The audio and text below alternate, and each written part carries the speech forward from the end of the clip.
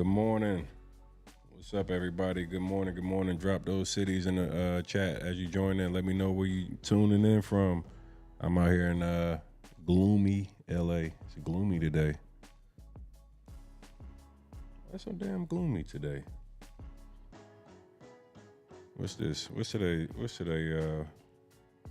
Today Wednesday? Oh, we a day away from fight day. Good morning, everybody. I see Philly in here heavy this morning. Shout out to H-Town. What's up, y'all? I see all my people, all my beautiful people. I see BK in the building. South LA, Phoenix. What's up, y'all? Goodness gracious. Florida. What part of Florida? I need to get back to Florida. It's time to get back to Miami. Be more, what up? Mr. 305, what's up with you? Jeff, what's up? We got Chicago in here. We got everybody tuned in this morning. All right, y'all, so let's get to it, man. Yesterday, you guys, I'm sure all saw the news headlines. There was a $10 million lawsuit filed against me. Hadn't been served yet, but happened to make it right directly to the shade room pretty quickly. It's funny how both DJ Envy and Cesar both have, sued me. We got to use the quotation because neither of these guys have had me served at this point with any documentation. And I think that's kind of odd knowing that these were the same guys that were posting my girlfriend's address and her business address and my address. So we know that you know where we live at. I mean, you sent goons to my house, right? I'm just confused that, like, why is it that I have yet to be served, but the shade room gets served pretty quickly? It's funny how these PR campaigns work. They serve the shade room faster than they serve me. Somebody said, pay up. What would I have to pay up? Hold on, I got something for you. Your name, hey, I'm gonna put you right here on the broadcast. We going. Good morning, Ashley Johnson. Ashley, let us know what city you from. I just got one thing to tell you, Ashley. Hold on, I gotta adjust my volume because I don't think you can hear it. That ain't the volume button I'm looking for. Hold on, here we go. It's early. We gonna make sure you hear this good and clear. Ashley Johnson. Shut up, bitch! Oh my God! Shout out to The Rock.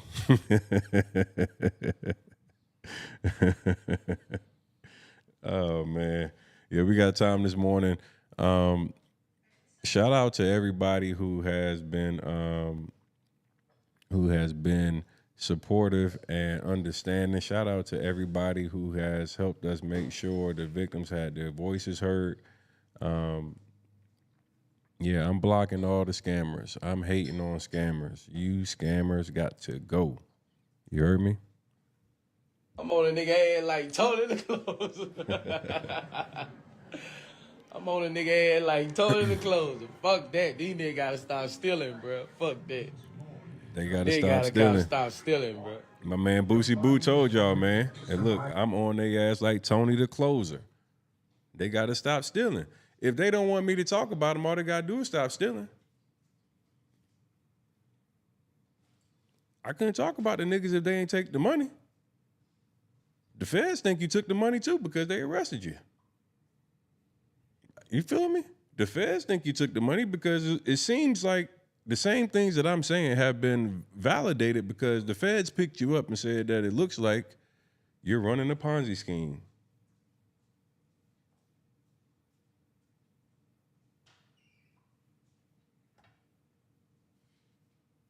It's crazy.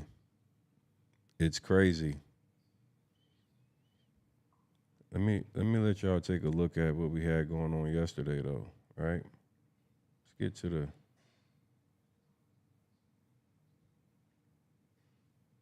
Let me make sure this playing too, cuz, so you can hear that audio. team exclusive update. Radio personality DJ Envy's business partner, Cesar Pina, indicted by the feds for an alleged real estate scheme, is now going on the offensive. He is filing a defamation lawsuit against a social media influencer. Investigative reporter Sarah Wallace has covered the drama from the beginning and has the latest. Every time I order DoorDash right now, that was with victims' money. That's DJ Envy's longtime business partner, Cesar Pina, mocking alleged victims after the feds arrested him for allegedly orchestrating a Ponzi-like scheme billed as Flippin' NJ that centered on New Jersey real estate properties, many in Patterson. What up, y'all? It's DJ Envy, Flippin' NJ. DJ Envy has not been charged and denies any wrongdoing. Authorities charged Pina last month, accusing him of bilking investors out of millions of dollars. We interviewed many of them. Dozens have filed lawsuits claiming they were ripped off by Cesar. He declined to talk to us. I lost $200,000. I lost a total of $64,000. $835,000. I lost $1 million. Pina, who pleaded not guilty in federal court, was released on $1 million bond with electronic monitoring. Now he and his wife Jenny are suing social media influencer Tony Robinson, known as Tony the Closer, for defamation. He outed the alleged scheme on his platform.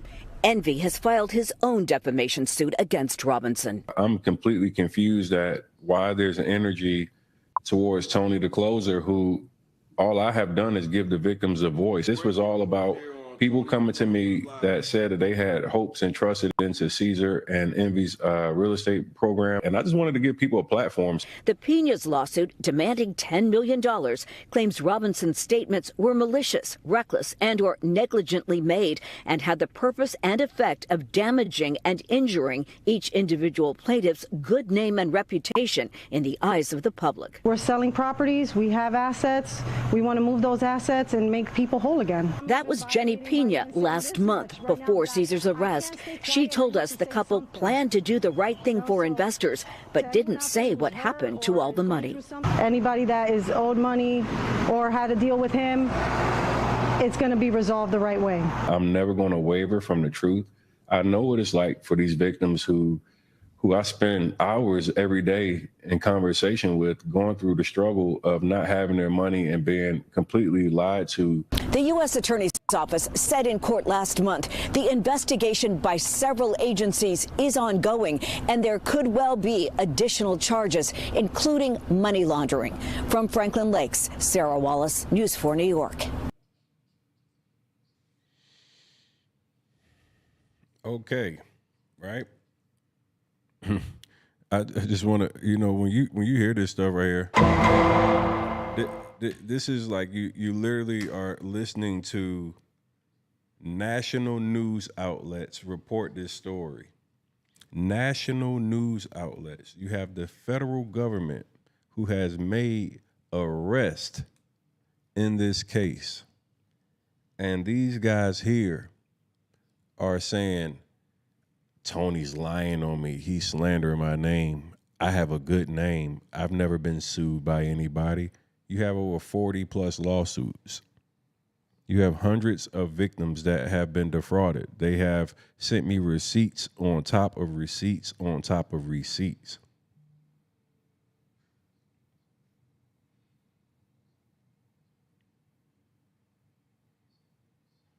Aaron Crowder, you're a bum. If you're defending DJ Envy in any capacity and you don't know anything about what's going on, you've never made an investment in your life, you're just a bum and a troll. I'm looking in your eyes. Look at me. You're a bum. Got words for you. Let me get to my spot right here. Shut up, bitch! Oh my God! That's what I got for all the haters in the comments this morning. It's 10 o'clock in the morning on the West Coast. We got a gloomy day over here in LA. So I'm not taking no shit this morning. I'm not listening to you niggas that's in here trying to troll. You have no context. You don't know what the hell is going on in this case. You just talking your personal opinion, and your personal opinion means nothing over here, boy. We speak on facts.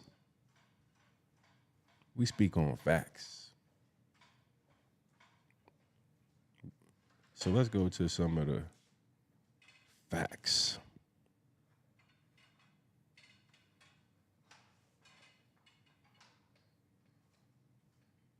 Where did I put the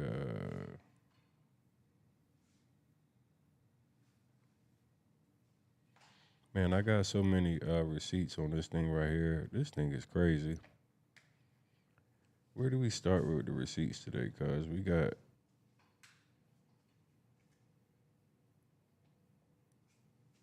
baby giving me some light. Ooh, yeah.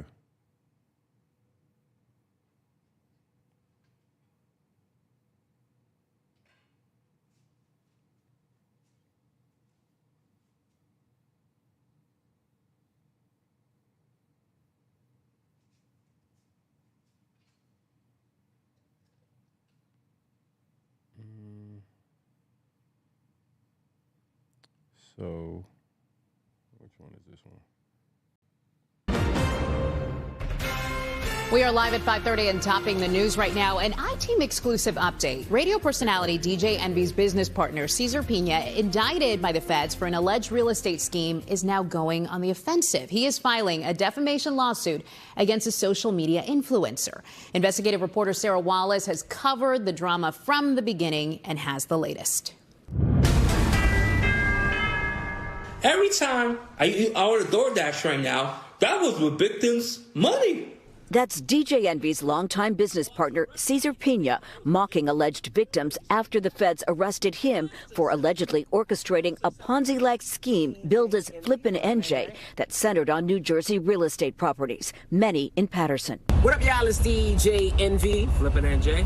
DJ Envy has not been charged and denies any wrongdoing. Authorities charged Pina last month, accusing him of bilking investors out of millions of dollars. We interviewed many of them. Dozens have filed lawsuits claiming they were ripped off by Cesar. He declined to talk to us. I lost $200,000. I lost a total of $64,000. $835,000. I lost $1 million. Pina, who pleaded not guilty in federal court, was released on $1 million bond with electronic monitoring. Now he and his wife Jenny are suing social media influencer Tony Robinson, known as Tony the Closer, for defamation. He outed the alleged scheme on his platform.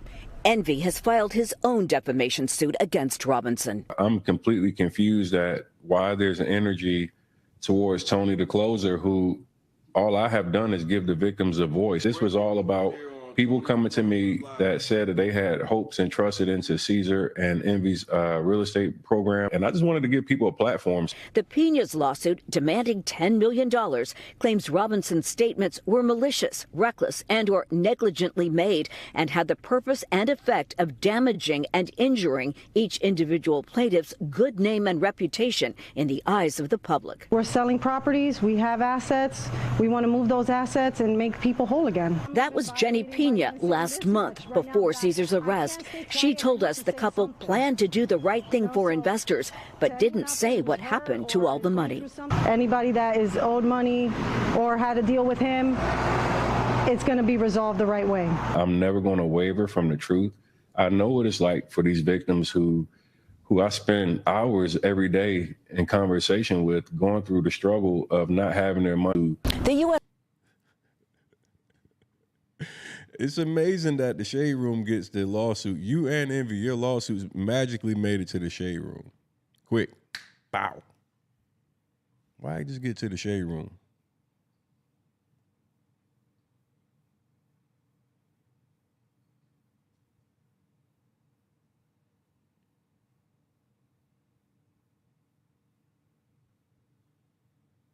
Bow. They say we buffering. Is it buffering over there? No. We good?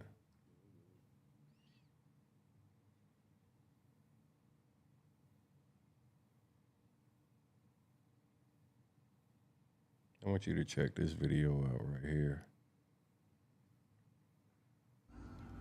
Today is August 3rd, 2022. I'm making this video after a video that was released yesterday by Cesar Pina, DJ Envy on Earn Your Leisure. I can't stand the bullshit. I can't stand people that go out there, pretend like they're here for the people, pretend like they're here to help people make money. And it's lies. Like, these gurus just kill me. So he was talking about a property that he purchased for his daughter yesterday. Sorry, I got cut off. He said that he purchased the property last year for his daughter's 16th birthday. Instead of throwing her a party, he purchased this 13-unit building in Chicago for $150,000.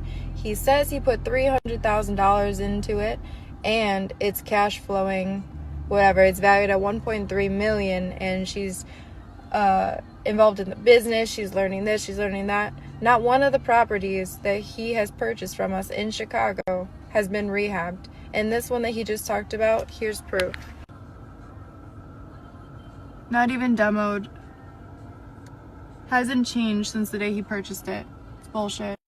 Things that me and my wife did for my daughter's 16th birthday last year. Instead of throwing her a party, we bought her a 12-unit building in Chicago. And now she's already in the business. She's already learning. I got the building for $150,000. I put $300 into it. It's already worth $1.4 million.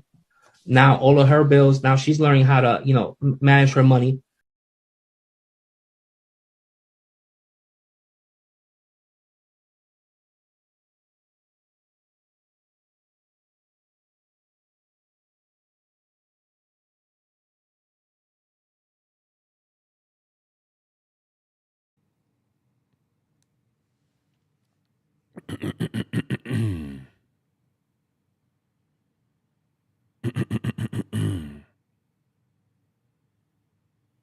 Let me just play that back one more time. Maybe you missed it. Today is August 3rd, 2022. I'm making this video after a video that was released yesterday by Cesar Pina, DJ Envy on Earn Your Leisure. I can't stand the bullshit. I can't stand people that go out there, pretend like they're here for the people, pretend like they're here to help people make money. And it's lies. Like, these gurus just kill me. So he was talking about a property that he purchased for his daughter yesterday. Sorry, I got cut off.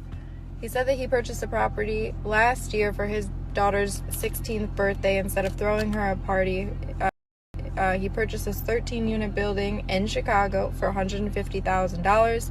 He says he put $300,000 into it, and it's cash flowing, whatever. It's valued at $1.3 million, and she's involved in the business. She's learning this, she's learning that. Not one of the properties that he has purchased from us in Chicago has been rehabbed. And this one that he just talked about, here's proof. Not even demoed.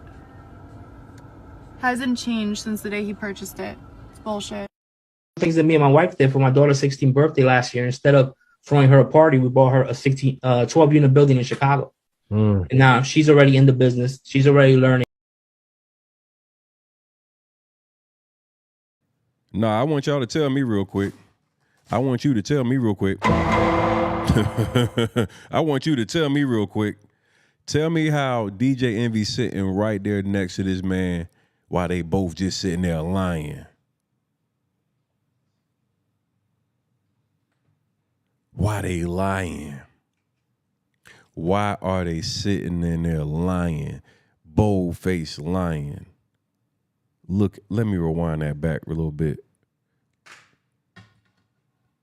Involved in the business. She's learning this, she's learning that. Not one of the properties that he has purchased from us in Chicago has been rehabbed. And this one that he just talked about, here's proof. Not even demoed. Hasn't changed since the day he purchased it. It's bullshit. Things that me and my wife did for my daughter's 16th birthday last year. Instead of throwing her a party, we bought her a 12-unit building in Chicago. And now she's already in the business. She's already learning. I got the building for $150,000. I put $300 into it. It's already worth $1.4 million. Now all of her bills. Now she's learning. He put $300 into it. Is worth $1.4 million.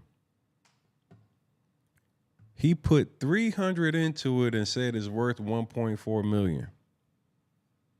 Now I want y'all to tell me in the chat real quick. You would pay $1.4 million for that? Do it look like he put $300 into that? We might just get hit with the Rico.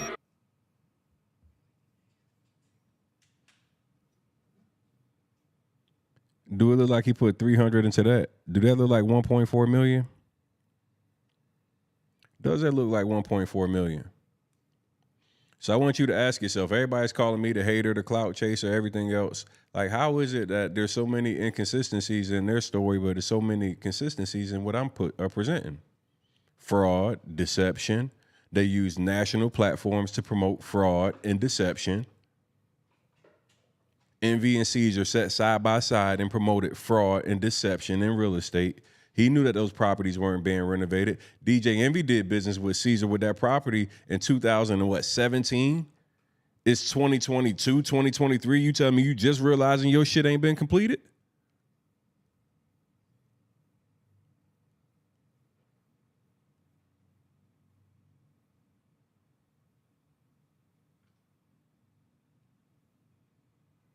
You telling me that you put $300,000 in and you ain't even put no damn windows up or nothing?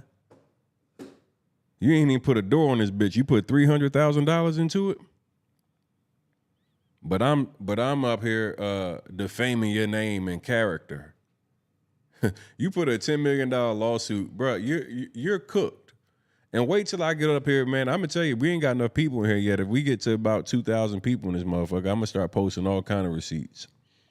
Right now we light. It's still early in the morning. Y'all must not know I'm coming on YouTube now. IG done took my live away, so I'm coming to YouTube now. I'm bringing all the smoke to YouTube. All you YouTube dudes that's been hating on me, I'm here now. Shout out to Eddie Smith. Eddie Smith in the chat with the super chat. Salute, family. Anybody throwing them super chats in here, you know, all the love and respect. Yeah, salute to the guy Eddie Smith. Eddie Smith, I want to ask you, brother, do it look like he put $300K into this property right here? This is the property he's referring to. Does it look like Cesar put $300,000 into this property right here? I'm on a nigga head like. You see the work. You see the work. Or the lack thereof. We see no work. You see the work. What's good? What's good? So Eddie, what you say? He ain't putting out 1 cent into it, right? I mean, I just want some of y'all just joining in. So I'm gonna rewind this back just a little bit. So this is what happened, just so to give you guys context. So earlier this year, like what was it, May? Like in May, what really happened was I was covering a whole nother scammer. I wasn't even talking about DJ Envy and Cesar. I had no clue that they were scamming. Allegedly, whatever. I'm not saying allegedly, man. Like these niggas was scamming. This was clear as day. Like it's too much evidence. I'm not gonna use alleged to anything. I'm saying they scamming. I'm saying they thieves. Hear me when I say this loud and clear. DJ Envy is a thief. Cesar Pina is a thief. If you don't like it, do something about it. The $10 million lawsuit will be thrown out or laughed at. That's it. I stand on what I say, and I got all the evidence and the proof, and I got hundreds of victims that will stand with me in court. Trust me. When you pull me into court, you already done fucked up because now I'm about to get discovery. I'm excited for discovery. See, you just gave me more content. I appreciate you, Cesar. You gave me more content. This is more content. At this point, you guys just become my content distribution, because all you're gonna do is bring this shit right now. All you're gonna do is bring this shit right now. You out here openly lying. You got on EYL's platform. You put them at risk because there's people that became victims of Cesar's shit that listened to that EYL episode. They told me. They found them off your platform. You scammers use everybody's platform to promote fraud knowingly and willingly. You're going to jail. Let's rewind this back. So just so you guys understand, this video right here, I cover her face because this young lady is a realtor in Illinois. For her safety, I put up a little GIF emoji over her face, okay? So I just want everybody to understand. I know some of you are like, you see like the little face back and forth. I've only put that up there for her safety, okay? This young lady reached out to me and shared with me the details of multiple properties that Cesar had done business with her and her family, where none of the properties had been renovated. So it wasn't just one property. Her and her family had did multiple deals with Cesar and his other investors or whatever. And at no point, none of the properties were ever fixed, flipped, and renovated as Cesar had proclaimed that they were. So she sent me this stuff back in May. This is literally a video she sent me back in May. And I want you guys to pay attention to hear what she said. This right here is heartbreaking, first and foremost, because it was promoted on platforms that I believe have great intent. But listen to this young lady. She breaks down how Cesar bought multiple properties from her in Chicago. Once again, I put a meme over her face so you can't see her face. But this is a young lady who's a realtor who sent me these actual clips and the actual property in which they are alleging that they had put $300,000 into and turned it into a $1.2 million, $1.4 million project. So listen to this again. Today is August 3rd, 2022. I'm making this video after a video that was released yesterday by Cesar Pina, DJ Envy on Earn Your Leisure. I can't stand the bullshit. I can't stand people that go out there, pretend like they're here for the people, pretend like they're here to help people make money. And it's lies. Like, these gurus just kill me. So he was talking about a property that he purchased for his daughter yesterday. Sorry, I got cut off. He said that he purchased a property last year for his daughter's 16th birthday. Instead of throwing her a party, he purchased this 13-unit building in Chicago for $150,000. He says he put $300,000 into it, and it's cash flowing, whatever. It's valued at $1.3 million, and she's involved in the business. She's learning this, she's learning that. Not one of the properties that he has purchased from us in Chicago has been rehabbed. And this one that he just talked about, here's proof. Not even demoed. Hasn't changed since the day he purchased it. It's bullshit. Things that me and my wife did for my daughter's 16th birthday last year. Instead of throwing her a party, we bought her a 12-unit building in Chicago. And now she's already in the business. She's already learning. I got the building for $150,000. I put $300 into it. It's already worth $1.4 million. Now all of her bills. Now she's learning how to, manage her money. Now she's learning how to manage her money. I put $300,000 into it. Now it's worth $1.4 million. Man, You see the work. we see it, Lucci. We see the work. We see the work, man. He about as bad as your boy from earlier this year, man. Hey, Crystal. Really quickly. I know y'all remember Hey Crystal. Yeah, he about bad as him. He come out here and just say some shit, and he just expect people to believe this shit, man. Like I'm telling you right now, this is disgusting. Let me show you the next example of Envy and Cesar blatantly lying again. What up, y'all? It's DJ Envy. Flippin' NJ. Welcome to Flip to Dow. Now, what if we told you you could win this 3-family house right here? And I said win. What if I tell you that? Break down what Flip to Dow is. Flip to Dow is a real estate membership platform like no other. Anything that you ever wanted to know about real estate, from just regular real estate education to investing, you'll be able to do. Flip to Dow, you've never seen a platform like this before. By becoming a member of Flip to Dow, you will have a chance to win this house. That's right, this house right behind us. There's a 3-family in Patterson, New Jersey. The value for this house right now is $500,000. Potential rental income anywhere between $5,500 to $6,500 a month. If you win this house, you could do whatever you want. If I were to win this house, right, I wouldn't sell it. I will keep it long term. I will refinance, take some money out, and buy more property. That's all we do, is buy more property. But it's totally up to you. Sign up to Flip to Dow and don't miss your chance to win this house. Okay, so let me talk about this particular house right here that we're talking about, the Flip to Dow project. And shout out to I Am So Rhonda with the super chat. She says that Envy needs to understand ignorance is not a defense.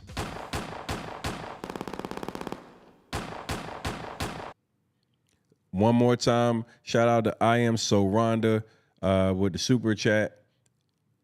Hey, Envy, ignorance will not be a defense in this one right here, brother. You have to understand you're 100% liable for promoting a convicted felon and fraud to millions of people on a national syndicated podcast and not doing your due diligence and telling everybody that you guys had thousands of properties which you guys do not own.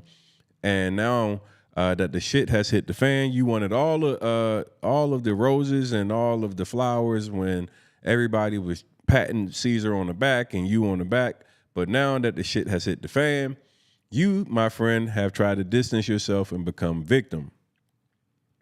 Man, oh man, oh man. We're not going. Hey, we're not going. We're not going. I am telling you right now, we are not going. So, that was 2 lies. I just want y'all to put a 2 in the chat. I want everybody to type a 2 in the chat. That's 2 lies already that we have caught Cesar and Envy already. So put 2s in the chat. We just need a bunch of 2s right now. Also, as you put those 2s, make sure that you smash that thumbs up button. We need to make sure everybody's liking this video right now so the algorithm can continue to let more people know about this live. But put 2s all in the chat right now. Now, I'm about to put the 3rd lie up here. These are 3 lies that DJ Envy has openly promoted and pushed on the air. Are you guys ready for this one? All right. I just want to say this on closing. I've never stole anything from anybody, and I'll just leave it at that. What? You know what rhymes with what? What? Butt. And from what I was told, you used to steal a lot of butt back in the day. See, I can't. I'm trying to be serious here, and you playing around. A few moments later. This was the lick. We used to call it a lick. This was the lick. And what I used to do is I used to dress up in a suit every Sunday morning. Every Sunday morning. Every Sunday morning. I'm just going to say allegedly, because I don't know if I can get in trouble for this, but I think I can't. How could you get in trouble for it? All right, because I was convicted, right? You already got in trouble for it. Right. So I would dress up. Every Sunday. Okay, it's like your audio memoir. Right? I already got in trouble for it. Exactly. I would dress up every Sunday in a suit. And the reason I would dress up in a suit is because Sunday I would act like I went to church. So if you go into a department store or Sam's Club, if I'm wearing a suit, I wouldn't look strange. I wouldn't look out of ordinary. People wouldn't necessarily look at me as a thief. They would more look like, oh, he's just coming from church. So I would. that was the mindset. It worked. It worked. So I was a security guard at the front door. Right. So they were like, what we do is we just go in there with a shopping cart, fill it up. We have a fake receipt, walk right to the door, and drive out and walk right out. Because the security guard is informed. He's the one that checks the receipt, and he'll let you bypass and go out. Right. And you would have to give him something, whether it was a DVD player at the time. That's when DVD players were big, or whatever it may be. So I just remember the guy got caught because Sam's Club let's say Sam's Club lost $300,000 in that quarter, and they couldn't figure out how they lost $300,000. Now I knew Sam's Club didn't have cameras because I scouted the place out. So they would go.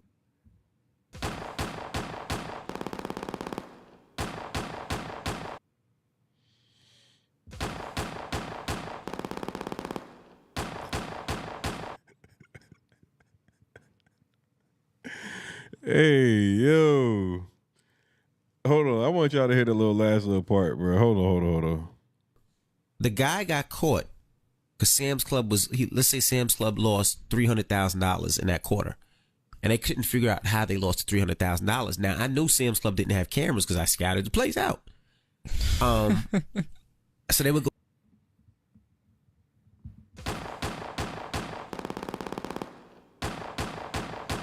Not that you scouted the place out with your Sunday's best on. Man, this nigga was a smooth nigga. Boy, that nigga come out there with that Sunday uniform on. He put on his Sunday uniform. Listen what I'm saying. This nigga stole, he said, let's say 300. This nigga stole $300,000 worth of shit from Sam's Club. Nigga, y'all was stealing like hell, man. They went crazy in Sam's Club. God, dog. That nigga had, man, he had to have remote control toilets and everything. That nigga toilet had to, man, that nigga had everything was goddamn powered and electronic, man. And that was in the 90s. You know, that nigga had, man, how you, back in the 90s, you steal 300 grand worth of goddamn toys? This nigga's crazy, man. Hey, yo. Hey, bruh. This nigga is crazy. Shut up, bitch. Yo, this nigga, yo, he went out here and stole $300,000 worth of toys. Yo, Envy, you's a wild nigga, bro. In your Sunday outfit, this nigga put on a Sunday uniform. Grandma tell this nigga to get up and go to church. He ain't go to church. He went to Sam's.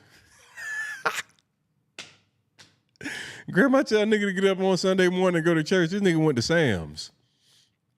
Whole time grandma looking for him in church. He done went to, he like, yeah. So what he did, he probably went to church first, got the alibi. He a smooth nigga because, you know, he was like a mastermind with the shit. So the nigga, he didn't just go to the place and steal blindly. He went and made sure that they didn't have any cameras or anything. He scouted the place out. Man, that nigga he was selling DVDs and TVs, man. He was money laundering back in the day. That nigga been doing this shit, y'all. So when the real estate just became a bigger play, he been had the fall guy and everything. You gotta listen to the nigga tell you. He tell you on himself. Hey, some niggas, man, they keep their shit and they gonna be real with it, and they gonna whatever you did is gonna go to the death with you. DJ Envy seems to like to get on podcasts and write books and tell on everything that he's ever done. I done did some shit. I ain't gonna act like I ain't never did some shit I ain't supposed to do, but nigga, I'm not gonna tell you niggas about it.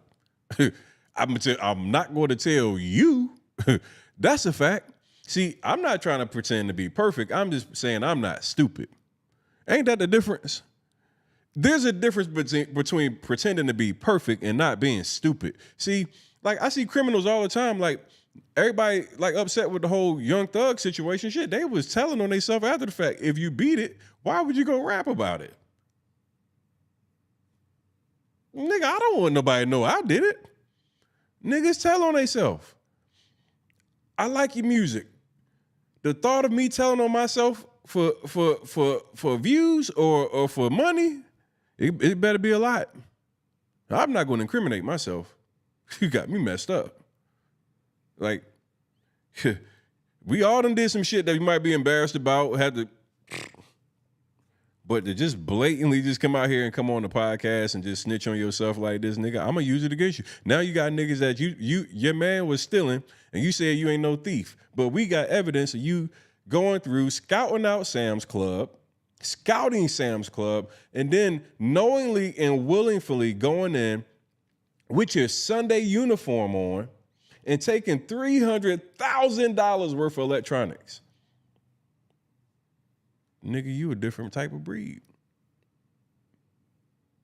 You's a different type of breed. Hey, in the chat, we need to put 3 in the chat because we got 3 lies already on DJ Envy. We got 3 lies already with DJ Envy. Put 3 in the chat. 3 in the chat, everybody. Real quick. Make sure you smash that thumbs up button, like the video real quick. We need to make sure the algorithm is on our side. I got some good shit for y'all over here on YouTube. I used to be on Instagram, and this is a new platform for me, so I got to come over here and bully some of the YouTube niggas because I see a couple of them don't like me, and if you don't like me, I don't like you. It's okay. See, that's the thing about me. If you don't like me, I don't like you, and I don't like your mother either. So you guys will get to meet me. Shout out to all the real supporters here. I see super chats coming in. I love super chats. Thank you for the super chats. Y'all pay over here on YouTube. YouTube a little different. See, IG, y'all be cheap over on IG. But shout out to the people that's jumping in and dropping super chats. We got a super chat coming in right now. Said, can you explain the discovery? Does he talk under oath? No more cap. Can you explain discovery? Haven't got the discovery yet. They haven't even got a discovery yet, but I appreciate your super chat, JD. There has not been any discovery yet. The feds have actually had an indictment. And as a matter of fact, let's look at the indictment. I think that's fair, right? You guys, I don't want this to seem like, because a lot of people start thinking that this is a personal attack from me, right? And I don't want you guys to feel that way. I don't want you to think that. because it's the furthest thing from the truth. And as a matter of fact, today, I might even bring a victim or two up here so you guys can actually hear from the victims, because to me it's very important for you guys to understand this isn't something that's a personal beef between real estate investors. I see a lot of people online that think this is a personal vendetta or something that I have against Envy or Cesar. That's completely false. As a matter of fact, before I show you the Fed's paperwork, I'm going to give you guys a little bit more context, because some of you on YouTube, I can't assume that you understand how this even originated, how we got here, right? So let me just do this, right? I'm going to show you how we actually got to the point where Tony the Closer was even in DJ Envy and Cesar's business. This wasn't something that I was like looking for or trying to be in their business. Furthest thing from the truth. As a matter of fact, I had no knowledge or care about what these guys had going on. As I was covering a major scam with another real estate investor by the name of Greg Big Business Parker, I began to talk about the credit repair people and the credit repair people who had been doing bad business and taking advantage of people. As I was talking about that, Jose, the credit dude Rodriguez, joined into my Instagram live session. When he joined into my Instagram live session, he was coming as a credit repair specialist that was giving his expertise or his input on the subject at hand, okay? As he's giving his input on the subject at hand, he begins to talk about something else. And I'm gonna let you hear how this actually started, okay? So this video is actually like a little bit longer, but I'm going to break it down to where you can check it out at full screen.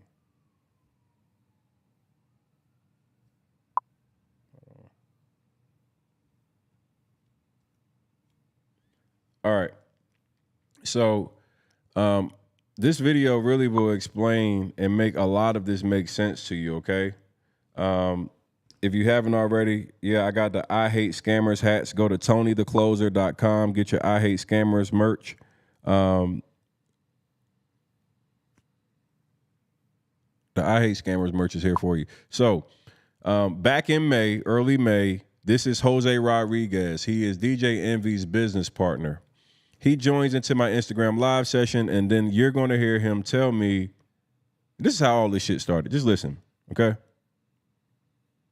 I'm going to be exposing pretty soon and coming out and saying some stuff. I got scammed. I got scammed from an investment that I made from one of your favorite, not you specifically, but just I got scammed from an investment that I made, 6-figure investment that I still don't have my money back. You know who what that I mean? with? Who? I ain't going to say it. I know who it is. Oh, you know who it is. Me and you can talk offline, but I'm not going to say it all for here for just purposes. I wish I could do what you do. I've tried it before, it didn't work. But me and you can talk. You on the right platform now, nigga. Yeah, me and you can talk about it. Oh, you on the right platform now, nigga. Oh, man, who got you? Yep.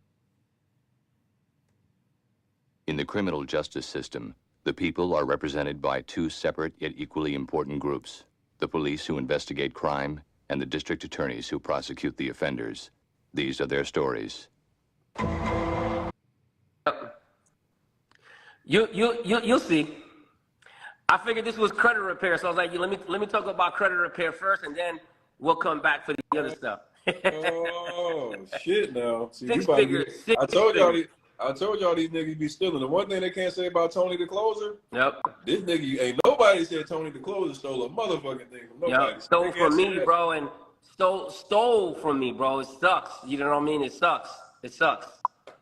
But that's the one thing, when you have a legit business and you have a legal business and everything is good, you bounce back, you get back on your feet, you do what you got to do, and that's it. Me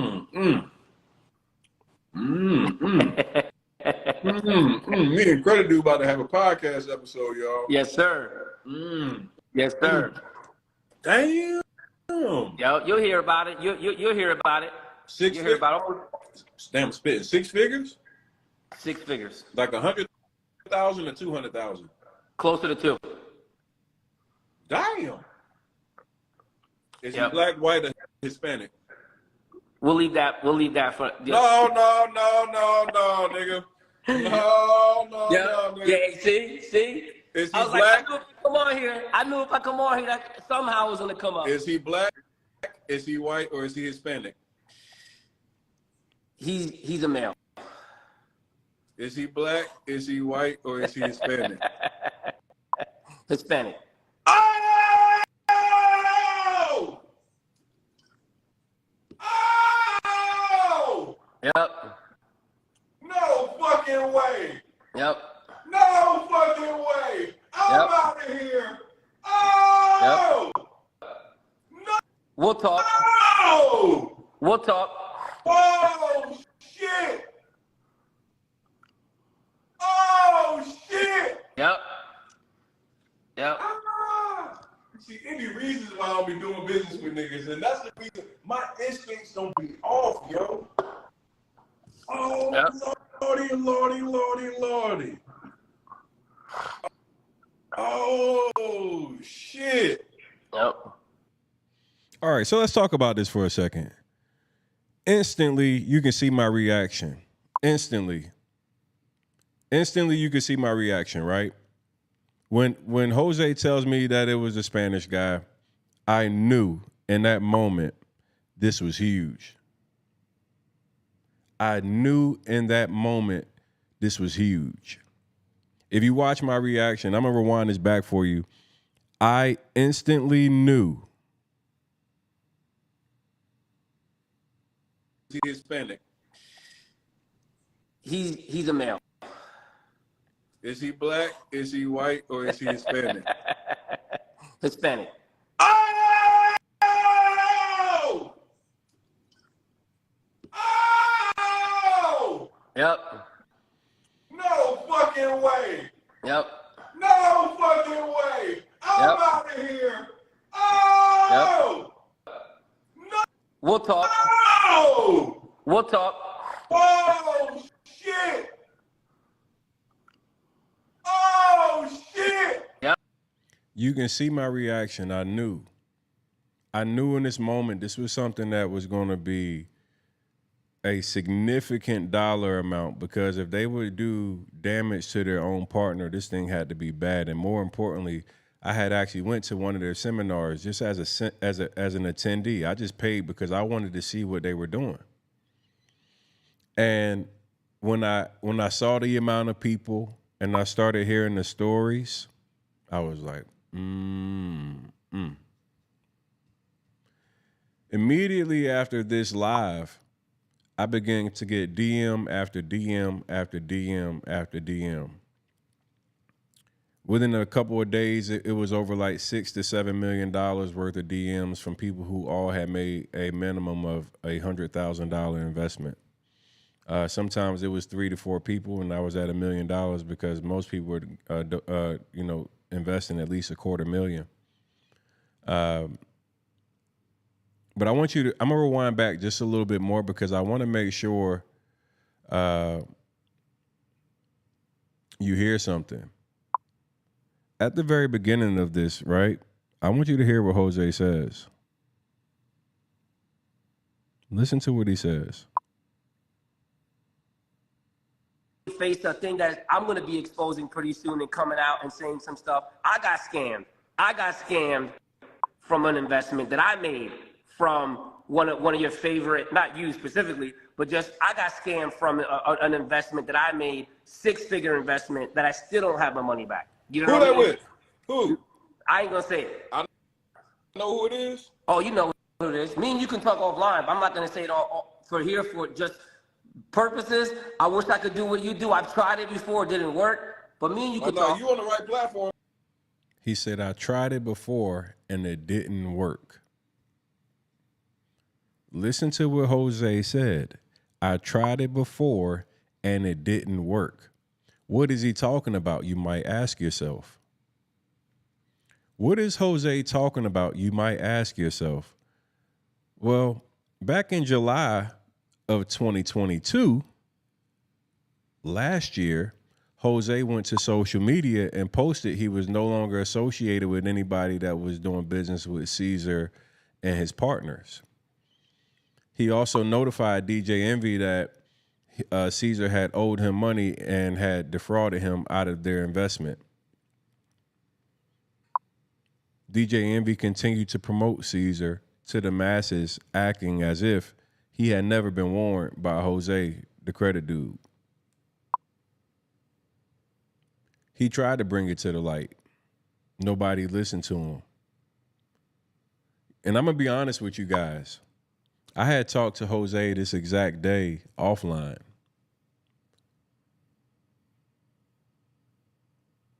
He tried to tell me something back then in May.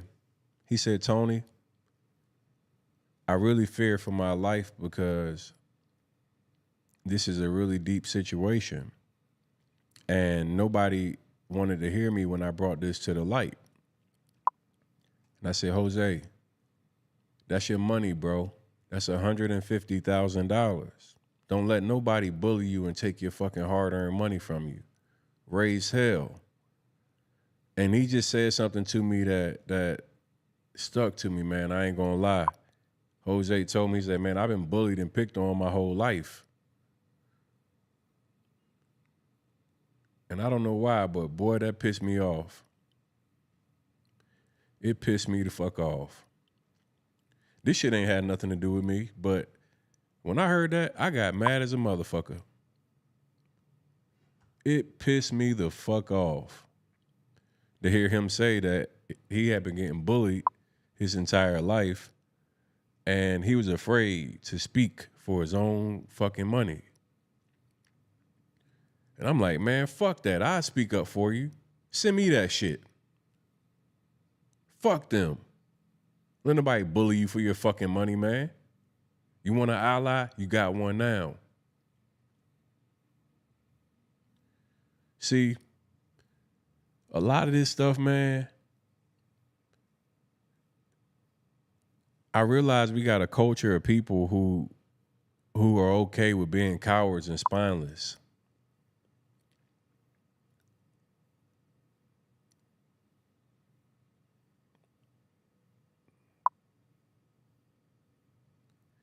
Like, we really live in a culture where people will just be spineless and be okay with people doing wrong shit to people like it's perfectly okay. Oh, let me just turn my head and act like I don't see it.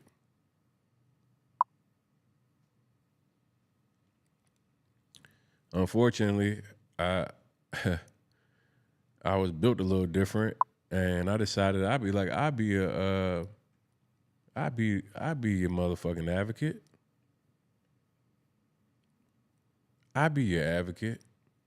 And when I started speaking up and I talked about Jose, I began to get message after message after message. And people began to send me huge receipts. I mean, $1 million. One guy sent me 2 $500,000 cashier checks that he had gave to Cesar. I have this call with Envy. Envy reaches out to me. He sees my post. I'll show you my original post I put up after. After this live right here, I talked to Credit Dude. And then later that night, I go on live and I begin to talk about the scandal that was coming to me, all the information that had been coming to me. I'm actually going to show you all this too. Let me, and real quick, man, smash those likes up in here. We lacking on the likes, man. I know y'all. It's too many of y'all in here. It take you a half a second to hit the like button, man. Y'all be really being stingy with the likes, huh? Damn, over at IG, y'all show more love than y'all do over here on YouTube. Y'all just be watching today. All right, so let's see if we can find this video. So basically what happens is I do an IG live. On my IG live, we talk about the whole Ponzi scheme and scandal. DJ Envy sends me a DM like, come on, bro, you have my number. And I'm like, no, I don't. So he sends me his number. He gets on a phone call with me. We have a phone call that he basically tells me he knows that Cesar has fucked up the money. There's going to be big lawsuits and everything else that are coming. He said the authorities are getting involved, everything else, right? So Envy gets on the phone with me, and he has a conversation that was like, hey, man, this shit's all in shambles, right? But then for some reason, once he gets on IG Live with me, he tries to finesse this entire conversation. And I want you guys to watch this video, and then you'll understand why this thing became even more personal to me.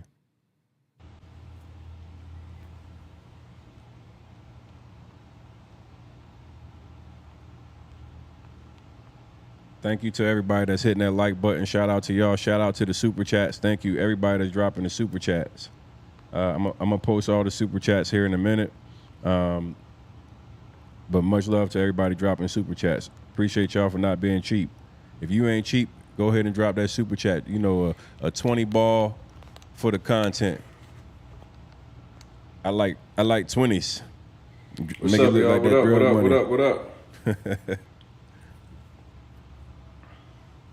Vent Nation, shout out to Vent Nation with the super chat. What's up, family? What's up, everybody? Let me fast forward this a bit. What's going on? Hey, man, I appreciate you coming in, man. Mad respect for you taking the time to come and really address some very serious allegations head on. Obviously, you got a huge platform, man. I came to talk about my car show this weekend in Memphis, man. I'll let you talk some car show shit, because you know, but people really want to. We can bring up the car show, but you know what you ask, what you want to ask. Ask what you want to ask. Ask what you want to ask, my nigga. We good. But tell us about the car show. Let's talk about the car show, man. Memphis. I'm just messing with you. Come on, let's talk about. Let's give you the plug on the car show. Car tickets are selling. We ain't got to worry about that. Let's talk about what you want to talk about. Well, first I want to say, you know, I seen the live that you did, and I thought it was whack.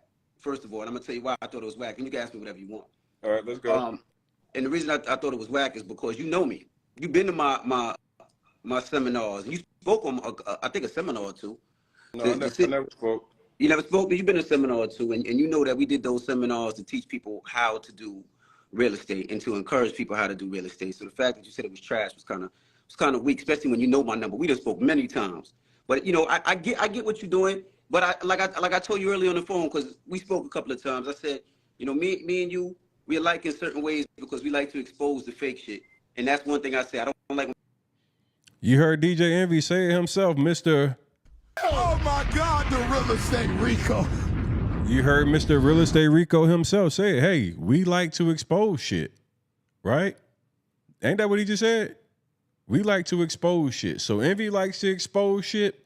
So when I expose some shit, why people get mad at me? Why the niggas get mad at me? He said we alike. We like to expose shit. So why you niggas mad at me? Let me rewind that back because I want you to hear your own words, my nigga. You niggas be mad at me. We the same nigga. You just like me.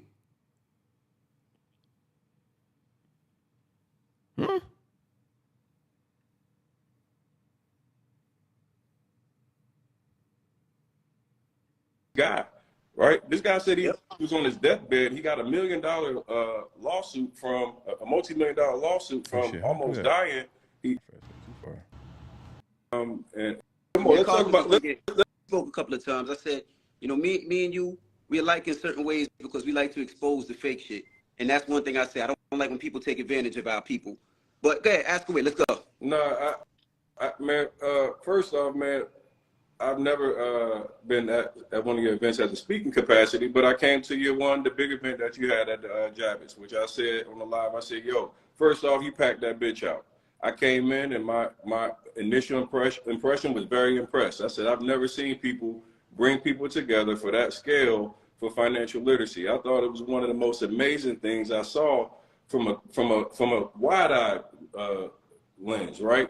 To have our people, Hispanics, Black, you know, all in the room, getting education. I'm like, yo, that's dope as fuck. I mean, I'll be transparent. Coming into trash yesterday. Now hold on, let me finish. I'm gonna finish. Coming into I was expecting to get some information and some knowledge. And I felt like it was a lot left to be had when it came to the information piece. It wasn't filled with game that I expected to get from the. It was more like, hey, here's who I go where I find my websites at. Here's where I go to get hard money lenders. But it wasn't real estate knowledge. And here's my problem with a lot of these situations is that very big platforms like yourself, man, like so many people respect your platform. You are a celebrity. You got millions of people that listen to you on a daily basis. You got a partner of yours who is accused of some very serious allegations. Millions of dollars have been alleged to be scammed at this point, right? I want to ask you first and foremost, when we start looking at these events, which starts becoming a marketing funnel, right? People start now coming into mentorships. They come to these events to be able to get game. But then most of these events, there's that same thing that you talked about that you don't like, the upsell. See, because I pay attention, right? You had a major problem with people who had live events and then they didn't teach much information, and then they do these upsells for higher mentorships, et cetera, investment opportunities. Well, it seems as if that's what's now happened with you and Cesar, because now you're hearing the same exact thing that you said that you didn't like, which was these very outlandish prices as far as mentorships and plus $1 million plus people saying they've been defrauded out of money. So I'm looking at you and I'm saying, hey, you got a large platform. How are you any different than with the people that you said you didn't like, the other people that were frauds? Well, for anybody that hasn't been to my seminars, the reason we created these seminars was because we wanted to teach people about real estate and get them into real estate without spending $10,000 like a lot of these seminars were doing. My whole idea was if you have $10,000, I'd rather you use that $10,000 and try to put it into a house, a property, or whatever it may be. So, you know, my real estate thing, you say you didn't learn. I mean, hey, that's you. But the seminar, what we did was we brought people to the seminar that they would need. I brought auction.com, which is a site where people go to get properties from, and it taught them how to go on that property to buy properties. They didn't have to pay for that. I brought Matt, I don't know what was Matt's thing is, Matt the lender. And what Matt did, Matt helped people get loans, talked about FHA, talked about property without paying extra. We had hard money lenders there that told people about hard money lenders and how to get hard money lenders. We had a credit repair. That was a guy that helped people fix their credit. We had people who do wholesale, which I don't do wholesale. I can't explain wholesale, but we had somebody there to break down what wholesale was and how to get it done. Now, all those pieces of people explaining that, niggas usually would have to pay money for that. But it was all free. There was never an upsell. There was no, well, to learn this information, you have to do this. There was never an upsell in any of my thing. The only thing that was ever sold was some T-shirts that said landlord, trap lord. And that's anybody that's been on any of my seminar. There was no upsells. We didn't upsell shit. There was not an upsell. There was nothing that you can buy then at any of my seminars. So the upsell thing, well, there was no upsell. So there was nothing that you can buy. Now, has anybody ever gave me $1, a dime, a nickel, a quarter, $100, $1,000, $100,000, or $500,000, or $1 million? Not one person. Because I'm making my business not to take money from nobody. And there's nobody on this live, and there's nobody in here that could ever say Envy, they gave Envy $1. I done helped everybody get homes. I done helped over 1,000 people get into homes. And that's celebrities, from Terrence J to Sean King to so many different people get houses, to regular people get into a house using FHA credit or regular loans. And when they say, Envy, let me give you something, I'm like, I don't need it. Because I honestly did this to help my people. And there's not nobody else that can say that they did. No, nobody. Hey, now, many investors trusted your business partner based off your relationship, right? I'm glad that you said that. So now, and I want to ask you a question. Like, as a public figure, how do you feel your responsibility for your actions and his actions, and how does your professional view on all that play a part? Okay, how do you feel what do you feel like he your part is in this? I love that question. This is the thing. I have many different partners. I got partners that own water. I got partners when it comes to real estate. I got partners when it comes to clothing lines. I got partners when it comes to many different things. Many different things. So let me ask you a question. Me and you own a barbershop, right? Barbershop does well. On the side, you're a pedophile, and I don't know you're a pedophile. Are they gonna say DJ Envy's partner is a pedophile and I knew about it? No, nigga, I didn't know what you did on the side or what you was doing. Not to say that even Cesar was doing anything right or wrong, because I honestly don't know. That's between them.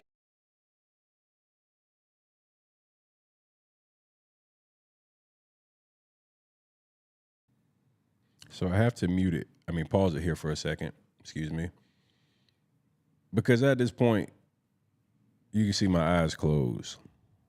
Look at my eyes and my face. He's sitting here saying, in my face, after talking to me the night before, and telling me all the shit that was going bad with him and Cesar. And he's sitting here telling me in my face, he don't know if even Cesar has anything going on. Now, I want you to understand, the night before, he's telling me like, yo, this shit's bad. He owes me money. That nigga owed this person. This, like, the feds is involved. This, that. So he's on the phone with me the night before and telling me all the things that are fucked up. But now he's on here and saying, if it's even true.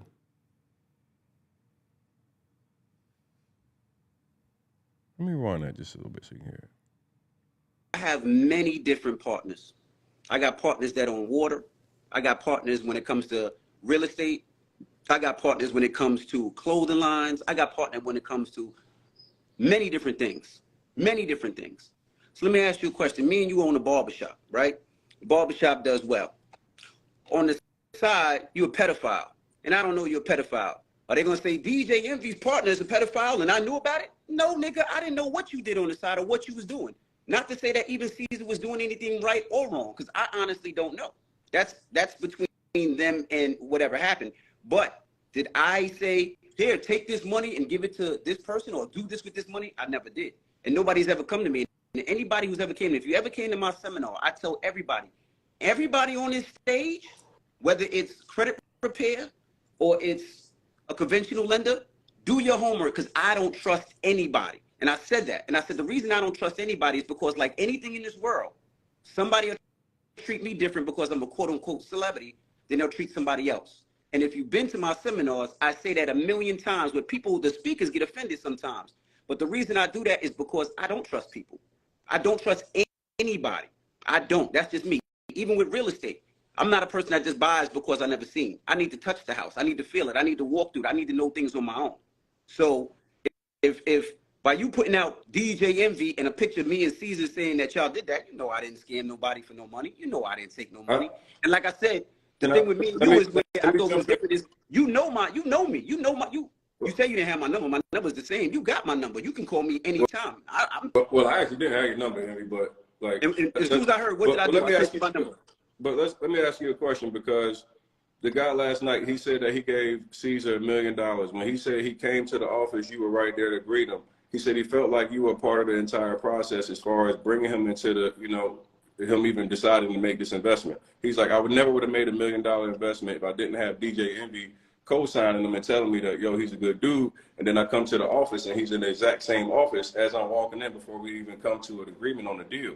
So how do you feel like you play a part in that when an investor feels like, hey, my investment decision is based off the fact that I'm watching you sit in the same office with this guy, right? This guy said he was on his deathbed. He got $1 million lawsuit from a multi-million-dollar lawsuit from almost dying.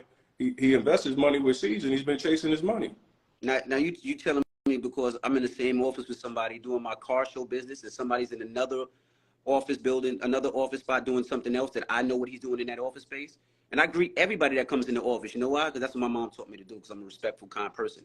I don't care if you're young, if you're old, if you're black, if you're white, if you're Spanish. If you walk into my office, I look everybody in the eye and I say hello. And the reason why I do that is because 9 times out of 10, I got a couple $100,000 car outside and I want to see who's coming in and out my office. Now, if you go into another office and have a conversation with somebody and you decide to do whatever you want to do, that has nothing to do with envy.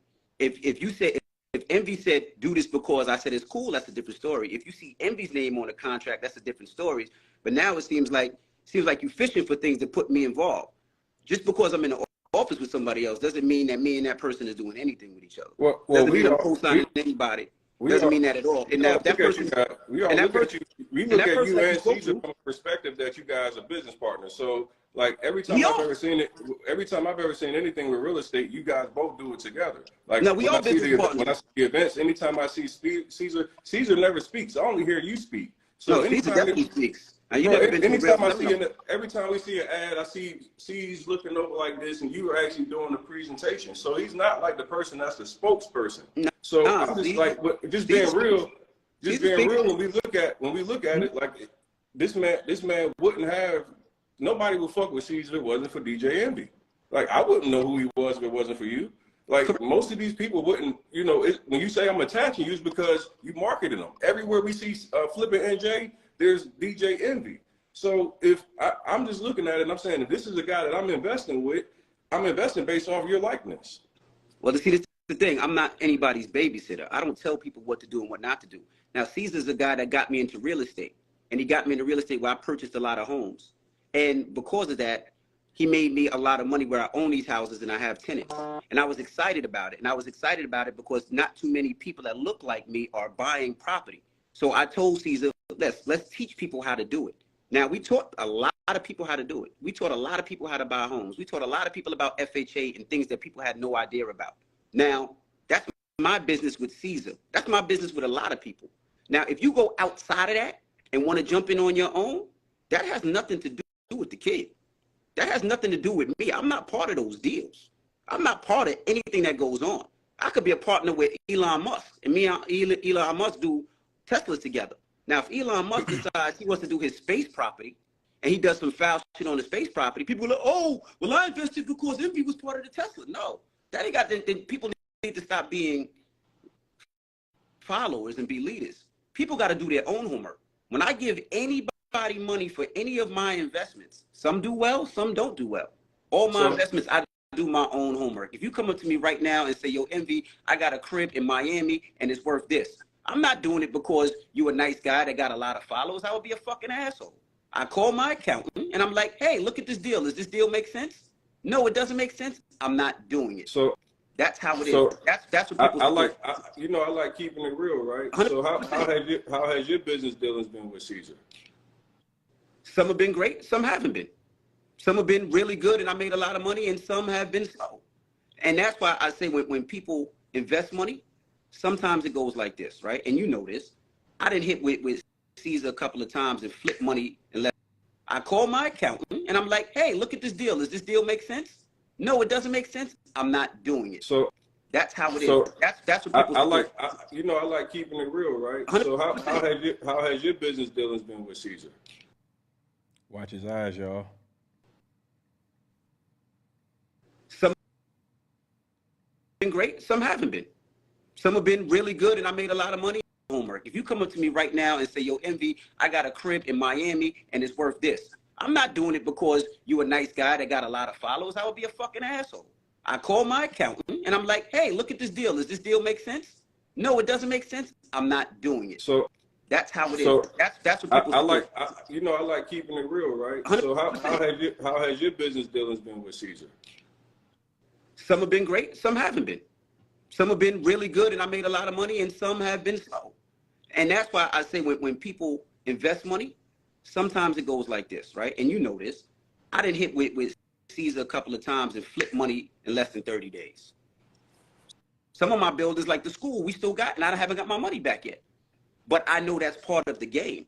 But I also do know there's certain things that need to happen. Like when it comes to Cesar, we've had a conversation, and I spoke to him, and I spoke to Jen, and I told him if he does, and I asked him personally, I said, do you owe people money? Does he owe you money? We have an investment together that we're going to sell. He does not owe me money. We partnered up on a property. Days. Some of my builders, like the school, we still got, and I haven't got my money back yet. But I know that's part of the game. But I also do know there's certain things that need to happen. Like when it comes to Cesar, we've had a conversation, and I spoke to him, and I spoke to Jen, and I told him if he does, and I asked him personally, I said, do you owe people money? Does he owe you money? We have an investment together that we're going to sell. He does not owe me money.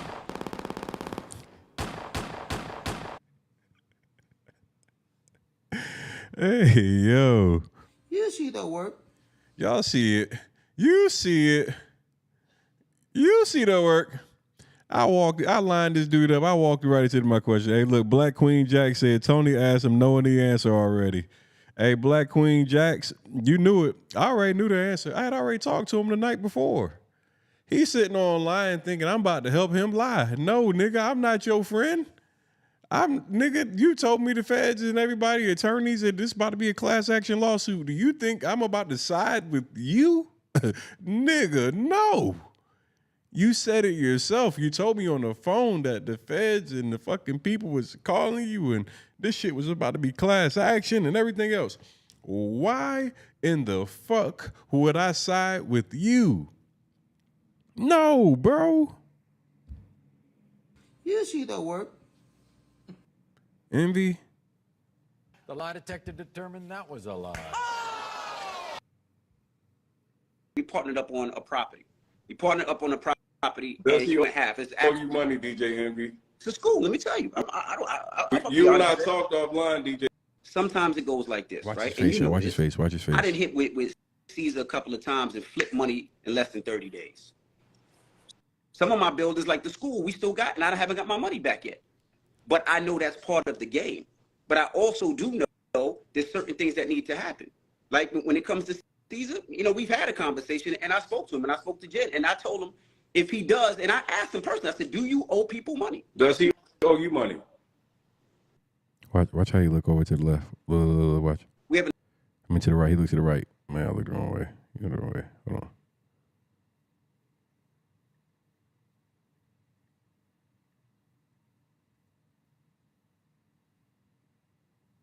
If he does, and I asked him personally, I said, do you owe people money? Does he owe you money?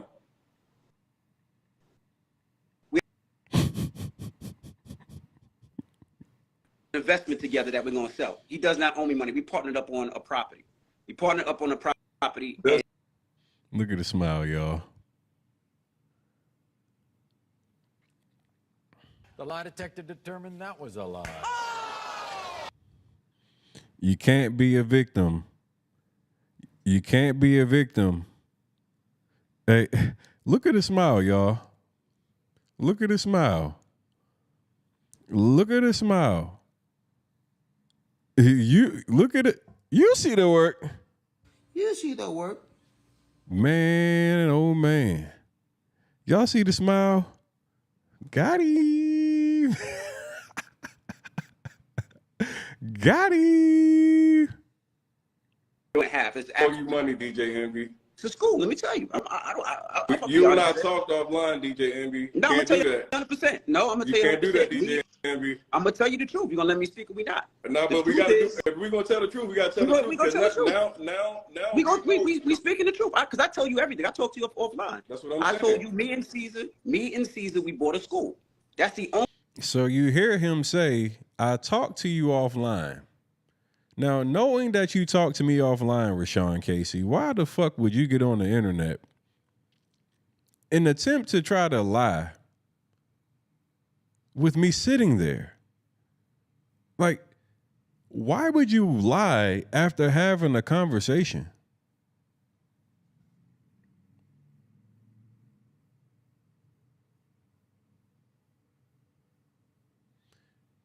Like, you just talked to me, bro.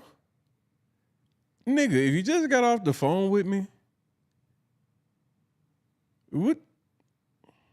Outstanding deal that we have. That school never came back, and that school is not done yet. When I spoke to Cesar today, I told him I have a problem, and he said, I'm giving you your money back.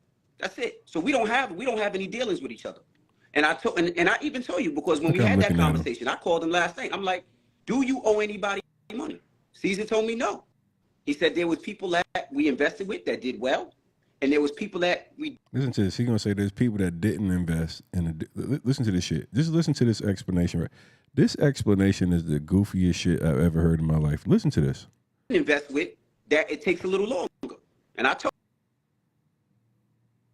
We don't have any dealings with each other. And I even told you, because when we had that conversation, I called him last night. I'm like, do you owe anybody money? Cesar told me no. He said there was people that we invested with that did well, and there was people that we didn't invest with that it takes a little longer. And I told them, nigga, whatever you need to do, give them people back their money. That's all it is. But when it comes to it, that's what it is.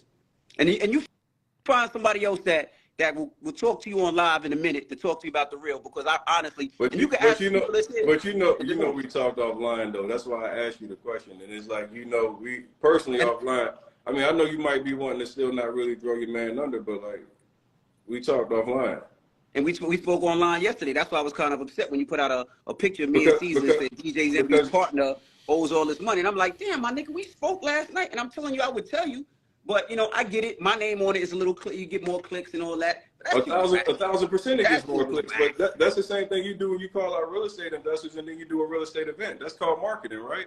That was part of your marketing. Like you throwing somebody under the bus that fucks with you, which is weird. But I don't care because I really didn't take nobody's money. And I just want to tell you, the dude that you talked about that allegedly owes $1 million, I just got off the phone with him. And the first thing he said was, I did meet you when I went to the office, but we never spoke. You just said hello and kept it moving. So, I don't know why Tony would say that, you certified that deal or you made the deal comfortable. Like, nigga, we didn't even talk. If he walked past me now, I wouldn't even know who he was. I speak to anybody that comes to my office. But what I would like to do, I would like to get Cesar on there and y'all have a conversation, and then you can ask him all the questions you need to ask him. So I asked you another question last night because you were very direct about the fact that you wanted to distance yourself from being involved in any dealings that you didn't know about with Cesar and these investments. What do you feel like you should do as far as your platform responsibility with letting the people know that have invested with Cesar based off your likeness? Well, I tell everybody, no matter what you do when you invest, you make sure you do your homework when it comes to anything. This is what I tell everybody all the time. You make sure you do your homework. I do feel like you're saying Cesar's guilty before hearing his side of the coin, which I think is kind of crazy. I mean, anybody can say anything they want, man. I just seen today that I owe people money. I just seen all types of shit. But the thing is, I think you should have that man on here to have a conversation and give his side of the story. There's two sides of the story. Well, there's actually three sides of the story, right? His side, and then what's the truth. And I think before somebody starts saying that somebody owes somebody money or somebody doing something wrong and making an accusation and an accusation, I think you need to have him on there and clear his own name up. Well, I think that's fair, but I also I tried to call you today with him on the phone, and you said you were clearly busy.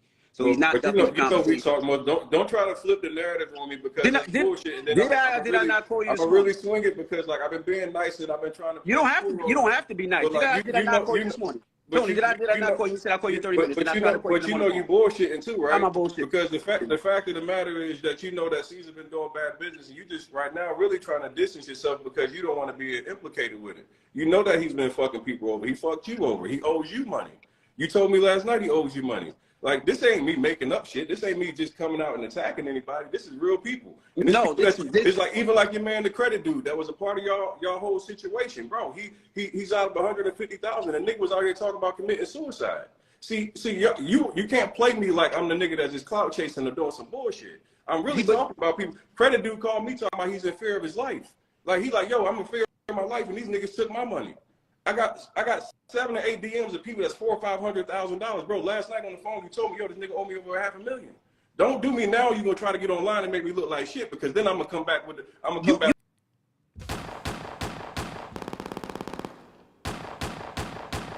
I warned this nigga. Didn't y'all? You heard what I just said to him? I warned this nigga. I warned him. I told him, I said, don't try to do this shit to me. Don't try to make me no clout chaser because you're going to be mad when I start really giving you what you say you don't want. Because now I'm going to make your ass content. Yeah, you wanted to call a nigga clout chaser and you try. I told you don't do that. I said, don't do it. Don't do it, dog. Because you gonna make me give you energy that you not going to like. I tried to warn him. Listen to it. Man, the credit dude that was a part of y'all whole situation, bro. He's out of 150,000, and nigga was out here talking about committing suicide.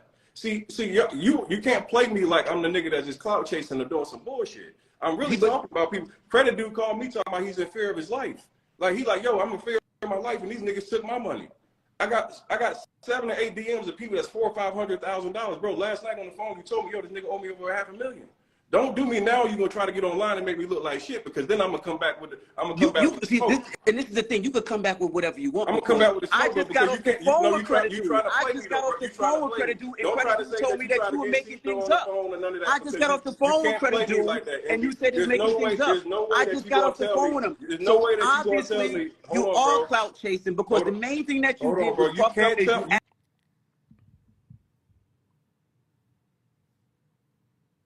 You see the work. This was the moment. This was the moment.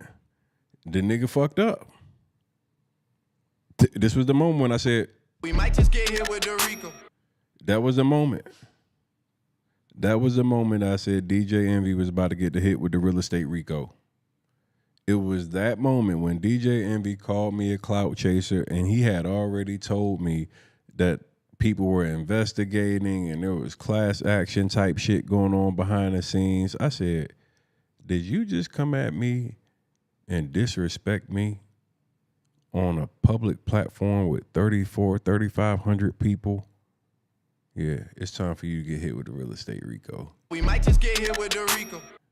Yeah, that was it right there, dog. My name. Listen, and that's what you did. You added my name because that's what it was. You know he owe you money, but I did the real thing, and I came on here and spoke to you like a man. I didn't talk behind your back, and that's what real niggas do. When we have a conversation or disagreement, we have a conversation. All that other shit is out the window. And I'm trying to get Cesar on the phone because I called you earlier, and I tried to get him on the phone with you. I didn't try to call you earlier, and you said, yo, call me back in 30 minutes. And when you call me back, I tried to call him. Didn't you talk to me since then? And didn't I try to call him with you on the phone? Did I try to call him with you on the phone? Answer yes or no. Don't act like I ducked your phone call, my nigga. You full of shit. Yes or no? Did you say that the nigga owe you money? Obviously, you full of shit. I tried to be a real nigga and talk to you. Boy, that nigga just hit the little beige rage meter. It was like, hey, I gotta get a beige rage meter for the joint next live. Hey, look, we gotta get a beige rage meter. That nigga just beige raged on me right here. Y'all see him? I thought you was a real. This nigga just beige raged on me. Hold up, Envy. I ain't even really peeped this part. And that's what real niggas do. When we have a conversation or disagreement, we have a conversation. All that other shit is out the window. And I'm trying to get Cesar on the phone because I called you earlier, and I tried to get him on the phone with you. I didn't try to call you earlier, and you said, yo, call me back in 30 minutes. And when you call me back, I tried to call him. Didn't you talk to me since then? And didn't I try to call him with you on the phone? Did I try to call him with you on the phone? Answer yes or no. Don't act like I ducked your phone call, my nigga. Nigga, who you talking to? Answer me yes or no. Who the fuck do your yellow ass think you talking to, boy? You want a box? Tell me you a box me in my mouth like you said to Tyrese. Nigga, line it up. Let's line it up, DJ Ponzi. DJ Liquidation. Yeah. DJ Klepto. Let's line it up, man. You're trying to talk a little too fucking spicy, nigga. Keep your tone down when you talk to a nigga like me, boy. Fuck is wrong with you? Hey, man, y'all line this shit up, man. We can get one of these fights. I know Showtime got some shit coming up before the end of the year. We can goddamn get this shit going, man. We can get this shit going. Nigga, he want to box Tyrese. Box me. Box me for your job, nigga. Box me for your job, nigga. Nigga here trying to talk all fucking tough. Nigga.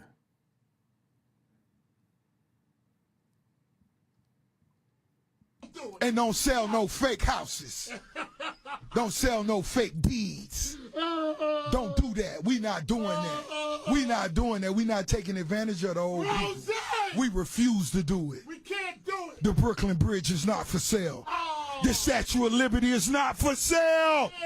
New York City. Stop selling bodegas in Jersey. Oh my God, they just sold a beach.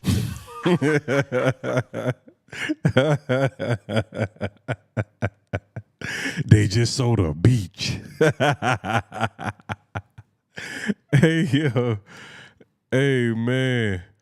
Yo, this nigga was trying to talk spicy as a motherfucker. Yes or no? Did you was say a that real the nigga nigga, owe but you money? obviously you trying full to of find out shit. where your money I was tried to be a real nigga and talk to you, Did you but you did just you a yes clown or no like say that everybody nigga else. owe you money? I You trying to salute find you. out where I your hope money you get that nigga on the phone, and I hope y'all clear it up. And anybody, if he does owe you money, I hope that y'all get it, and I hope y'all get it straight. How much of the money did you get I'm from gonna do my Cesar? best to make sure that if there is a problem, an issue, even though I'm This is not pure. Hey, involved, you that manipulate people right are now, bro. good. Like Y'all have you a trying good to one. dismiss yourself Peace, from the man. shit that you got Love going you, brother. on.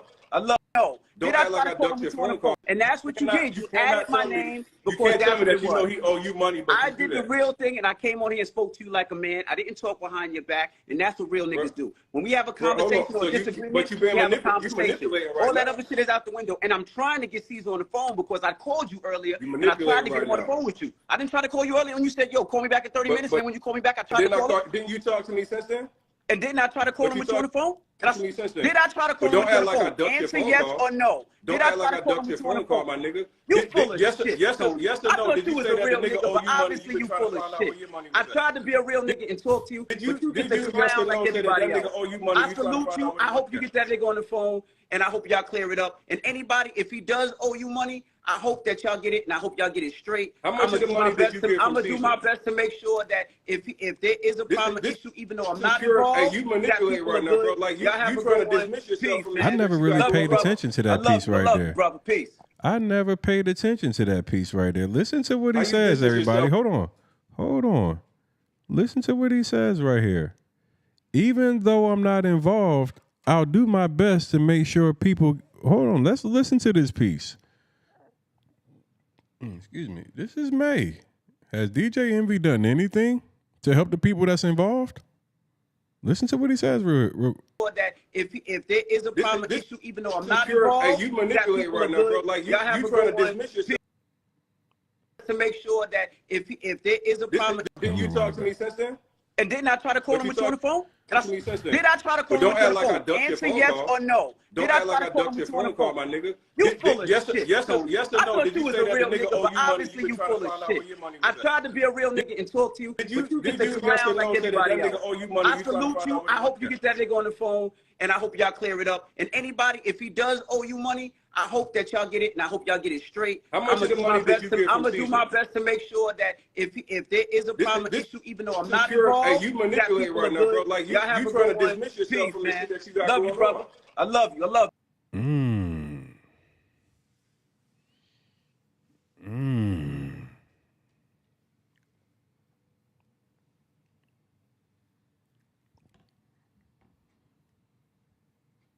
Pay attention. Pay attention. Pay attention. Oh my God, the real estate Rico. Real estate Rico. Yes, sirski. That's it. Listen, he said, even before he got off, he made a point to say he would try to assist the victims. To this day, he has not done any of that, but he has sent a victim a cease and desist letter. He did send a victim a cease and desist letter. Man, I'm going to tell you what. Y'all be getting mad at me, but I just be breaking down the facts. I just break down the facts.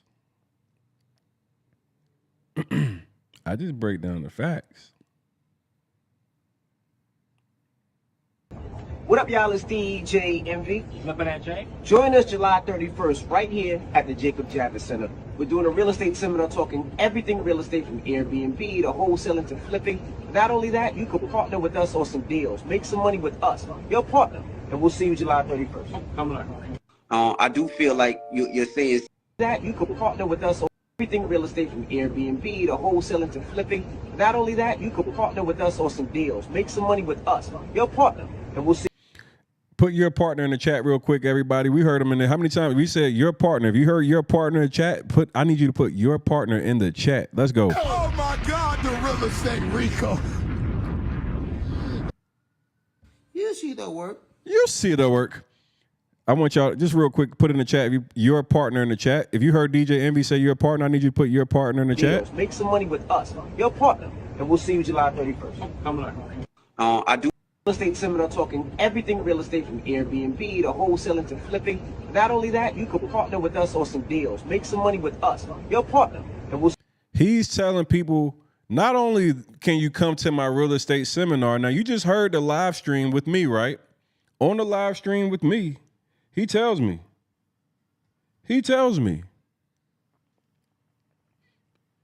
What does he tell me?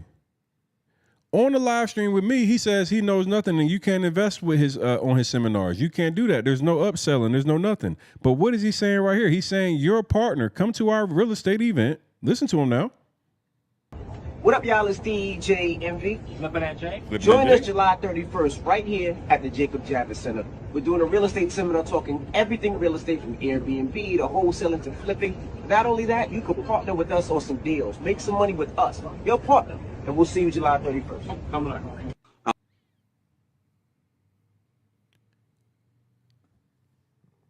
You see that work?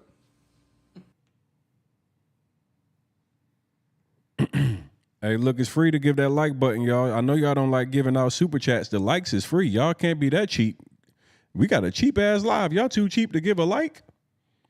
I know you don't like giving super chats, but a like is free. I mean, you see the work. You see that work? Nah, you see the work. This man telling us right now that he didn't allow people to invest with him, but what do we see right here? Now continue on now. We just gonna continue. I do feel like you're saying Cesar's guilty before hearing his side of the coin, which I think is kind of crazy. I mean, anybody can say anything they want, man. I just seen today that I owe people money. I just seen all types of shit. But the thing is, I think you should have that man on here to have a conversation and give his side of the story. There's two sides of the story. Well, there's actually three sides of the story, right? His side, and then what's the truth. And I think before somebody starts saying that somebody owes somebody money or somebody doing something wrong and making an accusation and an accusation, I think you need to have him on there and clear his own name up. Well, I think that's fair, but I also I tried to call you today with him on the phone, and you said you were clearly busy. So he's not. But you know we talking about. Don't try to flip the narrative on me because that's bullshit. And then did I not call you? I'm really swing it because like I've been being nice and I've been trying to. You don't have to be nice. Did I not call you this morning? Tony, did I not call you? Said I call you 30 minutes. But you know you bullshitting too, right? I'm a bullshit. Because the fact of the matter is that you know that Cesar been doing bad business, and you just right now really trying to distance yourself because you don't want to be implicated with it. You know that he's been fucking people over. He fucked you over. He owes you money. You told me last night he owes you money. Like, this ain't me making up shit. This ain't me just coming out and attacking. All right, we see how many inconsistencies. I need you to put a 5 in the chat because we now are at 5 lives, guys. We at 5 lives. Hey, we at 5 lies, man. This dude is just lying over and over again. Put a 5 in the chat for all the lies that DJ Envy has told so far. We have 5 confirmed lies. Rashawn Casey, a.k.a. DJ Ponzi, a.k.a. DJ Liquidation, a.k.a. You Can't Make This Lie Up, a.k.a. Ross wants your wife to do his pedicure, which is crazy. Ross is disgustingly disrespectful for that. The nigga say he gonna make your wife do his pedicure. If you won't box me, you gotta at least box Ross. You gotta box Ross for that shit. That shit is out of pocket. Oh, the DJ Shrimp shit is crazy too. I can't believe the credit dude said that type of shit. Hey, real quick in the chat, man, I need y'all to drop the I just need everybody to type real quick Real Estate Rico in the chat. We need my God, the Real Estate Rico. The Real Estate Rico is real. I need everybody to type Real Estate Rico in the chat. Now let's continue to get this thing going because we're gonna get into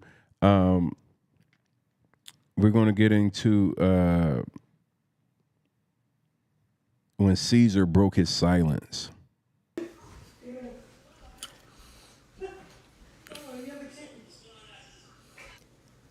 I am surprised by the amount of people, yes, that are on this live right now. Real Estate Rico, yes.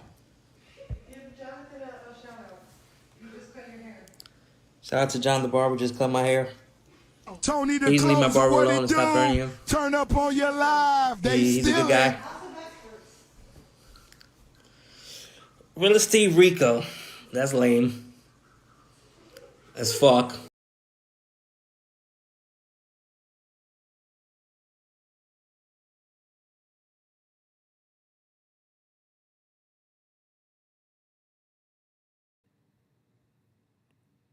Look, started over. The first thing he say, look, that real estate Rico pissed their ass off, y'all.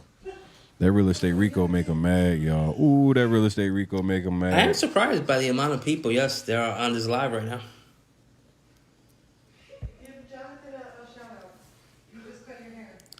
Shout out to John the barber, just cut my hair.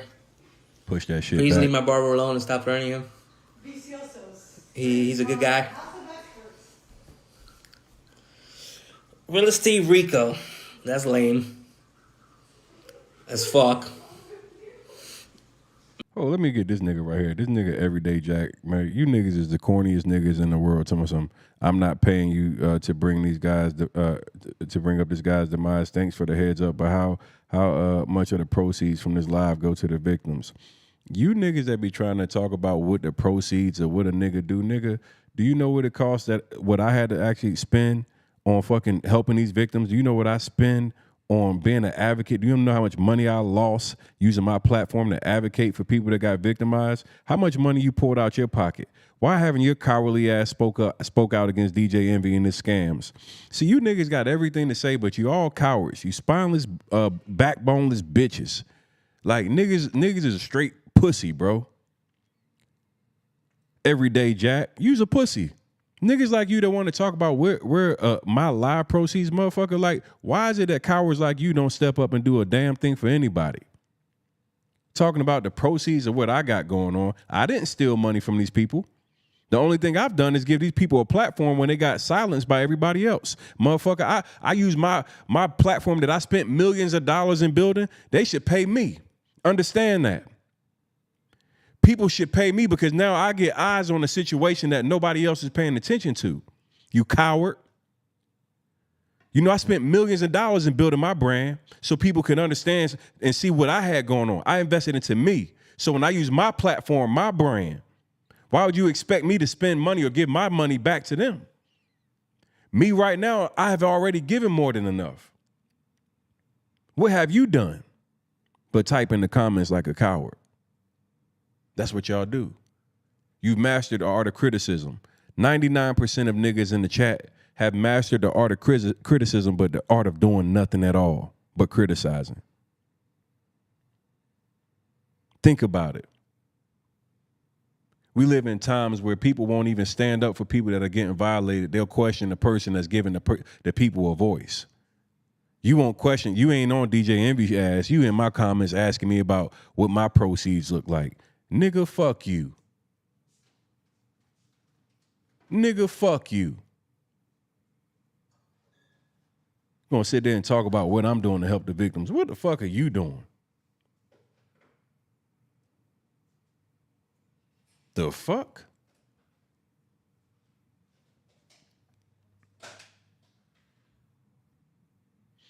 Niggas is out their motherfucking mind. And I love when people like try to question my legitimacy because I love to brag on me. So let me take a commercial break from Cesar and Envy for a minute because I got to brag on me. You know, when y'all call me a scammer, I like to post my receipts and just, you know, show you what the type of impact I've been making. And it ain't the type of impact they've been making. It ain't the type of impact they've been making. That's for sure.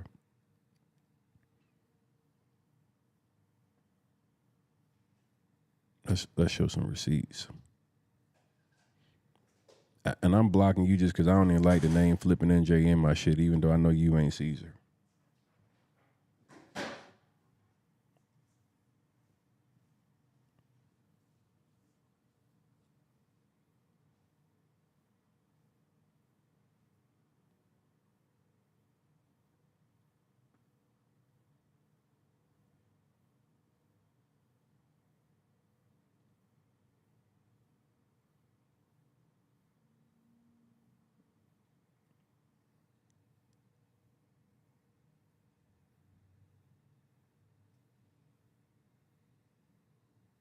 Let's see here.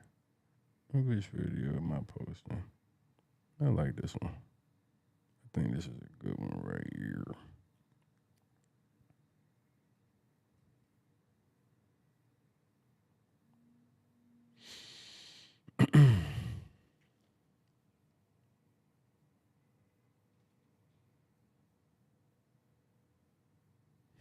So you gonna make a new account?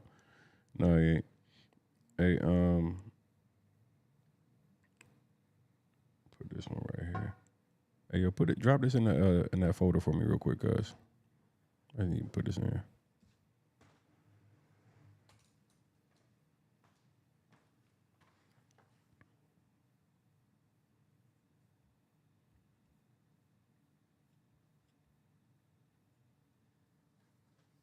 Yeah.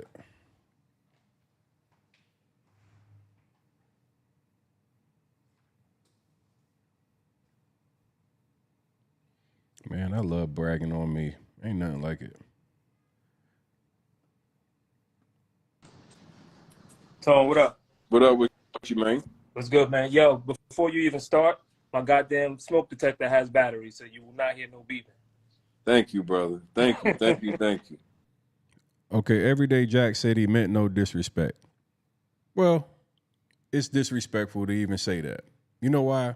Because I put everything on the line, including my life and my family's safety. So when you guys ask me what I'm doing to help the victims, the same people that get to stay behind their comfortable houses and in their accounts where nobody gets to see their faces, I'm on the front line. I got everything on the line. So excuse me if I'm a little defensive right now. I've been getting attacked for the last 8 months. So I'm a little chippy. I'll be honest. When you get death threats on a daily basis and you get people that are disrespectful every day, it kind of makes you a little more rough. I'll be honest. So if there are people that I offend by sometimes coming off a little rough or brash, you got to understand this is real shit going on. This is real shit going on. All right. What's good with you, man? I was just saying, man, like, I know these dudes putting dirt in your name, man, but I remember you let me take your class for free, bro, and I made some money. So I don't know what they talking about scamming. Scammers don't let niggas take shit for free.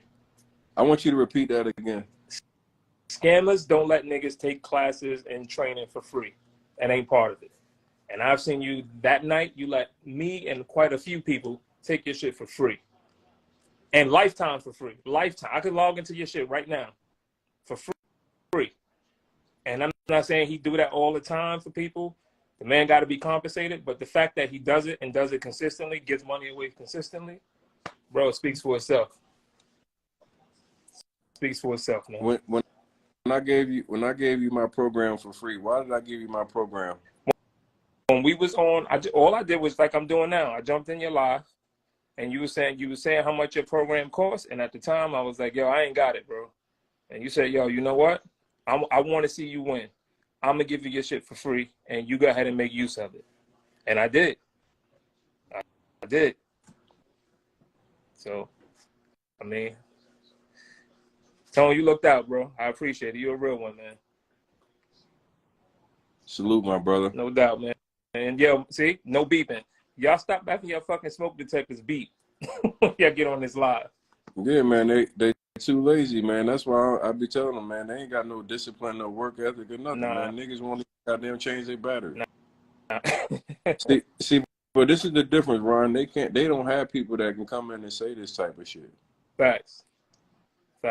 Did I ever try to get a dime out of you? Did I ever try to manipulate you? You never. Not only did you try not to get a dime, you never asked me for a dime. Never asked me for a promotion. You never even said, "Yo, in exchange, go on and promote me." You never even said that. You just gave it to me for free. Nothing in exchange. No promotion. No saying that. Now I did it on my own, but you never asked me to do any of that. That's a fact. So even if somebody was giving you a free, scammers, first of all, the scammer ain't gonna give you nothing for free. I guarantee you, any of them dudes, go find out how many students did they put on for free. Go ask that question. Aside from how many millionaires or how much money they made people, ask that question. how many people have you let through your course for free lifetime access? And let's see what their answers are. They can never compete with me on no level. That's a fact. When I started building this shit, man, I did this shit. That's why I take such offense when people play with my name. See, many people don't understand. I heard his brother, he was in a position where he wanted to learn from me, but he didn't have the access and the resources to be able to do it. And I believed in him. I literally believed in him. I said, I know that you can do it, and I believe that you're going to go out here and execute. That's why I gave him my program for free. And bro, I did it, and I did I was able to make money. I did my whole kitchen over, did my whole crib over. Everything, and thanks for that, and I appreciate it. And I'm still making money in different parts of the real estate game now. Proud of you, dog. Thank you, man. I appreciate it, bro. When I saw you that night, I already knew that you was gonna stick to your word, though. That's doing it, man. That's what it was about. Got rental properties. I'll close on the crib later on this month. Actually, next Friday, not this Friday, next Friday, I close on another investment property. So I'm doing my thing, man. Thank you for getting me started. Hey, much love, man. See, that's what this shit to me is about, and this is why I go so hard about my name and my reputation. He don't owe me nothing. All I wanted was him to be successful. See, when I started building this and I started doing what I was doing, I didn't do this with just, hey, everybody that came to me had to pay me. I gave countless amounts of free hours, free trainings. I gave hundreds of people my program for free. He actually executed. That was the difference. I did. And Tony, I spoke to you from this same spot. When I spoke to you last time, my shit ain't look like this. I mean, not that it's all like now, but it ain't look like it looked dope. It looks good. I appreciate it, bro. I appreciate it, man. Thank you. Hell yeah. Hell yeah, it looks good. Bro, I remember that shit like it was yesterday. See, when I saw you in the comments, I still remember. See, I remember everything. I see. And I ain't gonna hold you, man. I'm definitely surprised about that. I ain't gonna hold you. When I seen you in the comments, I had already remembered you, bro. Yeah. Like when I do this shit, it's not about the fact that it's about money. Yeah. If this was strictly about money, I wouldn't even have a program that would be fucking affordable. I had my shit at 25+K and say, hey, that's how you work with me, and I can make so much money because I actually have the results in the product that backs it. Right. Facts. And people saying, can I pay it forward? I do pay it forward, actually. I'm putting my nieces, nephews, and my kids on and showing them how to do this shit. So that's how I'm paying it forward. Paying it forward, for sure. I appreciate you, Tony. I just wanted to come up there, man, and say that for you, man, because I know you did this for me. You never, again, I bet you all the other people you ask them if you were ever asking them to promote their shit, even once. I never asked for a promotion. Not once. Never asked for nothing. Never asked you for a piece of your money that you made. Never. So ask that before they start calling people scammers and putting dirt on your name. I seen this dude post my name and put some scam next to my name, and I seen red, dog. I know you did, man. I seen red because the amount of shit that I pour into our people, man, I done did the whole month of Black History Month completely free. I done did so many fucking free trainings. Like, bro, I done did way too much to let a nigga play with me like that. Facts. But guess what, man? That's why things come back to you. And that's why you're in the position you in. Because you're a genuine nigga. You're genuine. It'll come back. So when you do shit with bad intentions, it ain't going to happen for you like that. Bro, I'm really, seeing you years later and hearing, having this conversation and looking at you in a much better position, man. Hey, love, bro. That's love, man. Hey, I'm super proud of you, man. No doubt. I appreciate you, man. Look you up when I'm in Miami next time. Yeah, when you here, you definitely got to come see me. I got you, bro. I'm out there all the time too, so I got you. That's dope. Hey, Ron, real shit. That's dope as fuck. I appreciate it, man. Thank you. I'm happy as fuck for you, dog. That's dope as fuck. Yeah, I appreciate it. I remember you, dog. Like, I remember you, man. I'm telling you, I remember you, dog. That's so fucking dope. I told you, man. Definitely. Like, that shit is fucking dope. Man, I was serious when I told you that. You was like, I'm not going to give it to you if you're going to bullshit around. Bro. That's the only stipulation you had. Like, you're going to have to execute this shit. I remember that shit like yesterday, dog. That shit's so dope. Yeah, I appreciate it, man. Still doing it. Still out here using it. Still got all my apps and all that shit going. Golly, dog. That is, man. I'm Man, super appreciate proud of it. you, dog. Thank you. That's hard. Thank you, man. My man Appreciate was you. on. He was in tears down on this motherfucking live. This nigga do remember. I told you, yeah, he was on tears on my live. That's you about a to make me fact. cry, bro. Yo, this dude remembers. Yo, you got a hell of a memory, bro. Bro, that's so crazy. Yeah, Dude. that's.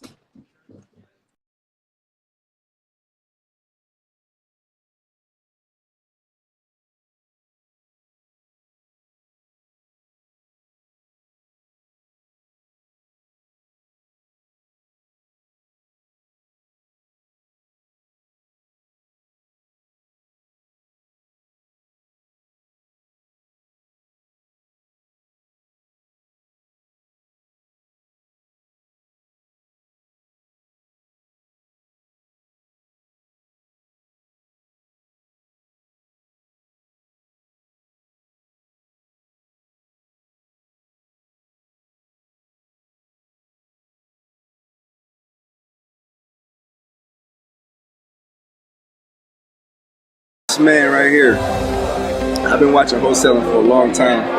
I hopped on this man 30-day training. I got my first deal in my first campaign, text messaging. First campaign off PropStream. So that's why, man, I respect you so much, bro. Like, for real. I respect you so, bro. You changed my whole life. So real, man. Love, like, yeah. First deal, 35K. The second one I could wholesale it and make about 50, 60K. I'm trying to make 80, 90K. Just trying to, you know. And anyone who counted him out, man, y'all slipping. You sleeping because he's coming. Hands down, you can't stop what God has planned for somebody. He's coming. So you guys take notes, put your pens and paper out because he's making you money. I just want to let you know you turned a hater into a supporter, man. It's been, man, I'm listening to all these folks, couple days, couple weeks, couple months. I found out about wholesaling 9 years ago, man, 9 years. And you've given me more in a week for free than I've gotten in the last 9 years with thousands of dollars spent. So I'm 100% in. And I want to let you know, man, you're my mentor. Whether you know it or not, you are my mentor now for life. No, just thank you, Tony, for all the training, man. I'm going to continue to implement everything that we learn. I'm going to continue to stay active in the groups. I'm going to continue to follow everybody on Instagram, and let's just keep working. And honestly, we've invested so much money in other programs and other mentors, and nothing has came of it. And then we found Tony, and we got into the challenge at the beginning of the month. And we have seen so much success since then because, Tony, you actually go into details about what we really need to do. So 2017, there was this guy, man, and he wanted to be great. He knew he could be great, but he just didn't know where to go. And, you know, he tried many things in his life, and, you know, unfortunately, it never resulted in the end result that he thought he would get. I'm now like, I'm losing my house, losing my car. My bank account is literally closed at that point. So I said I needed to try a different strategy, a different method. And before you knew it, my line was ringing, and it was ringing a little different. And what I'm gonna share with you guys is gonna be completely different than anything that anybody's ever shared.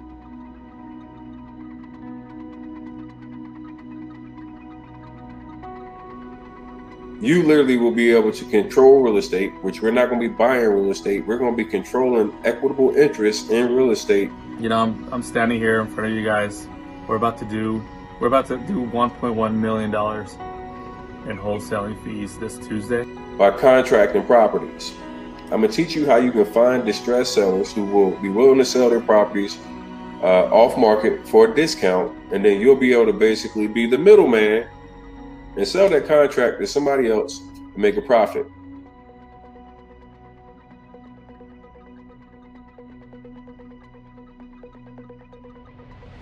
We ain't playing no motherfucking games right here. We flipping bricks legitly, you heard? All of them. You know what I'm saying? Negative deposit. Yeah, Rona proof. Roman proof, get with that Roman proof, man. Tony the closer, he gonna close the deal for you.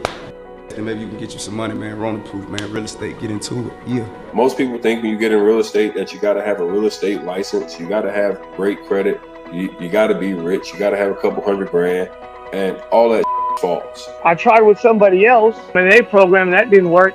And when I came to your program, that's when it really all came together, because you kind of like held my hand. It's the best feeling in the world, right? Because it's proof of concept. Now all the self-doubt goes away.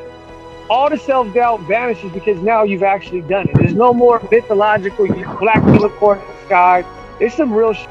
You know what I mean? Like, it's in the account. Like, that's all I needed, right? It's like, you tell your wife, I'm telling my wife, she's encouraging me.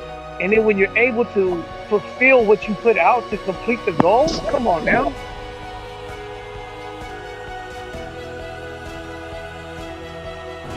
Grandma, I got you online right now. Oh, okay. Grandma, tell me what your grandson just did. We just bought my house and we just left the settlement. November the 5th, 2020. Good day. We had a good day today. Very good.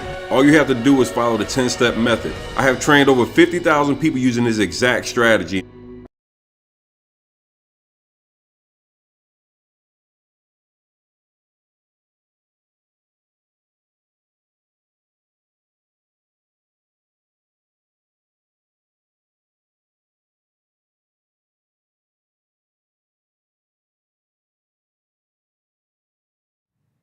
Hello? There we go. All right. Audio good? You hear me? Yeah. May 5th, 2020. Spent $1 million on my grandma. These niggas can't fuck with me. Just know that. You niggas ain't did nothing for your grandma. You ain't did nothing for your mama. You heard what my grandma said, November 5th, 2020. Dropped the bag on my grandma.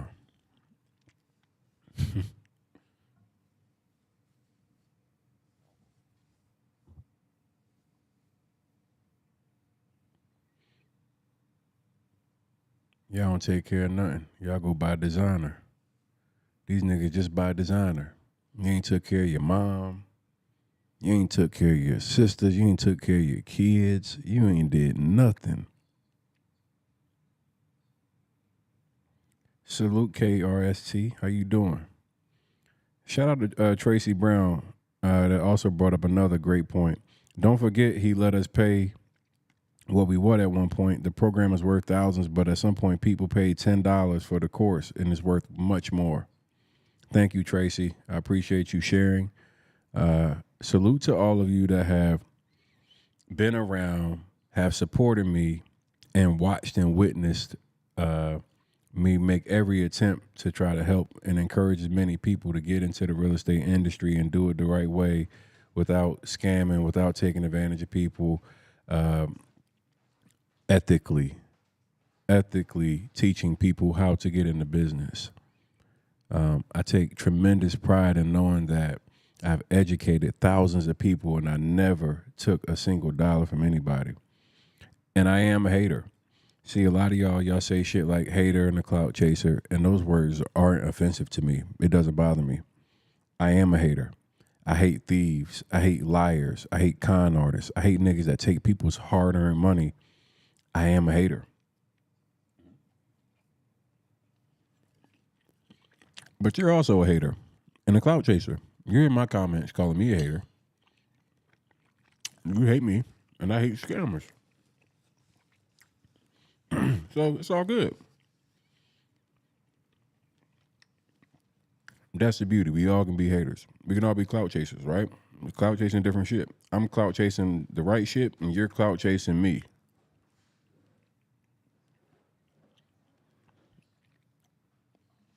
Weird how that worked. But let me see this other video for you guys. Go back to Cesar.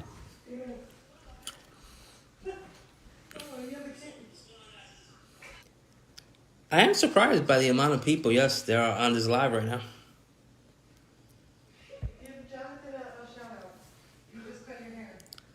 Shout out to John the barber, just cut my hair. Please leave my barber alone and stop threatening him. He's a good guy. Real estate Rico. That's lame. As fuck. Makes no sense. Right? The last couple months been a little crazy.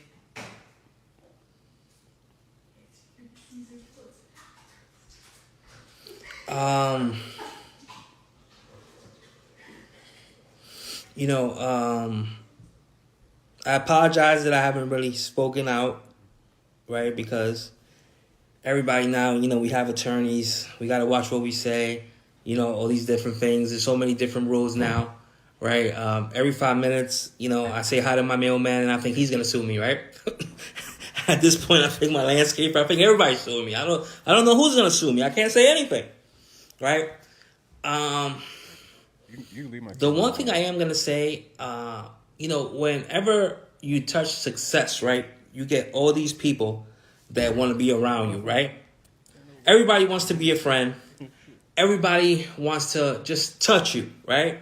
Because oh my God, I touched this guy, he'll change my life, right? I'm going to be honest with you. I'm successful, right? I was successful. Everybody wants to be my friend. Everybody wants to be around me.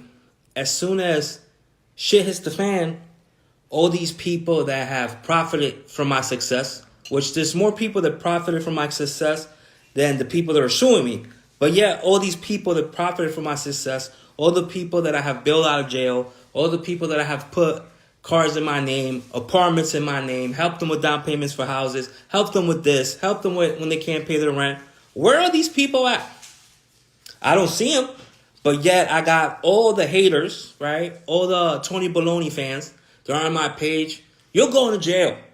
Pay the people. But yet there's 2-3 sides to every story, right? I have 20 lawsuits. Any person that... Damn, I didn't even do that. Fuck. Ross, every single person. Because what you people got to understand is that DJ Envy is so successful in hip-hop that as far as a DJ, that people just don't like him. And even though I love DJ Envy, but 9 out of 10 people don't like him. I don't know why. What's that about? I don't know if DJ Envy's a bad tipper. I don't know what it is. Well, he is a bad tipper. I'm not gonna lie, he is a bad tipper. Sorry, Envy. But you got this guy, Tony the Closer, making talking like there's a narrative, right? And people don't see it. I talk shit about DJ Envy. I talk shit about Cesar. I'm selling my girl's ugly ass boots. I talk shit about DJ Envy. I talk shit about Cesar. I talk shit about Jenny Tips. I'm selling a real estate course. I talk. Hey, baby.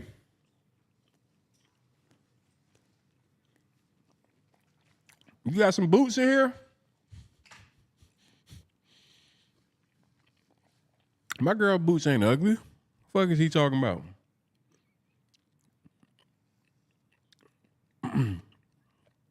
Shit, them boots sell out in minutes, man. He talking about my girl boots ugly. That's where I draw the fucking line, Cesar.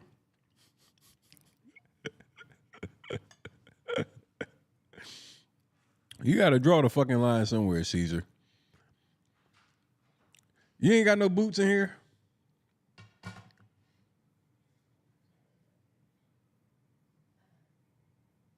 What'd you eat?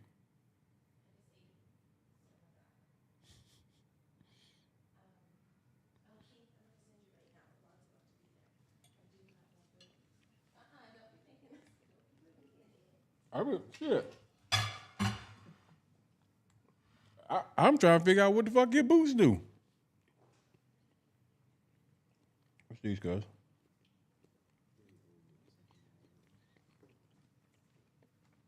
Shit, let me see them boots. It don't matter which ones he called. These on the website? Huh? They almost sold out. These the bad bitch boots, y'all. They kind of long. They tall. Cesar called them ugly. If you got thick thighs, ladies with the thick thighs. Yeah. You can go to shopnicholenell.com. Nice little heel. See, I like it sexy. I don't like them ugly heels. You gotta have some of y'all be wearing them little midget heels and stuff like that. You gotta have the right ones. You gotta know how to dress. My girl not dress. She can help some of you tacky girls dress a little bit better.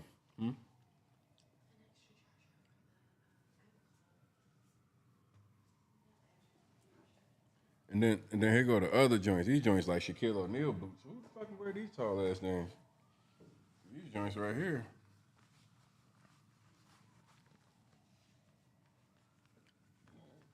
Look how so these joints. Baby, these joints go over their head? They scrunch down. Shit, these things is huge. Like they were made for damn Dwight Howard. Them shit so tall, they like it was made for damn Dwight. Why these shit so tall? These are scrunchy down boots. These mugs is long. God almighty.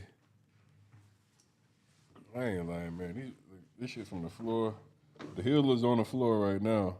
And you can see it's still in my face. So that's a very, very large boot. But yeah, Cesar, Nichole, boots is fly. Ladies, let me know in the chat if y'all think the boots is fly or what. Like, everybody know what's going on? You can go to ronaproof.com and buy my course. The link's in the bio on social media platforms, all my socials.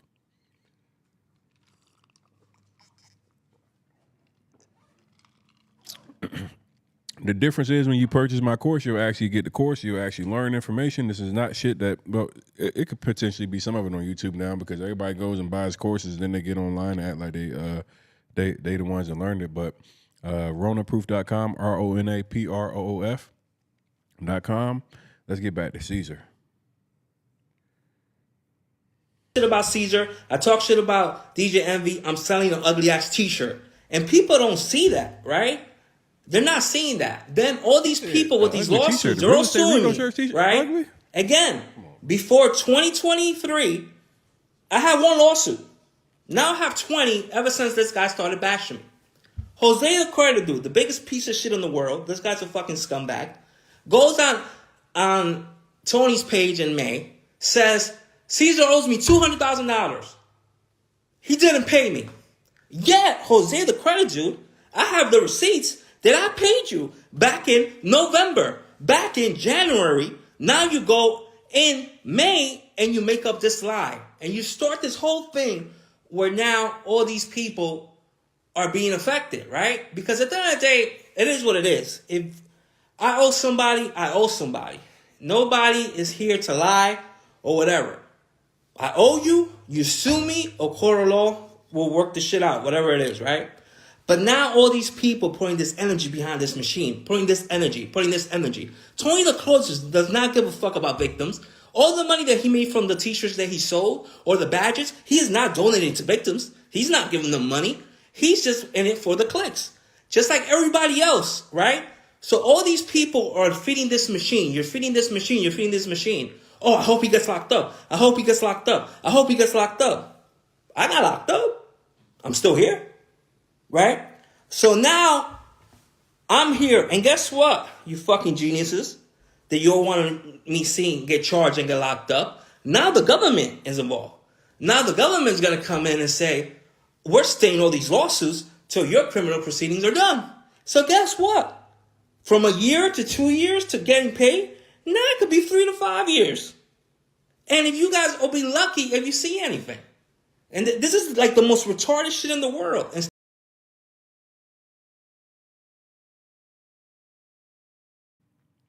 Can you imagine giving somebody some damn money, listening to him come online and say that the government's involved because he got caught scamming, and tell you go from 1 to 2 years waiting on your money to never getting your money back? You notice how he tells you guys that I'm supposed to be donating my money that I make from creating t-shirts. My money is supposed to be donated back to the victims. And let's be clear, 20% of the sales are donated to victims, 100%. Okay? So we do give a portion of the proceeds to victims of any of the scammer merch. And I think, but once again, the guy that owes millions is talking about where my money that goes to my legitimate business is. I have a legitimate business. I haven't charged victims because, like, legitimately, I should be charging hundreds of thousands of dollars to take on this type of shit. For those who aren't aware, this is real life shit. This is millions of dollars. This is people that put up 100, 200, 300, $1 million plus with this guy. I should be getting at least that. I take on all the stress. I take on all the bullshit, get slandered, defamed, my life threatened. I should be getting some of that too, right? Now that I'm in here getting all this fucking bullshit shit and I make some motherfucking money, you stole their money. I can't make legitimate money. I just think that the shit that people try to push is a narrative. You mad that I'm making money selling T-shirts and hats. And of course, everybody, we're going to countersue, and we're actually pushing Cesar's lawsuit very quickly. So I was on the phone with an attorney already. We'll be expediting Cesar and I's lawsuit. The counter and everything will be filed. Everything should be in by maybe Friday or Monday at the latest. We are ecstatic about Cesar's lawsuit. I mean, I'm ecstatic.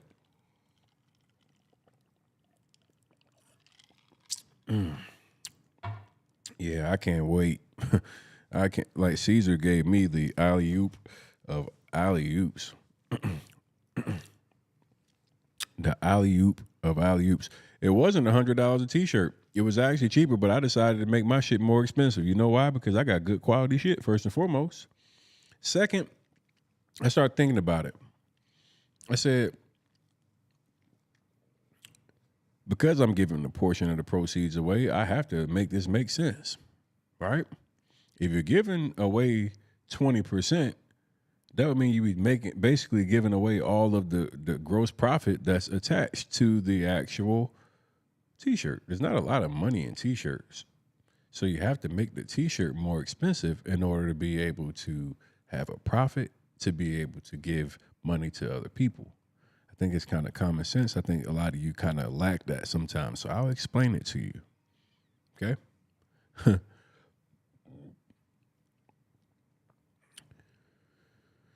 DYB Lifestyle said, I got a feeling Tony's going to get crushed. Think about the simplicity of somebody that say, you think I'm going to get crushed for stating what the federal government arrested him for. That's how I know most of you people don't have very good IQ. You're not as intelligent as you purport to be. He's gone.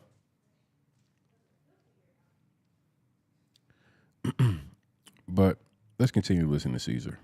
Having a conversation with somebody that's been successful for all these years. I have a track record from 2017 to 2022 of no lawsuits, no problems. Then this guy started. Oh, he said, I have a track record of no issues, no lawsuits. Let's rewind that back. Now the government's going to come in and say, we're staying all these lawsuits till your criminal proceedings are done. So guess what? From a year to 2 years to getting paid, now it could be 3 to 5 years. And if you guys will be lucky if you see anything. And this is like the most retarded shit in the world. Instead of having a conversation with somebody that's been successful for all these years, I have a track record from 2017 to 2022 of no lawsuits, no problems. Cesar said he has a track record. No lawsuits, no problems. You guys heard that, right? Press a 1 in the chat if you heard Cesar say he has a history of no lawsuits, no problems. Because I want to share something with you.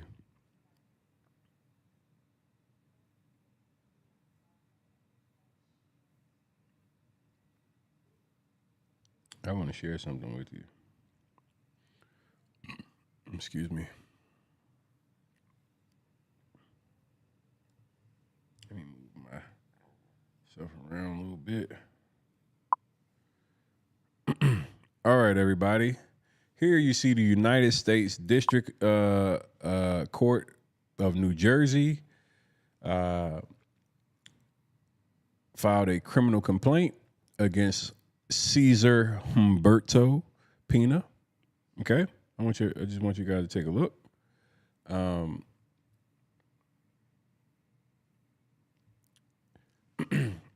you can just see the special agents swearing in, basic information here. But I want you to see this, and I want you to think about what Cesar just told us, everybody. I want y'all to put in the chat what were the years that Cesar said that he was successful. Put in the chat what year Cesar told us he was successful, everybody. Let me go back to that. Then this guy starts bashing me. I got a shitload of loss. And if you guys will be lucky if you see anything. And this is like the most retarded shit in the world. Instead of having a conversation with somebody that's been successful for all these years, I have a track record from 2017 to 2022 of no lawsuits, no. Put that in the chat real quick. He said he had a track record from what years again? I want you guys to.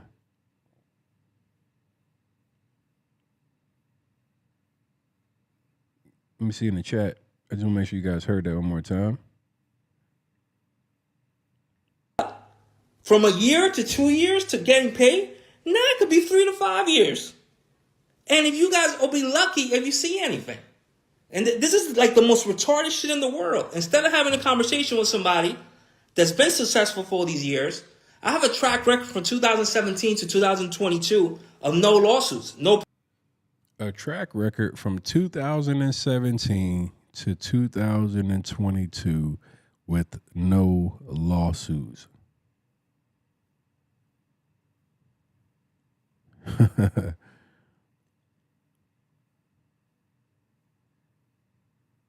2017 to 2022. Now let's go over to the case files. Now I want you guys, because I'm not making this shit up, right? I just want to make sure that you guys are able to see the things that I'm seeing. Move this shit out the way so you can see it a little bit. Yeah, let's get it down there in the bottom. So this is the United States. Let me slide back up to the top so you can see this. Like, let me make sure you can see this. This is the feds. This is on justice.gov. You guys can see this on justice.gov. United States of America. This is the government. This nigga is against, Cesar is facing the government. Cesar Humberto Pina. Special Agent Panch Sharma, Exhibit A, goes through the details of count 1 wire fraud from in and around 2017 through in around May 2023 in Passaic and Bergen counties and District of New Jersey and elsewhere. The defendant, Cesar Humberto Pina, a.k.a. Flipping NJ, knowingly and intentionally devised and intended to devise a scheme to and artifice and defraud and to obtain money and property by means of materially false and fraudulent pretenses, representations, and promises, and for the purpose of executing and attempting to execute such a scheme and artifice to defraud, did knowingly transmit and cause to be transmitted by means of wire communications and interstate and foreign commerce certain writings, signs, signals, pictures, and sounds, to wit, a wire transmission sent on or about September 13, 2022, in violation of Title 18 United States Code 1343. So, we just heard Cesar himself say from 2017 until 2022 how great of an investor he is, how great these things are. If the story is getting old, why would you watch it, dumbass? It's very simple. YouTube has many channels, many channels, many channels. Like, stupid ass, watch something else. Watch something else, because over here, until they go to jail, nigga, this is the watch them get locked up and exposed channel. And every day there's new people, and every day new people have never seen or heard about this fraud. And I'm going to make sure that every day that they get a full recap of all the fraud, all the lies, all the deception. Put a 5 in the chat for the amount of lies we caught DJ Envy in already. Put a 5 in the chat for the lies that we caught DJ Envy in.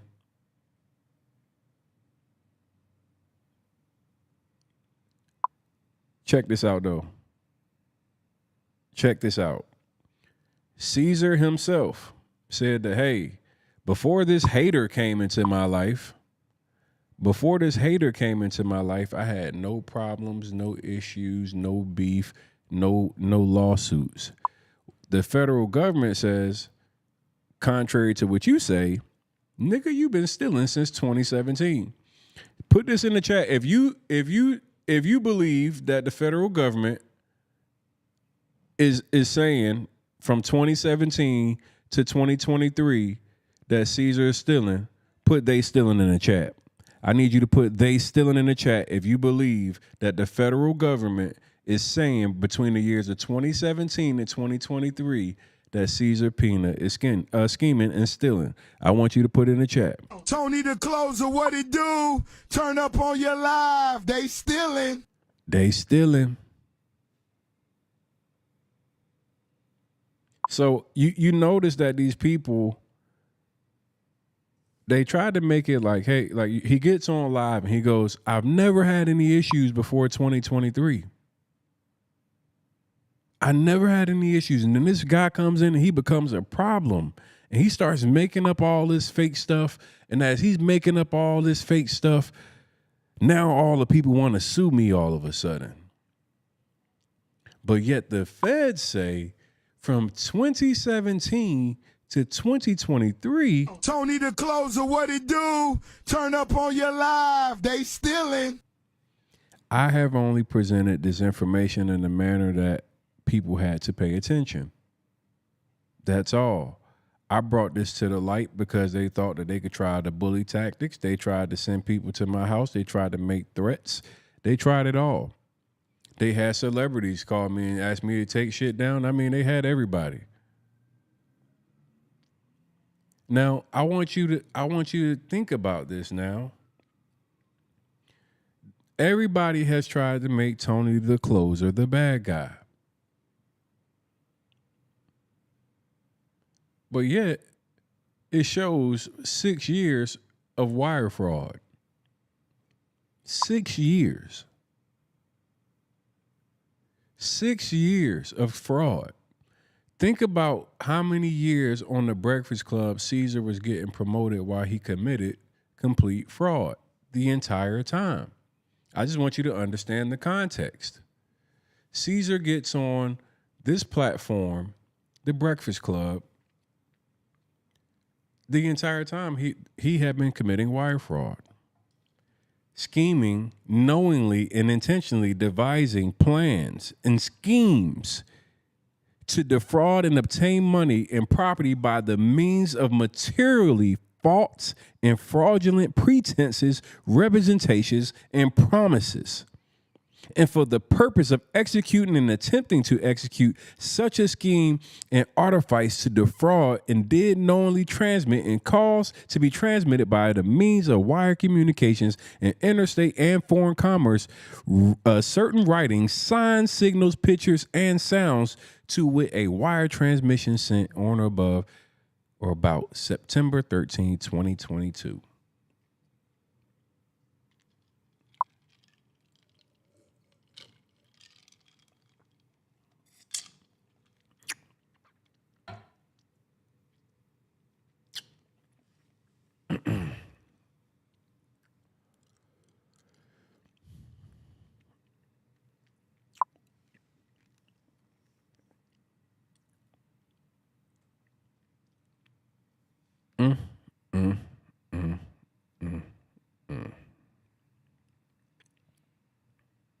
problems.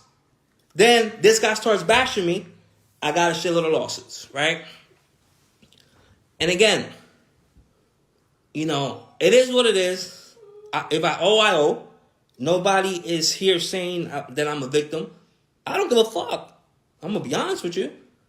You know, people come on my page that I don't owe money to or have any deals with, and they're talking shit all day. All these trolls, right? I wish all these people would put this energy to actually get a fucking job or be successful at something, right? Tony the Close. You know, this man comes out and tells people to get a job and be successful at something. What has Cesar himself been successful at? Committing fraud? The guy has a track record of bank fraud, wire fraud. Like, what has Cesar success been? He had a book that he came up with that DJ Envy promoted that was complete fraud. What's his success level?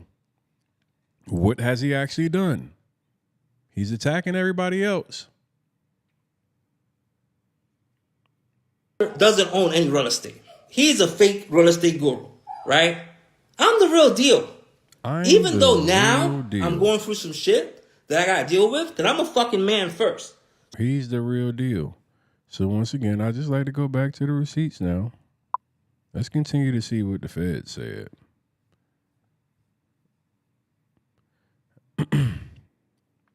Attachment B. Listen to this, y'all. Special Agent, I am Panch Sharma, a special agent with the U.S. Attorney's Office for the District of New Jersey. I am fully familiar with the facts set forth based on my own investigation, my conversations with other law enforcement officers, and my review of reports, documents, and other items of evidence. Because this complaint is being submitted for a limited purpose. This complaint is being submitted for a limited purpose. What does this mean, a limited purpose? It means they're not done yet. It's the beginning. I have not set forth each and every fact that I know concerning this investigation. Where statements of others are related herein, they are related in substance and part. Where I assert that an event took place on a particular date, I am asserting that it took place on or about the date alleged. Now, let's listen to this shit. Let's listen to the feds describe their investigation.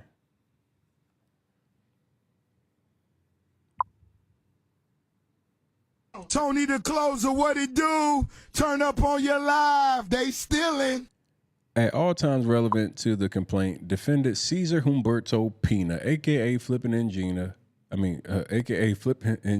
Pina, resided in New Jersey and held himself out to be a real estate investor, developer, and flipper. Pina and his business partner, a well-known disc jockey and radio personality, they put him in quotes as individual one. They put him in here as individual one. Oh my God, the real estate Rico. We might just get hit with the Rico. I'm just gonna tell y'all, man, he's not listed as a witness or a victim. He is listed as individual one. Listen to what I'm saying. Pina and his business partner, well-known disc jockey and radio personality. Pina and his business partner. Y'all better just read what the feds are saying. This ain't what Tony the Closer is saying. This ain't what Tony the Closer is saying at this point, guys. I know y'all get mad at me. This ain't what I'm saying.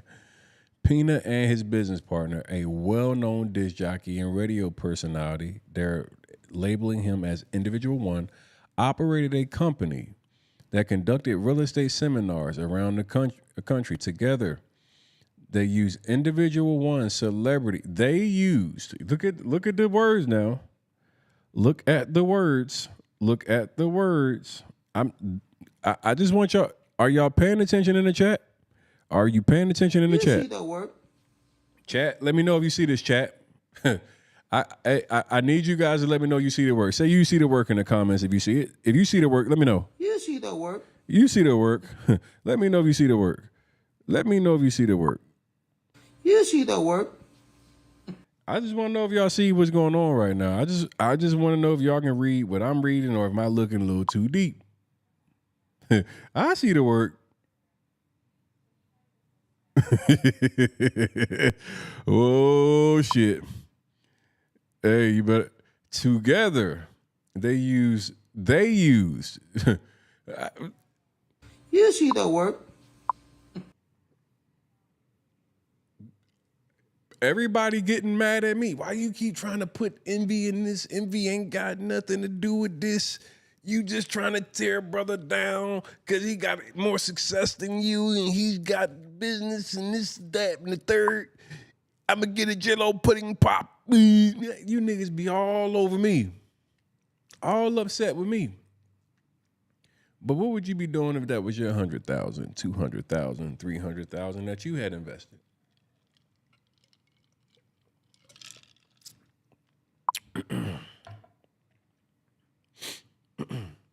Together, they use individual one celebrity to promote various real estate enterprises that Pina controlled.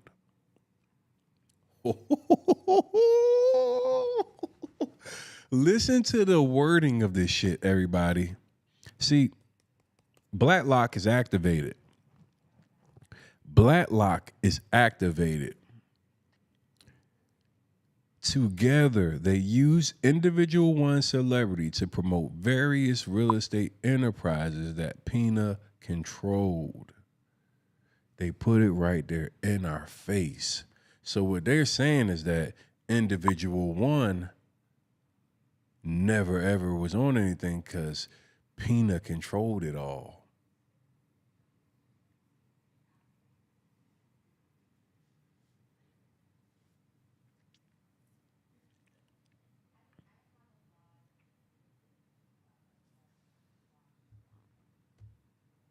Tony the closer, what it do? Turn up on your live. They stealing. Oh, you see it? Oh, you see it? You see the work. I see you, Angel. Angel said, we see the work. Boy, they put it right here in plain sight. All we got to do is read. Together, they use individual one celebrity to promote various real estate enterprises that Pina controlled. During real estate seminars, private one-on-one sessions, advertisements, public appearances, and otherwise, Pina represented that he was a highly successful real estate investor, owned thousands of properties in multiple states, and had business relationships with numerous celebrities. Through these efforts, Pina developed a significant following that included hundreds of thousands of social media followers. Pina owned and or controlled numerous business entities which held real property and or were used to open bank accounts that Pina used in furtherance of the charged offense. These included Warehouse LLC, a New Jersey limited liability company, which principal place of business in Wayne, New Jersey, and From Start to Flip LLC, aka From Start to Flip, Flipping LLC, From Start to Flip, Flipping, a New Jersey LLC with a principal place of business in Ottawa, New Jersey. Starting in or around 2017, Pina began accepting investments from investors, the victims, for the alleged purchase, remodel, and sale of specific real estate projects in New Jersey and other states. Pina generally entered into contracts with victims that specified, among other things, the purpose of the investment, promised interest payments, and a time frame for repayment. But rather than using the victim's investments as promised, Pina engaged in a Ponzi-like scheme wherein he commingled victim investors' money and used new victims' investments to pay off prior investors and cover personal expenditures. Oh my God, the real estate Rico. Tony the closer, what it do? Turn up on your live, they stealing.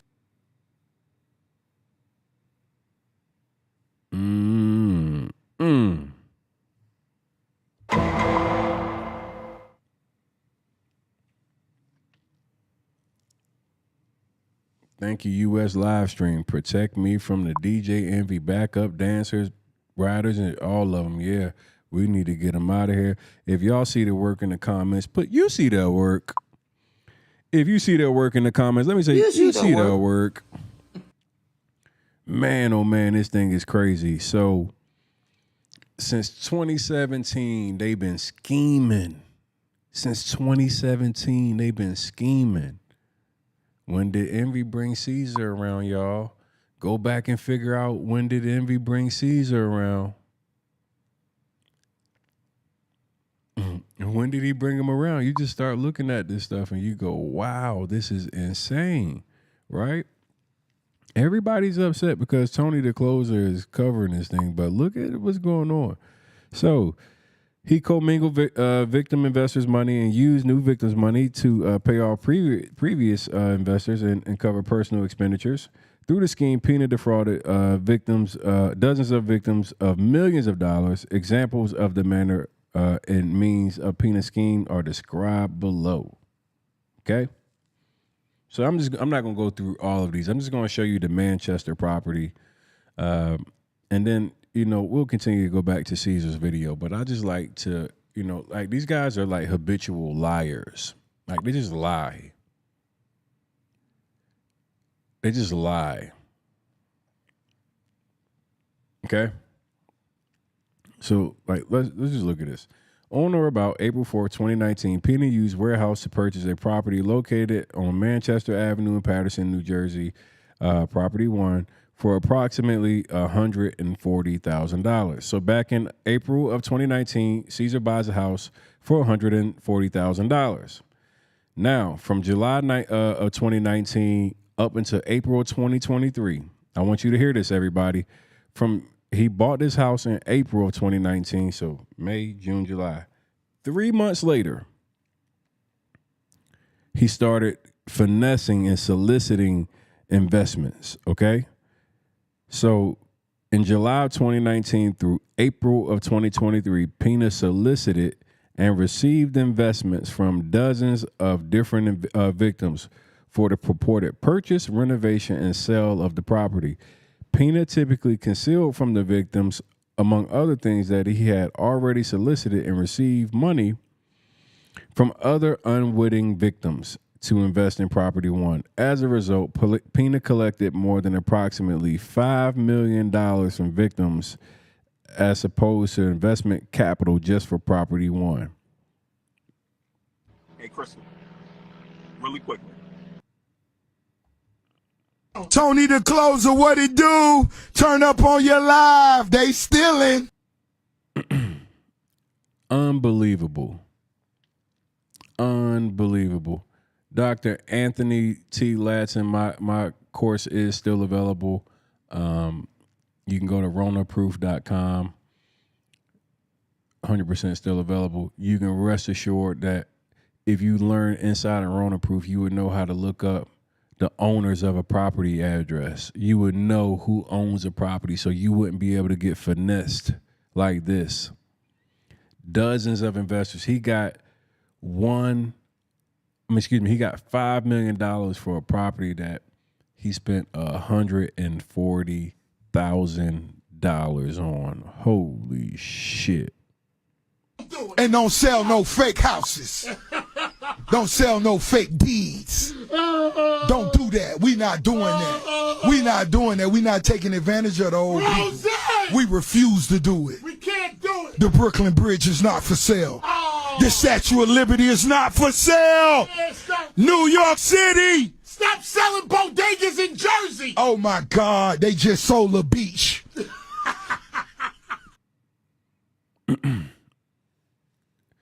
I just want you to understand, man.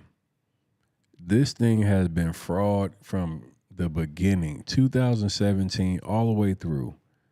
And I just want to let you continue to hear Cesar lie now, but I wanted you to hear that.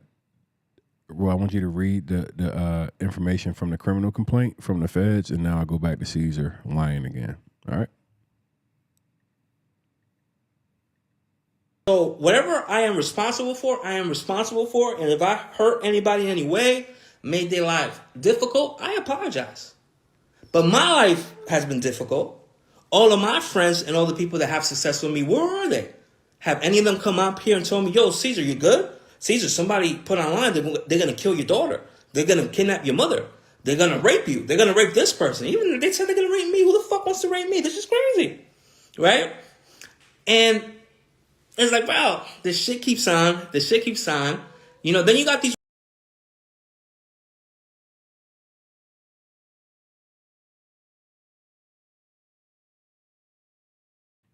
I don't know, Cesar. You kind of start smiling and shit after you said that people said they wanted to argue, bro. I know YouTube a little different, so I'm going to watch my words on YouTube so they don't snatch my monetization. But, Cesar, you just sound, your face and everything look like you got a little excited about the thought of getting them cheeks touched. Whoa, Cesar. Listen to him now. But my life has been difficult. All of my friends and all the people that have success with me, where are they? Have any of them come up here and told me, yo, Cesar, you good? Cesar, somebody put online, they're going to kill your daughter. They're going to kidnap your mother. They're going to rape you. They're going to rape this person. Even if they said they're going to rape me, who the fuck wants to rape me? This is crazy. Right? Look at his face. Look at his face. Ooh. You see the work. We see the work, boy. Ooh. You see the work. Smash that like button real quick if you haven't already hit the like button. Man, oh man, oh man. Oh, look at Cesar's face, man. Oh, man. Oh, man. Somebody said turn 140K to 5 million there. That's a flip. Yeah, that man, look at his lips. He did the little lippy thing and all that. Oh, Cesar got that sugar in his tank.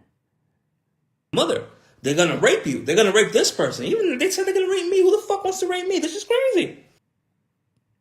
Right? Hey. You see the work. And it's like, wow, this shit keeps on. This shit keeps on. You know, then you got these reporters, right, making up, look like, at the goofies that want the other day, our Heart Radio's office got raided. They didn't even raid my house, and I'm the target. How the fuck are they going to raid the radio station? What are they going to take? The fucking CDs? The records? What are they taking? Like, this shit is crazy. This shit makes no sense. Tony the Closer says every week, Cesar owes 100 million, 80 million, 60 million, 50 million, 10 million. Fuck. I almost believe him that I owe 100 million. I don't even know at this point, right? Because the story's just fucking going in circles. You know, last week I got hit with one kind of wire fraud. That was my complaint right now. They said that maybe I have access to 17 million. So where's the 100 million that everybody's talking about?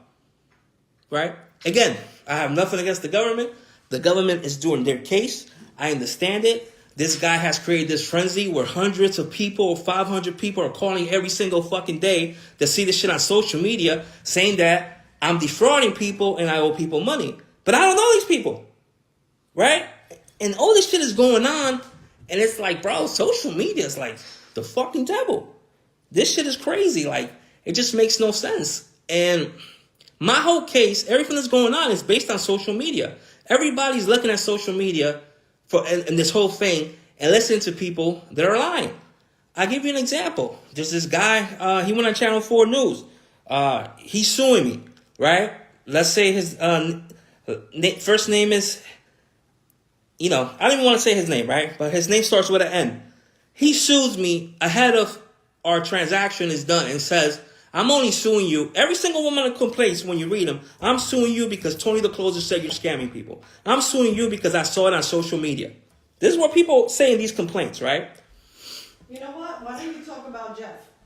Yeah, but hold on. So this guy, letter N, sues me before his deal's done. He goes on News 4 the other day, And I text him back, which I have the receipts, and people are going to see that. Bro, DJ Envy was never in the room with you. Jennifer, my wife, was never in the room with you. My brother wasn't in the room with you. Why are you suing him? You know what he texted me back? It's just business. The other day, what's up, brother? This guy from Patterson, Jeff, his son passed away. R.I.P. Jeff. He goes on Channel 4 and says that I owe his son $900,000.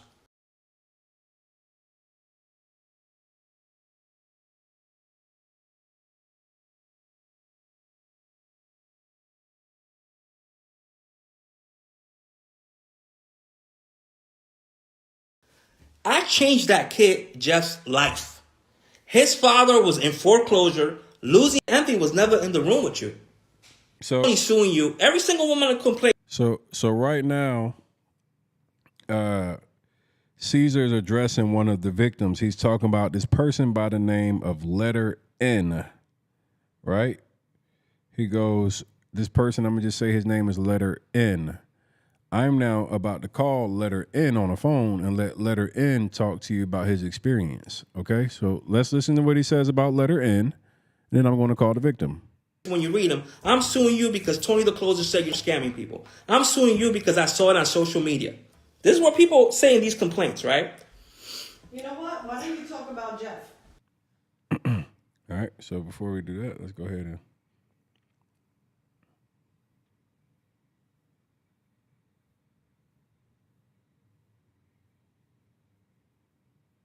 Oh, this shit's working.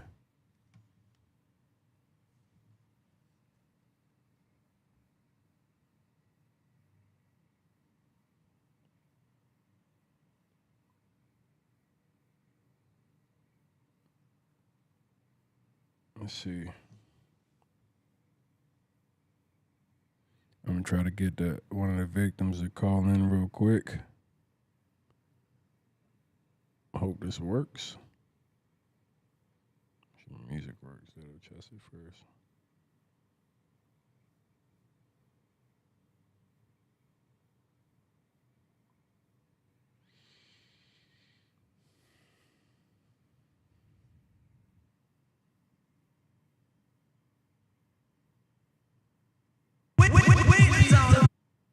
Okay.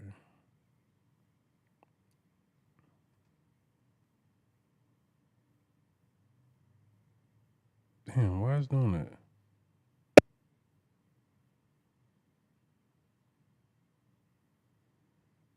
Hey, can you hear me? Yeah, I can hear you. Okay, let me see. It wasn't connecting to my podcast. Hold on one second. Let me just try to connect it over. Hold on.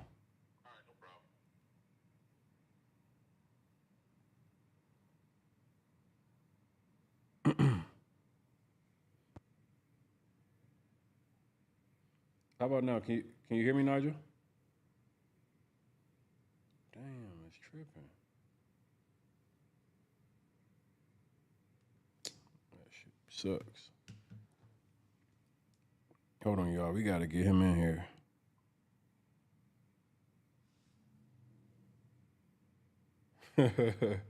We gotta get him in here. Let me see if we can get this thing to work.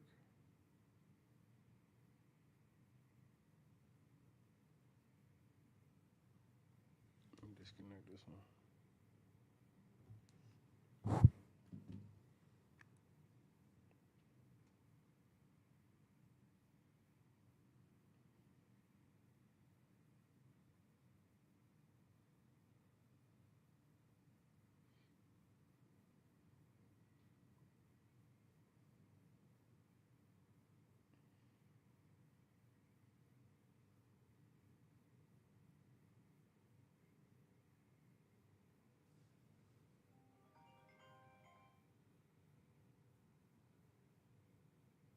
Just trying to see if it would ring. Damn. Where's that little cord at? I guess I'll just call him and put him on speaker. That's cool. Just put him on speaker. Why is this thing not acting right? Pisses me off. Sorry about this, guys. I was trying to give you guys a clean version of the audio, but we're just gonna have to make do.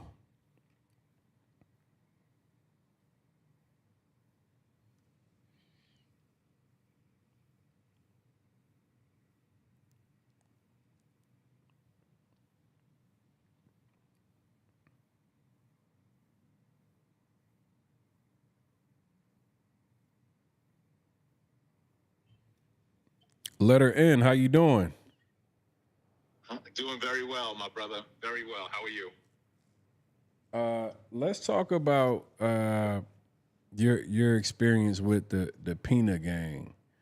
I could have sent you the link, but you can just. I know you're driving, so we're good. Okay. I guess obviously you and I talk quite frequently, but for people who are kind of unsure about all the circumstances, I've kind of went through. I've been reading the FBI complaint. I showed multiple videos, kind of the contradictions and things like that. From an investor perspective, the first thing I want to ask you is how much money did you personally invest with Cesar? I invested $835 collectively with Cesar for 3 properties in New Jersey. $835? $835,000. Okay. Excuse me. $835,000. So just under $1 million. Correct. Why the hell would you give Cesar $835,000? Like a lot of people instantly go like, what would make you feel comfortable to spend that type of money with someone? Like why did you give Cesar that type of money? Okay. Cesar, a lot of people don't know that Cesar and I were, well, first let me start by saying I've been in real estate 22 years. I know better than to wire somebody money when there is no attorney, no title company, no escrow company, and my name or my LLC's name on the deed. I know that, all right? The reason I wired Cesar the money was because we were in 5 months of negotiations on a $100 million hard money fund deal with my mentor. And we were, Hold on. Wait a minute. Hold on. Say that again. Cesar came to me with the idea of a hard money fund. He sent me a deck. The deck was impressive. Sent it to my mentor. My mentor took a look at the deck. He said, this is impressive. Let's meet with him. This was in December of 2022. In January of 2023. But you said you were working on a hard money fund that was supposed to be $100 million? Yes, $100 million was the amount that Cesar was requesting from my mentor. My mentor is a Manhattan billionaire. He's a wealthy guy.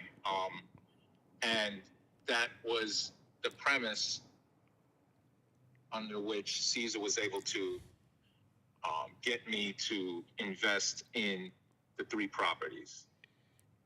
So you guys were actually working on a $100 million deal, and you decided to invest as that deal was being negotiated. I'm understanding correct? Yes. Okay, yeah. So from January to May of 2023, we were negotiating the deal. My mentor came to me and eventually said he's going to back out of the deal because he felt Cesar was too greedy and wanted control of the $100 million. And of course, my mentor was not having that. And that's how it ended in May of 2023. But before the end of May, probably like in April, because I think I believe I wired Cesar the money in April. I don't have the exact date on me. At this time in April, the deal is still in play. We actually also had a celebratory dinner a month before May because we were thinking everything was going to go forward. That dinner included myself, my mentor, his wife, his daughter, Cesar, and his wife, Jenny. And then so I just want to ask you a question. Your investment of the $835,000 was April of 2023 this year. Correct. Tony, the closer comes out in May and is discussing the multi-million-dollar Ponzi. What's that thought for you You look online and you see you just made an investment less than a month ago. You've been working with this guy for months on a substantially larger deal, and then I come out of nowhere and I'm saying that here's a major Ponzi. What's your initial thoughts and what happens next? My initial thoughts were, I thought that I was trying to give Cesar the benefit of the doubt, number one. Number two, I thought this is skating on defamation. I do believe I posted on your page about that, and you had answered me with some laughing faces, which in hindsight you were right and I was wrong. I take that. So let's talk about that, because I am the receipt guy, right? Absolutely. I take. I didn't know then, but I know now. I take pride in being a receipt guy. So back in May, I put up a post and I was talking about Cesar and the scam allegations, and you came into my comment section and said Cesar's a good guy. This is defamation. Correct. One, I didn't know that you were a receipt guy and you had knowledge beyond the knowledge I had. And two, I was trying to give Cesar the benefit of the doubt because personally, face to face, he's a quiet guy. So I'm thinking, this is inaccurate. And I literally gave him the benefit of the doubt and didn't really even speak about any of my investments as you went from the time you spoke about it all the way until August when I filed my lawsuit. And you found out about my lawsuit because I was not in contact with you. Cesar tries to say, oh, you led me, you this, you that. No, I'm a free-thinking, smart individual. I come to conclusions on my own, and I try to give him the benefit of the doubt. But by August of 2023, the receipts, the information, and I also had some people close to me doing background investigation on Cesar and all his properties and who owned them and so on and so forth. I did my own investigation. I also had someone go to the properties 4 months later, after April, because the houses were supposed to be completed in 6 months. I had someone go to the vacant houses that were in the same condition they were 4 months prior and look at all three houses. And that person reported back to me that the houses were in the exact same condition. So if the houses hold on, Nigel. I want to just make sure we don't just speed past this. Okay. So you're saying you made your investment. Then you wait a few months, 4+ months goes by. I guess you went to go check on the condition of the renovations at that point? Correct. So what was your conversation with Cesar? Had he obviously some of the stuff I had said had came out, but he was telling you everything was good to go. What was happening? He was basically telling me one of the properties were already sold. I didn't question him a lot on the properties. I'm figuring this guy's legit. Envy is with him. And in the $100 million deal, Envy was supposed to take care of the free advertising across the United States on the airways. I want to add that too. And I'm thinking everything's okay. So I'm trying to give him the benefit of the doubt. I invested the money and I'm not thinking about the money or the investments, every waking moment. I got a lot of other things going on. And I'm like, I'll check in with him when I check in with him. And towards the end, I called him a couple of times. I'm like, hey, what's going on? And hey, no, these lawsuits are going to be dismissed. Everything's all right. He's just basically trying to pacify me. And I'm like, okay. I'm thinking, this sounds like nonsense, but, let's see what happens. But in August, I was just like, the information that I received from my own personal investigations was overwhelming enough to launch a lawsuit. And one of the main facts was the 3 properties I was invested in, he told me he was going to get them from an auction. He literally owned these properties 2 and 3 years before. So that's a lie right there, number one. Number two, the properties aren't done. If they're supposed to be sold in 6 months, they're not even completed in 4 months. So you're way off on the timeline. The average timeline to renovate a house is 6 weeks. If you have a crew, if you know what you're doing, you're in place. I flipped houses before. I know what the process is. So, everything is not adding up. So I'm like, okay, this guy's playing games with me, and I'm going to have to launch a lawsuit against him. So, your situation is a little bit different, I believe, because I think in your lawsuit, I know like you had said that DJ Envy joined into a Zoom meeting at some point. Can you discuss that at all? Absolutely. Listen, I have proof. We have proof because I'm not acting alone. We had a couple of meetings with my mentor. The second meeting was myself, Cesar, his ex-finance guy, Marcus. So it was Caesar's finance guy, Marcus, myself, my mentor, his daughter, and his son. And there was another gentleman, a wealthy gentleman in the room, who offered us an outrageous sum of money, more than what we were asking for. And Marcus opened up a laptop, that's Caesar's ex-finance guy, and who's on the deck. And when he opens up the laptop, DJ Envy comes in to the meeting via Zoom connection. Cesar introduced him to all of us. He said hello, he's stating that Cesar's his partner. He's going to handle the advertising, the fluff. And that was basically it. He stayed on for a short while and then said he had to go and then excused himself. And then we continued the meeting after that. So Cesar wants to act like DJ Envy is not very integral to everything that was going on. And that's incorrect. Cesar says he has texts. I have all the texts too. There's numerous texts where Cesar references Envy. Cesar practically talked about Envy in all our texts and conversations. Oh, Envy might not want this. Let me check with Envy. Envy. So, his claim that Envy's not involved, it's like a silent partner. It's just not the fact that some silent partners have a big hand in what's going on in the businesses that they're running.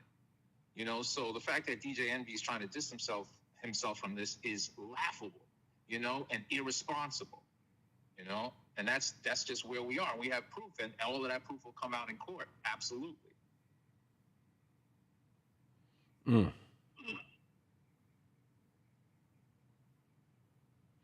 Cesar wants to get online.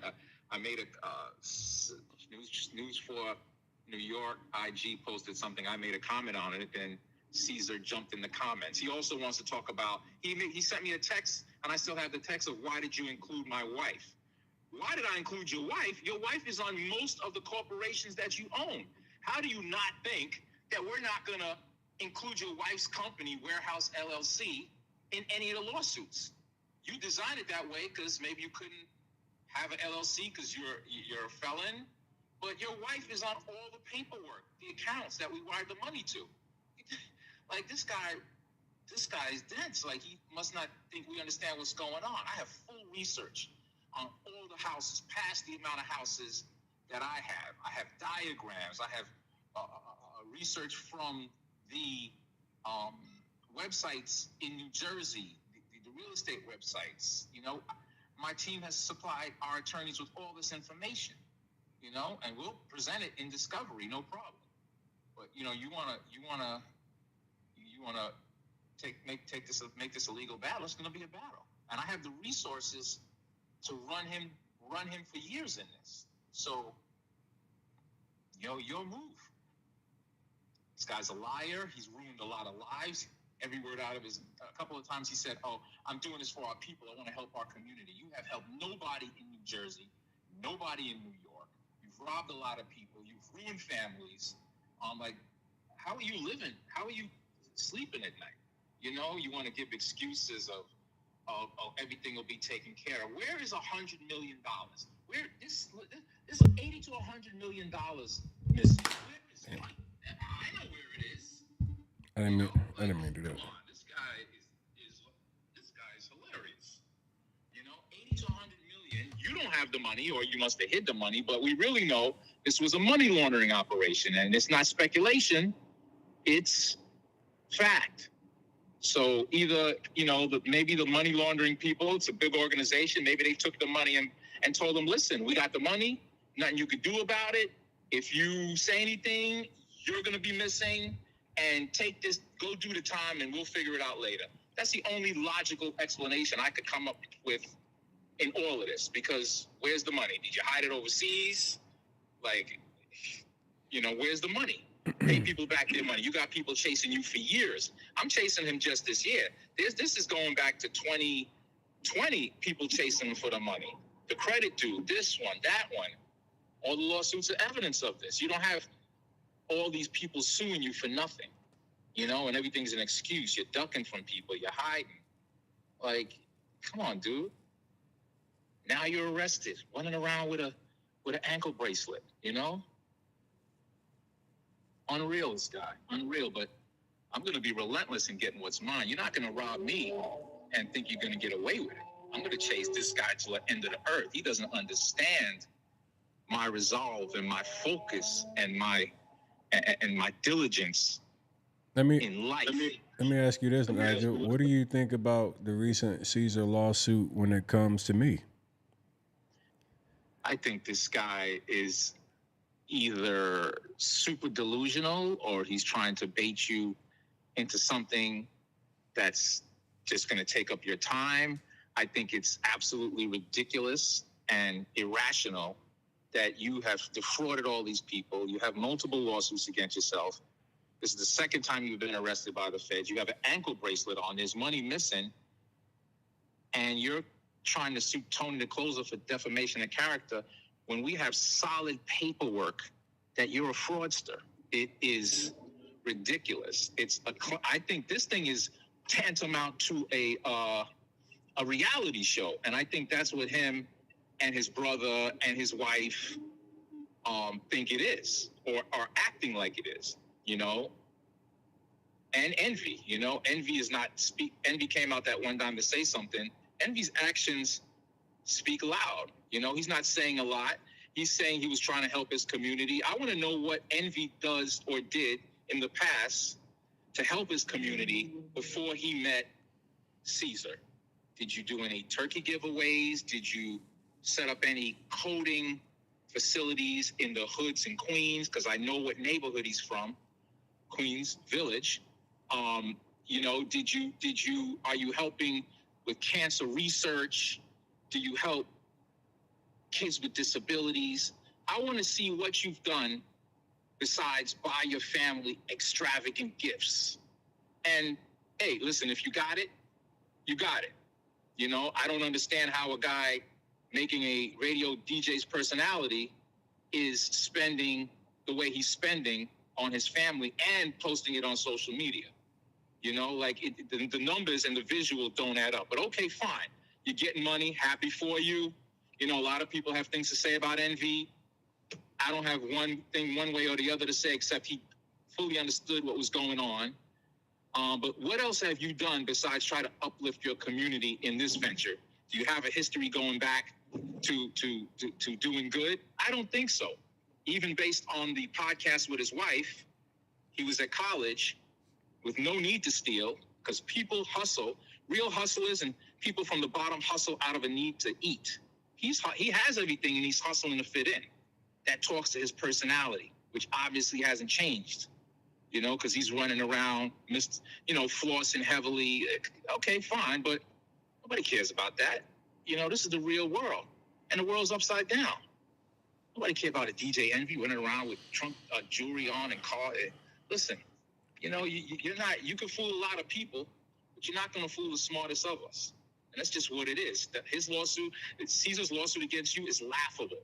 That attorney should be sanctioned.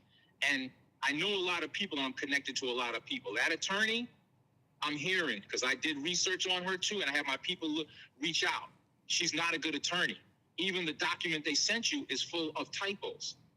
Are you serious? It's a waste of the court's time, and it's going to get tossed out, especially based on the evidence you have, Tony, which I've seen. We obviously have been in communications a lot over the last 3-4 months or whatever it's been. Correct. I see a lot of people that talk about Tony the Closer isn't here for the victims. Tony the Closer is in it for himself. As a victim, what do you feel like about me being involved in this case and any perspective that you have? Okay, and let's just take it back. When I first met you, I tried to reach out to you, and you blew me off. And that's cool because I don't take this seriously. You didn't know who I was, and you told me to go on the New Jersey website and do the research for myself. This was early on before I really knew what was going on. And I'm like, okay, cool. I fell back, and that was that. As a victim, Yeah, they say clout chase. They say clout chase. Yeah. They say you were trying to clout chase, as if there's any money in this for you, because all you've done is expend money. But as a victim, number one, you offered a lot of victims, myself included, a voice, a platform. You shined a light on Cesar and his organization, which was literally robbing and stealing from people. Had this case not been publicized, you know, who knows what a judge, how it would have went, you know, especially if he had money to fight certain people in court. But you have been nothing but helpful, informative,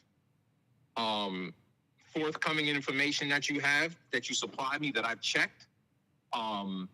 You know, and what people don't know about you is you're not a dumb guy on Instagram. You hold a master's degree, you know? So beyond the tough guy, and you are a tough guy, yeah, it is what it is. You're ex-football player, you're A-type personality, cool.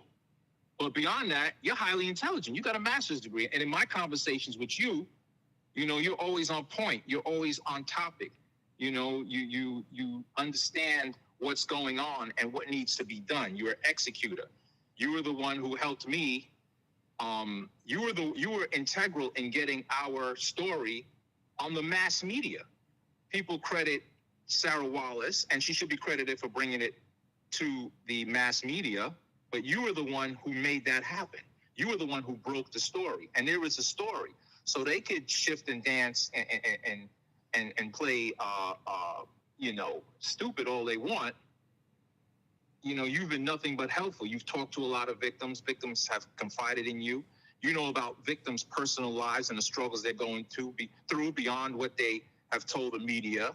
And you're generally concerned, you know, and all the times I talk to you, you've been nothing but a gentleman, nothing but forthcoming.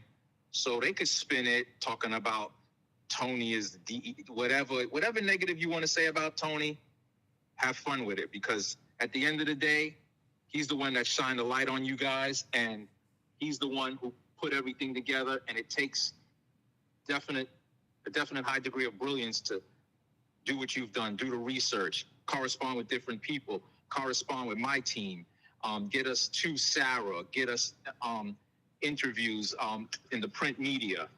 So, you know, you're definitely, thank God for you, you know? Clout chasing, that's nonsense. That people who say that are just the general public who are misinformed or uninformed of what's really going on.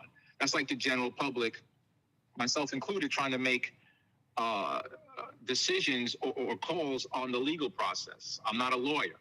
You know, the law is the law, and it's going to go the way the law says it goes. And that's pretty much the long and the short of it. Do you feel like, as a victim in this situation, if Tony the Closer never got involved, do you feel like you would be where you are in terms of everything that's taking place? If Tony the Closer never got involved, it's funny that you're saying this, because this month, tomorrow, is the final day of the 6-month period that I was supposed to, that 6-month period that I invested in. The term ends today or tomorrow. So the 17th, it ends tomorrow. And if you wouldn't have got involved, I probably would have been making a call to Cesar tomorrow, asking, or, you know, saying, all right, we're done. When is the money going to come back? He might have tried to push me off, but that probably would have lasted maybe four more weeks after. And into the 5th week, I would have been like, where's the money? And then probably I would have went and checked the properties and probably would have been launching a lawsuit at the top of next year. So you were able to help me make a decision to launch a lawsuit much sooner than I would have. Literally, I launched it in August, and I probably would have waited myself 4 months after. You know, it would put me behind in as far as queue and if and when assets get seized to be paid. So I wouldn't have known about this. I would have had to experience it on my own. I would have not known that there were so many other victims and so many other stories and the amount of money and how he's been stringing people along since 2020, 2019. I wouldn't have known any of that. You know, I wouldn't have known any of the victims, any of the other victims, excuse me. You know, so you were integral in making more people aware and definitely saving new victims from coming on board. See, my thinking is DJ Envy, and it's pretty obvious, DJ Envy knew what was going on up about 2020. And here we are, 2023, and my thought is he was probably, and he was still advertising even though he knew Cesar, something was amiss with Cesar. But he kept on advertising, probably in hopes of getting money in at the back end on the Ponzi, getting money and getting his $500,000 for the school and then planing off, you know, and which Ponzi schemes are. So I think that's what his attempt was. But yeah, I would have, and who knows? You know, you saved a lot more people from losing money. Let's put it that way. I think when I look at just kind of like the way everything has shifted, many people are really misinformed about the gravity of this thing when it comes to the real estate, the deals. We, you know, you and I and a couple other guys have had conversation offline. We've looked at numerous properties that have never been worked on, properties that are in multiple states. When we look at the millions of dollars that's involved and all of these different things that are taking place and the feds, right? Yes. Talk to the people just for a quick second about the things that they just don't on the scale. Like, just talk about the scale of this thing. Like, I think many people don't understand the scale of this fraud. They don't. They think it's a couple of people and a couple of houses and a couple of investments. Literally, there's $80 to $100 million missing, and that is what has been reported. Cesar has been successful in getting money from certain street people, certain immigrants, and they can't come forward. Immigrants because they're afraid of being deported, or they just didn't report their taxes, and then the street people are obviously making illegal money, so they can't claim. So this goes even higher than the $100 million mark. Okay.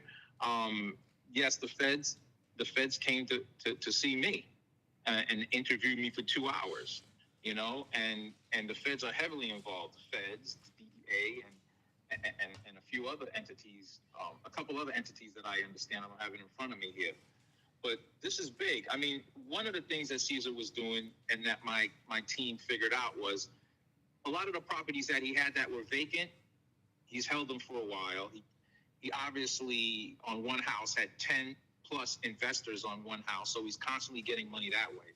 He also bundled the houses and took commercial loans against them and sucked the money out and didn't pay back the commercial loan people and ran them in court for a couple of years. In a commercial loan, you have to have the properties generating money. So he's breaking the commercial loan rules with having the houses vacant. Again, sucking the money out and stretching the mortgage companies out and them having to chase him for a couple of years. And then they're happy to just get a little bit of something at the end. And sometimes he ends up with the houses again. This is a major, major scheme. And it's going on a grand scale with a lot of people, multiple people. And there was new people coming in year after year. I came in 2023, you know, so, and this has been going on since 2017, So this is, and yeah, the interest rates went up.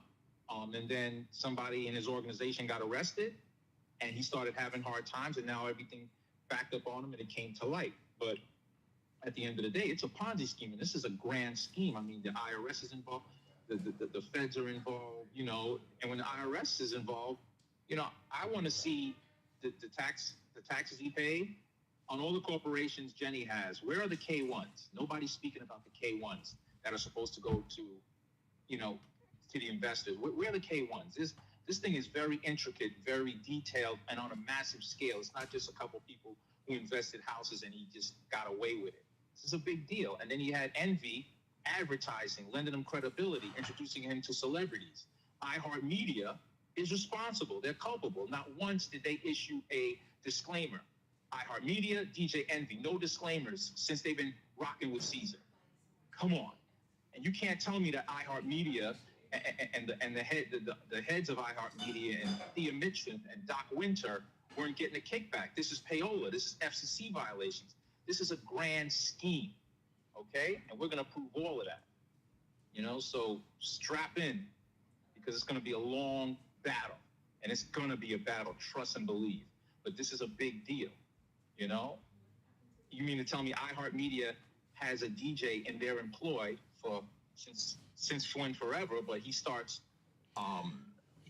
bringing Cesar onto the airwaves. I know of one particular person in the music business who had a relationship with Envy and couldn't get their artist on because everything has to run through Thea Mitchell and Doc Martin. All right, and you mean to tell me they see Envy making all of this money plus the money with Cesar, and they don't want a piece of it? This is business. They're not friends. They're not family. So this is payola. You can't tell me they weren't getting paid or weren't asking for a little bit. This and the owners of iHeartMedia, Pullman and Pittman. We have the whole sketch. We know who all the players are. And they had Cesar on the air for the last 5 years. You were advertising a known felon like it was no big deal. Yeah, he's a felon, but he's past that. What? You didn't vet this guy? You guys vet artists hard. You guys don't let certain artists on, because you don't think they're hot enough. Nobody's stupid here. I've been talking to everybody. My reach is far. I know a lot of people. I know a lot of lawyers, a lot of business people. I've been getting calls because they saw me on the news, thanks to you, Tony. I've been getting calls from a lot of people, people I've done good by. And they supply me information. So get ready, Cesar and company. It's on like you're going to see. You're talking about my time is coming. My time is here. $835,000 is fucking insane. I just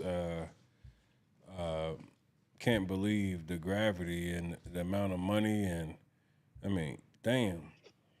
Yeah, it's a lot of money. It's money I was. Let me ask you for real, like $835,000. Like, are you just made like that, or is like, does this shit hurt you to be missing this type of money? Like, what has that type of money being missing done to your life? It prevents me from paying up bills that I would normally have not to. I would normally pay up certain bills. Like I have a daughter who just went to law school. I have another daughter who's going into grad school. So usually I would take care of those bills for them, where they're going to have to go into debt to keep moving forward.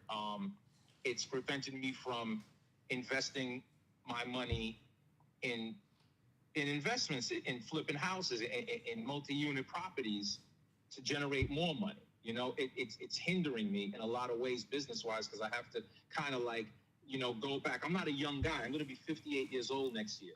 So I'm thinking by the time I'm 65, in 7 years, I could just coast. But now I have to like get back in position and work even harder to meet certain goals. And I will, but it's making things much more difficult. I just can't help but ask you, man, and y'all make sure y'all smash that like button while you guys are in here.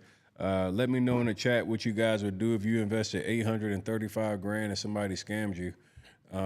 But I gotta ask you, and you can not answer if you like, but bless you.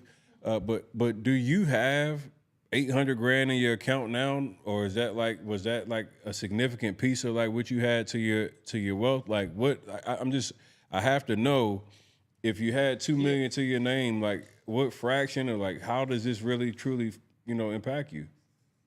Listen, I've been in real estate for 22 years. And although I'm not a multi-millionaire, I have done well. I understand in money, there's making money, holding money, growing money, and tax avoidance.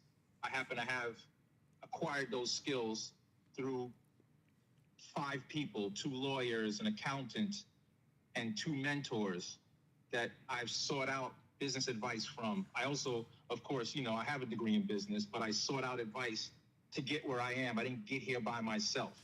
Was that most of my money? It was a good chunk of it. Do I still have money left? Yes. Do I still have a property free and clear? Yes. But is it hindering me? Absolutely, it's hindering me. It's putting me behind the 8 ball. It's making things uncomfortable. And that's because things are okay now. If anything else goes down, let's say if somebody else gets sick or something happens. Hold on for a second. I gotta bring this comment on the screen real quick. Sean Hazel goes, 825K. I will be living in this house and have his wife make me breakfast pancakes till I get my money back. Yeah, I hear you. But let me just say something to the public. If they would take some advice from me, humbly, and this goes in life. The further along you get in life, the smarter you become, or so it's supposed to be. But the month I wired Cesar that $835,000, I have a very close friend I've known since 1985.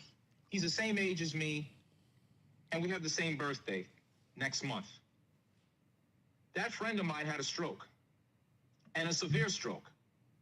And I've been visiting him once a month since he's had that stroke, like every 3 weeks or so. And he had a very bad stroke, and he can't take care of himself.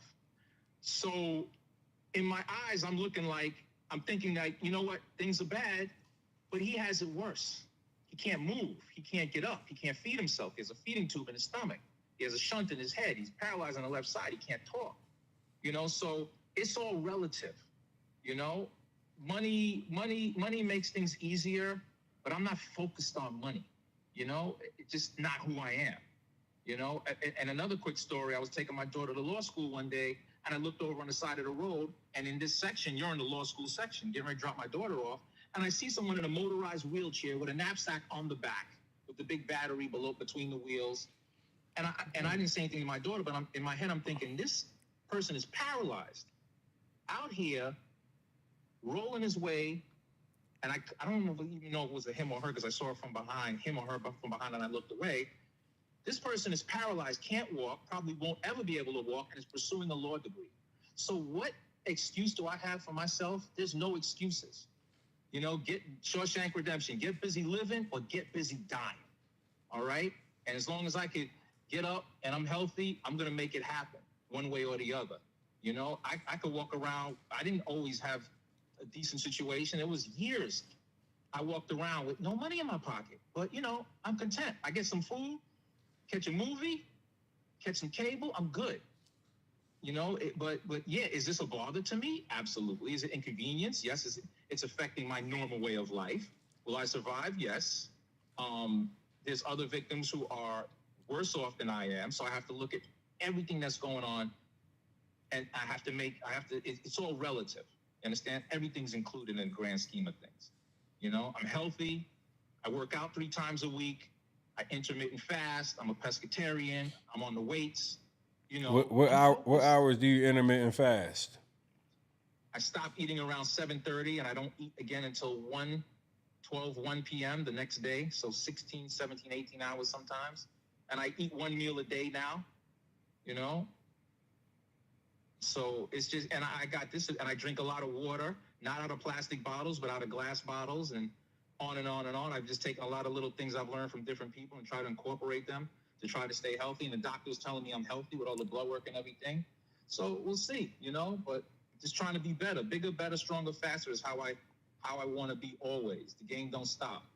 Get busy living, get busy dying, or get busy dying. You know, it's hard out here. People are struggling, suffering, war overseas, COVID. You know, this government not really helping the people. Billions of dollars overseas to Israel and Ukraine, and billions spent on defense. The game is messed up, okay? The game is messed up. Nobody's coming to save you. Get yourself right, save yourself, take care of your family, and if you can, help those around you. That's what it's all about. Not running around showing off, oh, this car, that car, this jewelry, this car show. Get out of here with all of that nonsense, you know? And those people who've had hardship and who have people sick around them or who really know what's going on, I'm gonna connect with them. Everybody else, it's a teaching moment, you know, because life will get you. Things will happen. Be cocky now, understand the lesson later. But this whole thing is just, you know, it's just one of those things, Tone. Nigel, I appreciate you jumping on, man. Respect to you. You know, you got an advocate with me, so. Yes, I do. I do know that, and I thank you for your time and including me. It means a lot to me, Tony. Anything I could do for you, I will. I'm with you on this to fight all the way, you know. And that's just basically it. We're not going to stop, you know. Tough talk, threats, all of that. Don't waste your time, because in one ear, out the other. Salute. Thank you, Nigel. Appreciate you, brother. Salute, brother. Be well. Take care. All right. Thank you. Yeah, that was Nigel. He's one of the victims. Has a $835,000 lawsuit against the Pinas and DJ Envy. He is very intelligent and is fighting for his money back, rightfully so. And I think that every single victim should be in here doing exactly that. I think that more people should rally together. I created a Telegram group. Go to my Instagram stories and be sure to join into the Telegram group. I'll be letting you guys know when we do these live streams, and I'll be way more frequent on YouTube now. Instagram has been putting my lives at you put me on restriction for like them like IG jail on live, so makes it cool because I'll come over here on YouTube and I'll blow up on YouTube. I'm cool with it. I've been telling myself for the longest I was going to lock in on YouTube anyway. So we got victims all over the place. We got law and order. More and more people coming forward. Let me see if my headset working now. Let me see if I can call somebody else.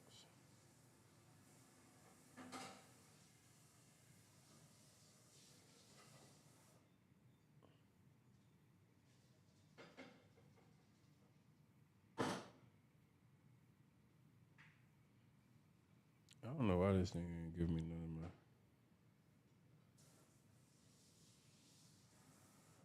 Oh man, it's not working. Hey, what's up, man? What's happening, sir? Man, I was just trying to check. I was trying to test out my my podcaster and see if I could call people, but it ain't working. No. I'm trying. Hold on. Can you hear me? You can't hear me, can you? Damn. Yeah. Could you hear me just then? I can hear you right now. Damn, it's not working, man. That really pisses me off. I gotta figure it out. Yeah, I was just calling. I just got off the phone with Nigel. I was calling a couple of the people who invested with Cesar. Do you mind being on live for a second? It's a live call. Yeah, no problem. All right. So once again, guys, I just wanted you to hear from some significant investors who invested with Cesar. This is another investor. His name is Anthony Barone. I blame my involvement to the extent that it is on this gentleman right here. Anthony Barone is, I would damn near say we've become very good friends in the last, what's this been, when did you see me at the fight? What was that, June? Mid-June, yeah. Yeah, so Yeah, I'm using the Rodecaster Pro. I'm not sure. This is the Rodecaster Pro 2. I'm not sure why the heck is not connecting my phone, but I'm just holding it for right now. If you guys can help me out with the why it's not connecting, I've tried both the Bluetooth and the direct connection, and it's being weird. But it's so strange how I think sometimes it's like destined for people to meet, and many people, you know, when they see this all the debacle, this scandal that's been going on for as long as it's been going on, many people don't understand like how some of the things came into play and how people started to align. So, you know, obviously I go online and we have like this conversation with Envy and everything else. One day I go to a Floyd Mayweather fight. I'm leaving the Mayweather fight. This was an exhibition out in like Miami, Florida somewhere. It's like Fort Lauderdale area or whatever. As I'm leaving the fight, I'm approached by two white men. Now, I just want you guys to understand. I just walked out of a fight. It ain't nothing but niggas everywhere.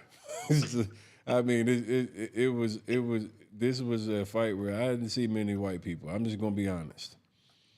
And then these two white men approached me, and they say my name from a distance. And mind you, now I don't know what's going on.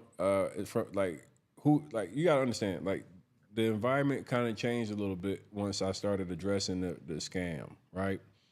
Like my spider senses were heightened. I was on like red alert damn near.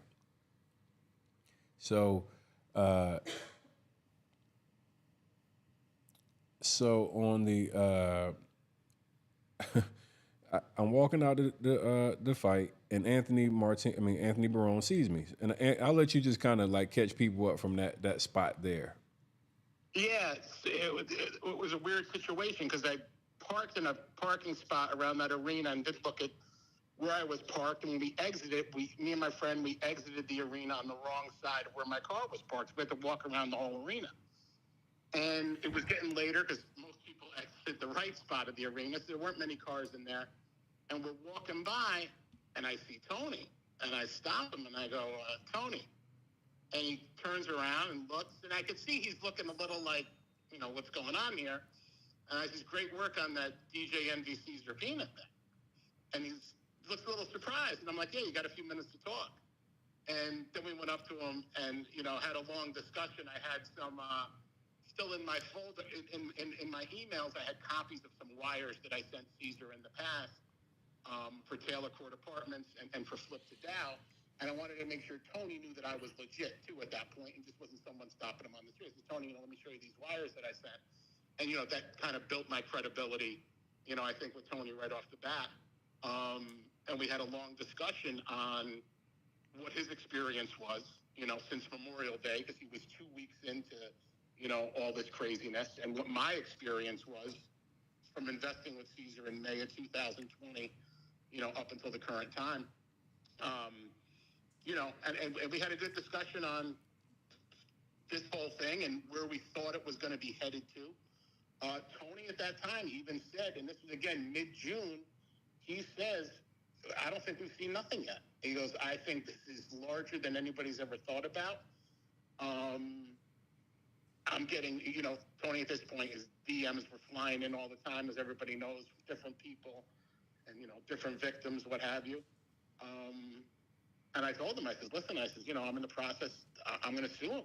I'm going to sue him, you know, starting in early July. We sent out a payment demand letter to Cesar and just to answer and, you know, turn over the company books as I had in my contract. You know, we could demand that at any time. And I said, listen, I'm going to eventually sue this guy, which I started, you know, on July 6th and filed my lawsuit against him. Tony, you want to get into anything besides that? Well, I think, you know, main things, you know, everybody wants to know the golden question. How much money did you give them?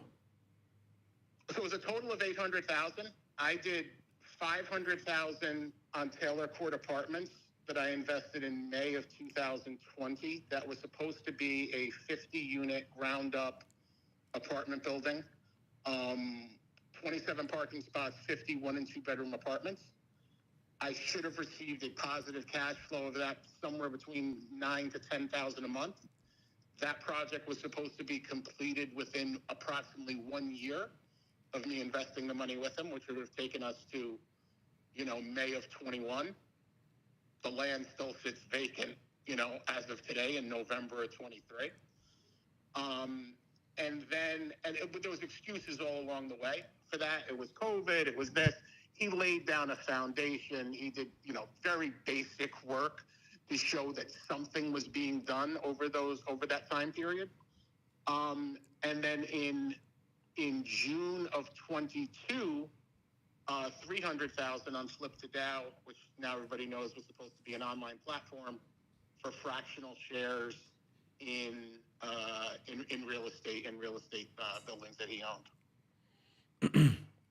So I keep forgetting that both you and Nigel gave such significant dollar amounts, but $800,000+.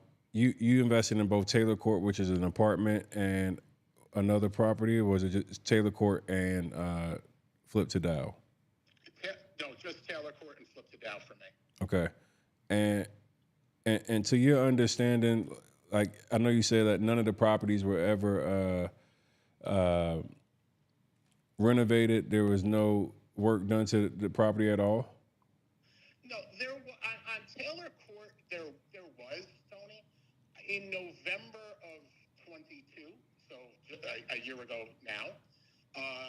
He did lay down a slab of concrete or the foundation.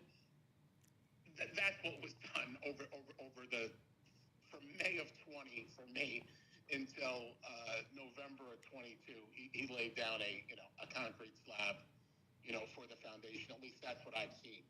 I know there's no building going up. That's for sure. And what was the timeline that you expected to be able to get that property fixed and renovated? It was supposed, again, it was ground up construction, and he told me it would be approximately a 1-year build out, which would have taken us from May of 20, my investment, to May of 21. And again. Oh, so you invested in 20? Correct. I started in 20 with that, yeah. So this has been years for you. Correct.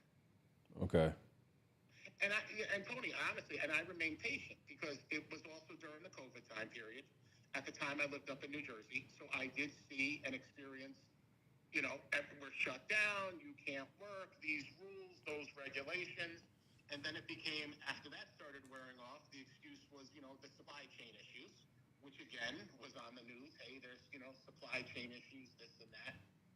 What Cesar didn't tell me is that he had other investors in the property, right? That wasn't disclosed. That was an issue that we later on, obviously through all these lawsuits, found out, that stuff was happening. Do you believe, a couple of things. I got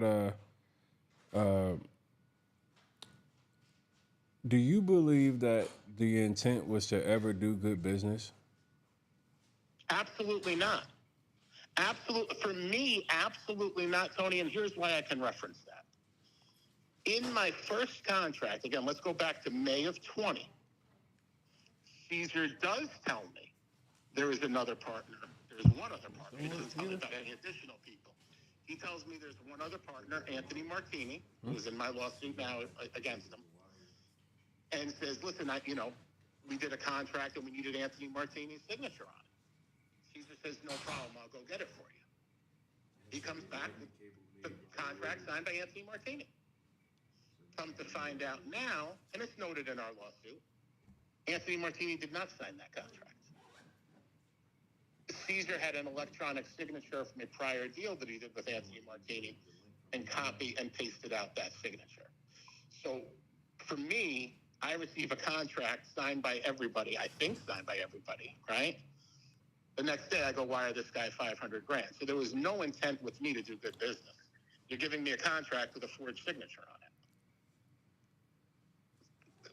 Clear as day now to say absolutely not. In my situation, there was no intent to do good business from May of 20 for me. the other thing that people love to say is Tony the closer is clout chasing and he doesn't give a shit about the victims. What's your opinion of that? That's absolutely laughable. That is absolutely laughable. I mean, my relationship with you coming from a parking lot to where it is today, you have been constantly helpful, not only to me, to every victim out there. Because, Tony, I speak to all of them, too. I speak to all of them like you speak to all of them. And constantly along this time period, Tony said this. Tony's got a document there. Anthony, call Tony. Or it's me saying to someone else, oh, you're looking for that info? Call Tony. Tony heard about that. Go speak to him. And you were always there and always available with full transparency to everybody saying, listen, I'm here to help you. The only area that there was ever any contention, so to speak, is you putting a little pressure on the victim saying, hey, I want you to come out and speak, right? And you and I had those discussions too. And Tony, I'm not really comfortable right now, because it's a difficult thing. People don't want to come out there and say you're a victim. Some people embarrassment. Some people a variety of reasons, right? That was the only thing where there was ever anything, hey, because you're giving a platform for people to speak, and you get something that's a little frustrated, hey, this guy doesn't want to speak. But no, 100%, man. You uncovered the scam from day one. You stayed there with everybody throughout this whole thing. And never mind all the bullshit that you and your girl and your family went through with all of the attacks from the other people. No, man, absolutely not. You've been there 100%, and I'm grateful. I appreciate that. I love hearing, actual people that have actually dealt with me speak about this because it's so much misinformation. You see guys like DJ Academics and these guys come out here and try to create these narratives that try to sway people away from the truth. And, it's kind of funny because even the academic situation where, I found out about him talking negatively about victims, you brought that to my attention. And, yep. I think when many of these people speak, they don't understand how offensive it is to hear people speak negatively on victims where they don't understand that people actually did their research. People actually had contracts in place. These aren't unintelligent people. These are very educated, sophisticated. Like Anthony Barone used his own attorneys. He drafted and had his own contracts used. But if somebody is coming into business with bad intention, you can write contract on a damn Bible if you want to, and that doesn't mean they won't scam you. You just have to understand that. Like the intent that Cesar had from the beginning was bad. And I remember you calling me and other people reaching out to me who felt offended listening to academics get on live and just say bogus misinformation.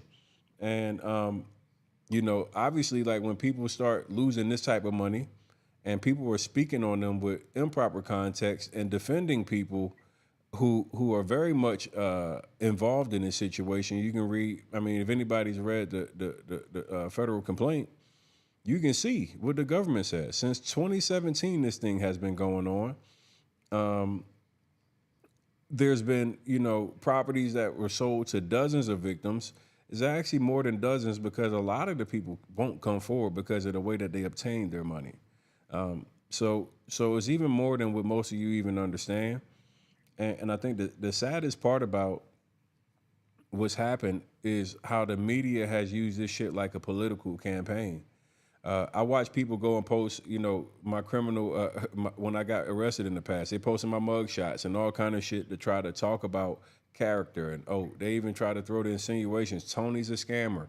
Tony, like anything that they can possibly do to distract and deter away from the fact of people have been manipulated and scammed out of millions of dollars.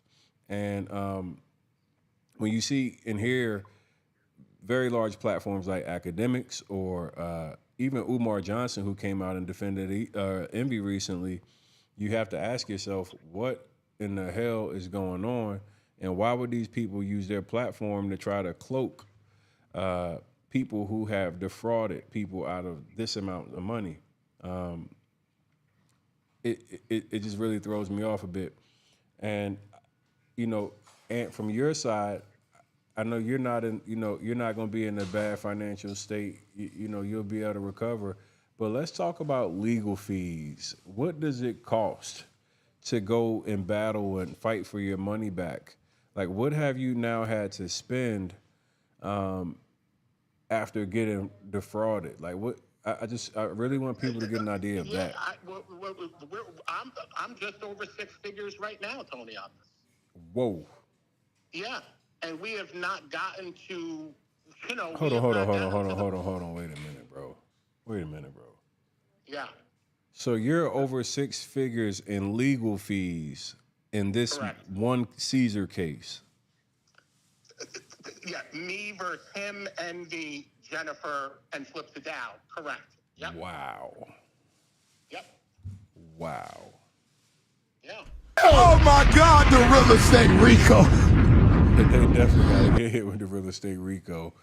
That's insane. Mm-hmm. Wow. So when people talk about go sue someone, wow. Yeah. So you're 6 figures and suing. So essentially, you're out of 900,000 plus. Correct. That's a damn shame. Yeah. That's a damn shame. Do you feel that's like, what it is, Tony. let me ask you a question. Do you feel like the amount of money you spending, do you feel like because a lot of people ask me this, is like I feel like people told me they felt like they were throwing good money after bad money.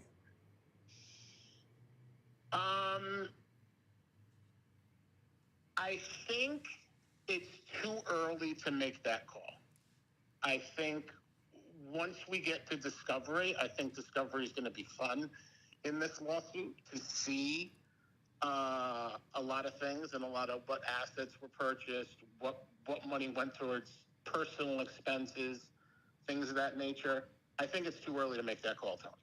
I think you have to suck up and go through some of the pain to get to the next stage of it, you know, and that's where I am right now. Have mercy. But I'm going to see it through to the end, Tony. I'm committed now, Tony. I'm that wrong guy in that regard. And Envy knows that, and Cesar knows that, and Jennifer knows that. Well, I've told all three of them. So let's talk about that, because I know you were the first person that, like, you sent a threat to Cesar and Jen, what they call a threat. Right. Can you tell everybody what you told them? Yeah, I said, listen, this is. Well, there was a number of texts over Memorial Day weekend, but when I really started staying on it, I said, listen, I am going to the FBI.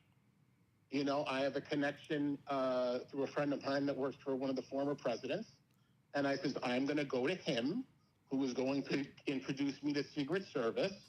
And then through Secret Service, I'm going to go get that referral so they take it seriously to the FBI, probably in Newark, New Jersey.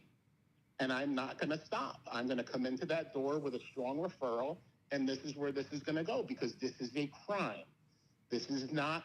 Don't try to paint it in any other picture that it is. This is what this is. And of course, there was no reply to those texts. They didn't realize that when they scammed the white man that you was actually going to follow through with your words. 100%. 100%. They definitely didn't understand that you would follow through with the things that you said. Yeah. Well, we're here today, Tony. You know, like I said, I'm going to see it through to the end, buddy. I'm going to see it through to the end. Because Envy, again, I think, to talk about him for one thing, because I had more phone conversations, I think, with him than I did with Cesar and Jenny during that time period. He believes, because he went to the Rick Ross side of things, of, hey, man, you know, you saw really having a bad weekend. You saw Ross is coming at me with the car shows and stuff. I says, yeah, I caught a little bit of that. He says, yeah, but I'm not going to really reply to that because we live in the attention economy. And you know what? Whether it's 3 days or 3 weeks, it's all going to blow over, right? He thought that was the exact same situation here. You got this loudmouth Tony the Closer. He's online making a couple things, a couple bounce checks from Cesar. This shit's all going to be blown up. If you think we're going to be talking about this a week before Thanksgiving, you're out of your mind. You think you're going to have national news publications on this? You think Tony the Closer is going to fly from California to New York City to sit down and do an interview with NBC? You're living on the planet Mars. There's no way that's going to happen. Well, you think the FBI is going to get involved? Yeah, envy I do. I think all that's going to happen. And again, here we are today. What's your thoughts on Cesar's lawsuit against me? It's laughable. It's a joke. Did I ask you that already? Yeah, we talked about it yesterday, but I said, Tony, I believe you have to enter one exhibit as evidence. Here's the federal complaint. And, obviously the federal authorities agree with what I said. He's a scammer stealing investors' money in a Ponzi scheme. I mean, yeah, that's exactly what it was. And it's clear as day to everybody that's what it was. Ask any of the victims what it was. As a victim, when you see them spending money on attorneys to file frivolous lawsuits like these, does that offend you any? Yeah, of course it does. Of course it's frustrating. But I know the devil and the evil that we're dealing with. That's why I don't see him selling his Rolls Royce that he's got out there. I don't see him selling any of his vehicles. I don't see any of that. He wants to play the game that he wants to play it. Let's see how it plays out at the end.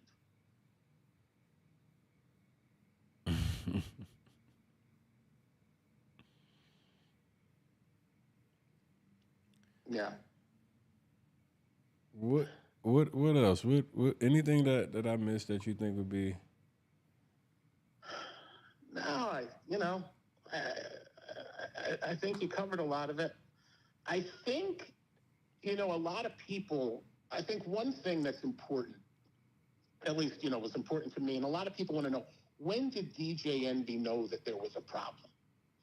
And a lot of people point to the, I think now famous Jose Rodriguez texts from August of 22, which certainly show that there was an issue, and an issue with a guy that's very close to the situation, as Jose, worked with the group and presented at a lot of the seminars over that 5-year time period. But I go back to the affidavit that Envy signed in my case, where he says he purchased that school that he keeps claiming that he's a victim of, for $500,000. In his affidavit, he states that he purchased it at the end of 19, and it was supposed to be completed within 1 year as well, which would have taken us to the end of 20. He was supposed to receive back his investment, and I believe approximately $17,000 a month positive cash flow. His affidavit he signs in July of 23, stating that the school is in the exact same condition it was when he bought it in 2019. So to me, he knew there was a problem from the end of 2020. He bought at the end of 19, the end of 2020. There's an issue, and obviously there's construction overruns, timelines move. I get it. But the timelines move this much when he's out there promoting to the public consistently over all those years and in different projects. It's another seminar. Hey, we're entering the metaverse, everybody. Hey, flip to Dow. And then having conversations with people about a hard money loan company. I think he knew the whole time. But again, I go back to my original thought. The school was used as a promotional tool. That's why it was up at all those seminars on the big screens with DJ Envy showing that off for a number of years. This is the school. This is the one that keeps me up at night. It was used as a promotional tool. It was not purchased in order to build apartments. It was used like a movie prop. It was purchased so he could post that up at those schools, and in my opinion, then lure in as a byproduct of that, oh, wow, DJ Envy's invested in these long-term projects. Hey, can I get a chance to invest? Any room for me? Magically, 147 Manchester's available. Magically, Taylor Court's available. Magically, and the list goes on and on and on. So I think he knew about a problem well before the Jose texts. what do you want to see have happen to Cesar and Envy? Tony, obviously I want my money back, right? I want my money back. And I want justice. I want justice for the crimes that were committed. This is not just a simple matter of, like I said, this is not a simple matter of, hey, things didn't go right, interest rates changed, I was disorganized. No, this was outright fraud. And for that, yeah, you got to be punished. And I leave that in the hands of the government and the Justice Department to see what's fit there. For me, yeah, I want my money back. I want my attorney fees back. I want my, whatever else the court justifies that I should get back. But for them, yeah, I want to see them go away. And they know that. And I told them both that. And I told them I would do that. So and just so people know, Anthony Barone is the reason that I'm in this shit, y'all. That is not true, but go ahead. You are, motherfucker.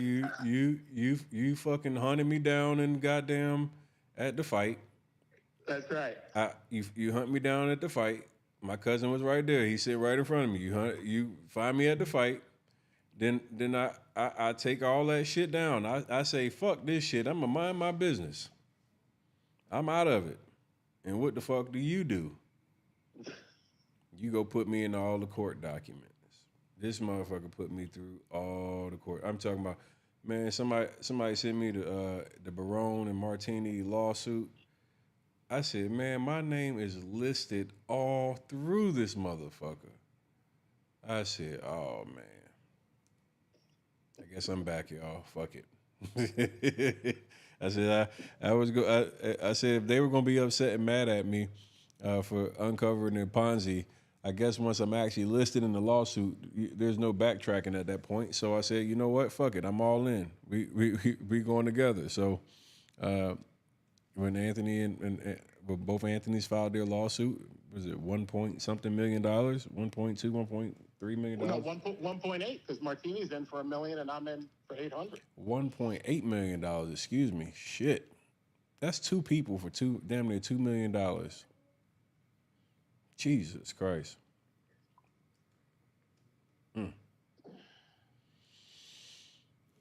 This is crazy. Yes, sir. It's just like the numbers. Like when you hear the numbers, it damn near doesn't seem real. I didn't even know motherfuckers was getting this type of money. Like just to be giving away, not giving away, but even investing like these dollar amounts out of this world. Do you foresee, in your opinion, I'm just asking your opinion, both of these guys getting arrested, or you think it'll be just one of them or whatever? Like,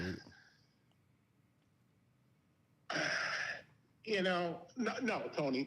Listen, the way in the criminal complaint they described this scheme from going on from 2017 until whatever the middle of 23. The federal complaint also notes $17 million.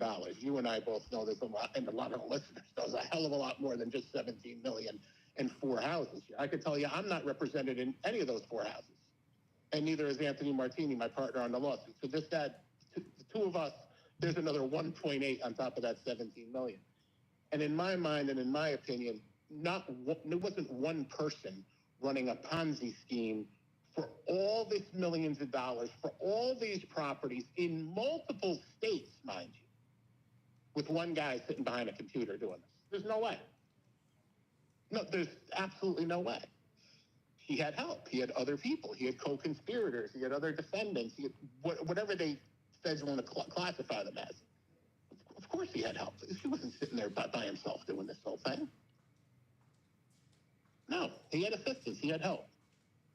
Do I think there'll be further arrests? Absolutely. I hope that there are. I look forward to testifying against anybody that I can.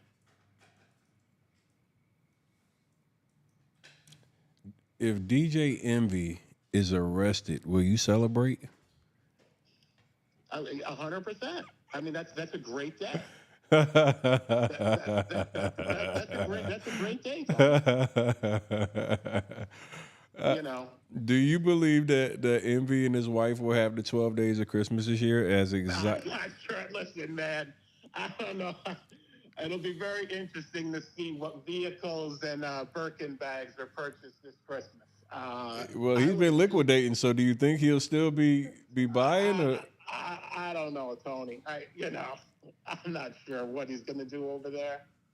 I would hope that that's not the first thing on his mind, though. You know.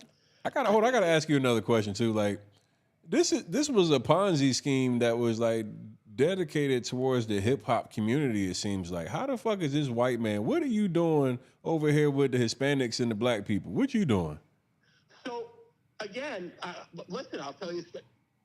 I used to listen to 105 Breakfast Club in the morning. No problem. I'm friends with a friend of mine is very close to DJ Clue and in business with Clue, and I knew Clue found Envy. So I went even the step ahead, Tony, right? I wasn't just saying, hey, this is a guy on a radio, and DJ Envy has a good reputation at the time, right? I believe him, because I don't know the guy. But a friend of mine has been in business with DJ Clue for over 20 years. I said, hey, can you reach out to Clue? Because I knew he grew up with Envy. And I've seen Clue around a lot, but not as close to him as my friend. He says, yeah. I says, Clue, can you call your guy there, Envy, with this real estate? I've been watching this for over a year now on Instagram. It seems like they're doing big stuff. I'm living in New Jersey. Find out what's going on. Clue comes back and goes, yeah, it's good. Yeah, he's doing exactly what he says. Hey, can you set up a lunch? And that's when we set up a lunch and we sat down with Envy. And you were impressed with what he said. Again, Tony, we went out there to see this. You know this. We brought Gary Vaynerchuk out there. Let's talk about that. You brought Gary V to Patterson, New Jersey? Correct, yeah. So I seen this photo, and this photo has been going around a bunch. It's like you, DJ Clue, Cesar, Envy, a couple other guys. You guys were all out touring Patterson with Envy, Gary V, and this is like kind of like building up to you making your investment, correct? Yeah, 100%. So we had a lunch beforehand. Gary was not at that lunch. We had a lunch beforehand, discussed all these different things that they had going on. The other two people at the table were Cesar and Envy. They were telling us how they started, the great money they're making, generational wealth, all those great buzzwords. They love it. And why don't you guys come on out to Patterson? They invite us out to Patterson. You haven't seen Patterson until you've seen it with us. Come on out. We'll give you a tour. We'll show you the good areas, the bad areas, what we invested in, what our future investments are, what opportunities are available. Does that sound like a good idea? He says, yeah, it sounds like a great idea. So we went out there. We had a meeting for maybe about a half hour, 40 minutes.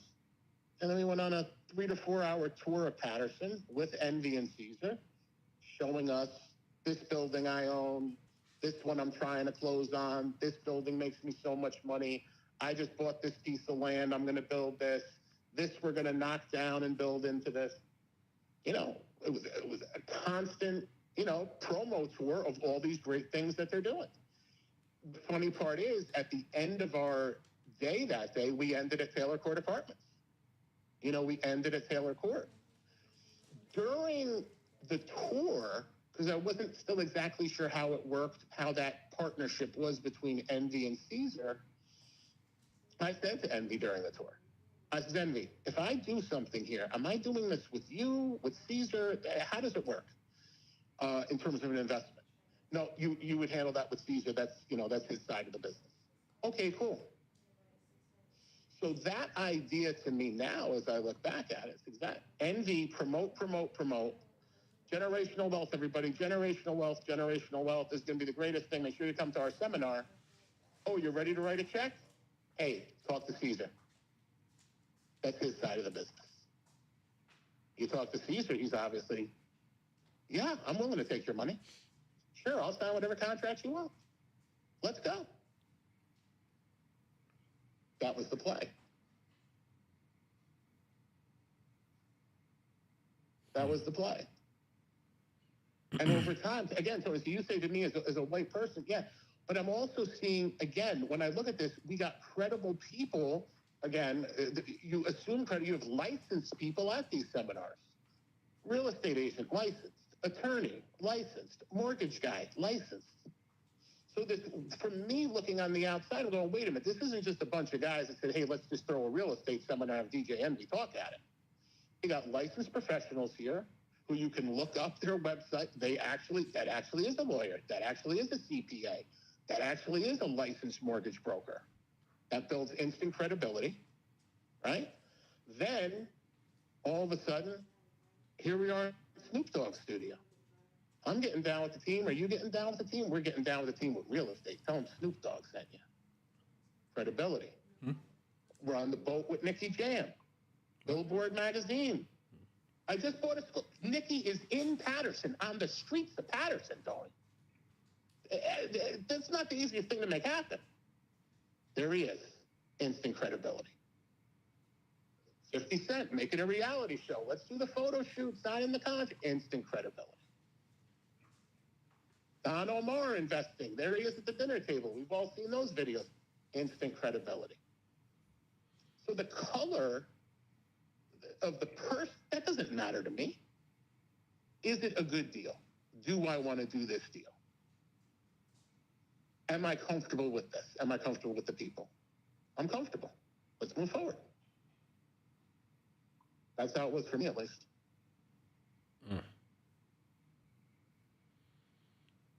Damn. All the big names, celebrities, the Don Omars, the Nicky Jams, everybody else. What do you know, Don Omar, none of them have spoken out. Do you think that they're victims? Do you think that they have any responsibility? What's your thoughts, like, when you hear these other people? I don't know, Tony. You know, I go back and forth with that. Obviously, they're aware about it. I'm not sure. You know, if they did receive money from an investment, you know, they're speaking to their legal, who very well could be saying, don't say a thing now until you're subpoenaed or called upon. You know, there's rules and shit with all this. And obviously, if they're a celebrity, obviously a lot of things get more magnified than if it's Anthony Barone saying something. I don't know. It'll be interesting to find out. You know, it'll be interesting to find out. But the person, again, it all goes back to the original guy. The person that turned this up and the person that turned the heat and put all the gasoline on the fire was Envy. He's the one that opened up this to not only guys like me just listening on the press, opened it up to everybody. You know, it started with him. It didn't start with 50 Cent. It didn't start with Snoop Dogg and Don Omar. It didn't start with those guys. It started with Envy. That's the guy that had the responsibility to say, hold up, everybody. I made a miscalculation here. I made a mistake. I made an error. However you want to phrase it. Or let's just rethink this thing. He does none of that. Instead, he continues to promote. You know, and we see it on the Sarah Wallace post that I saw this morning, you know, with Nigel. Envy was on a Zoom call for a hard money company. Tony, I believe that hard money company is going to get a seed round of about $100 million. I believe that Zoom call was February of this year. January or February, 23. He is still willing to, let's go out there and grab a quick 100 mil in January and February of this year. After the Jose tax, after his own. That's the guy that had the responsibility to speak out.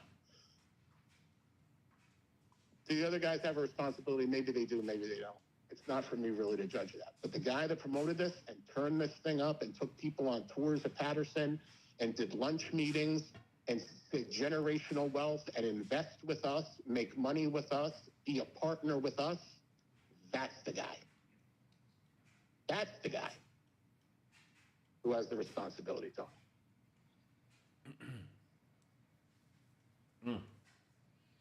Well, I appreciate you joining, my man. We know that, you know, first off, it's much appreciated you take your time to come up here and share. But secondly, you know what I'm doing. I'm advocating for you and everybody that's done this thing. We want to make sure we continue to bring consistent truth to the light. I wanted just to make sure I use my platform to really, magnify the filth, because that's what this is at the end of the day. I mean, this is pure filth. And you look at people who trusted into, this Ponzi scheme. To hear Cesar, I don't know if you were listening to me break down this live at all, but Cesar talks about from 2017 to 2023, I never had any issues until this guy starts making these claims and being a hater, et cetera. And then you look at the federal complaint and it says they've been running the Ponzi since 2017. Yeah. So he's been able to keep everybody quiet because he's been able to pay off people and silence them before shit hits the fan and everything else. But this has been clear fraud. His success has been what he did, what he deems as successful, because he said, I've been successful. I've got successful businesses. What he deems as successful is being able to run a Ponzi without being caught. Correct. Yeah. Well, you know that we're still fighting and we're still raising hell, and I appreciate you joining on the live today. I think even more importantly, like just, we have all our conversations every day. I just want to say much respect and love to you, man. I hope that we can get you justice in multiple ways, not only just in incarceration, but in your money back as well. I appreciate it, Tony. Later, brother. Thanks for everything you do, bro. I'll talk to you. All right. That is Anthony Barone, $800,000 investor with Cesar Pina. You guys have now heard two back-to-back investors that invested over $800,000. So you're talking over 1.6 million. 1.6 million or so. And just two people. The numbers add up very quickly. I'm just going to tell you, I'll be honest. I really wish I could figure out why I can't get my call thing to. But why it don't ring on here though? This is Bluetooth.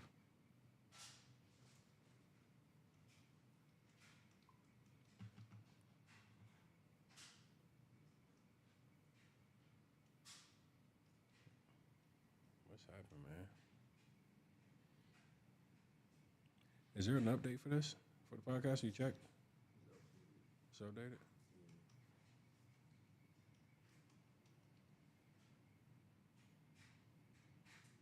Because it's playing, it's weird because it's playing music.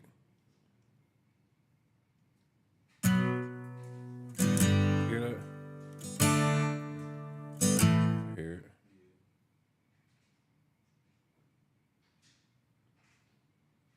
We might just get hit with the Rico.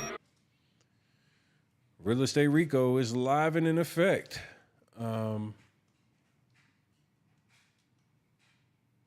Why is my podcaster? It will play music off the phone, but phone calls won't work. Anybody that use roadcasters, let me know. If you can troubleshoot, I seen a couple people trying to help me in the comments. If you can help me figure out what the freak is going on. I know I used to play my phone through this other ways. I'm not sure what's happening now. You said Lucci gonna get me? Let me show you what Lucci did with me. I'll show y'all the Lucci video. That was crazy. You see the work. You see the work. Where's Lucci at?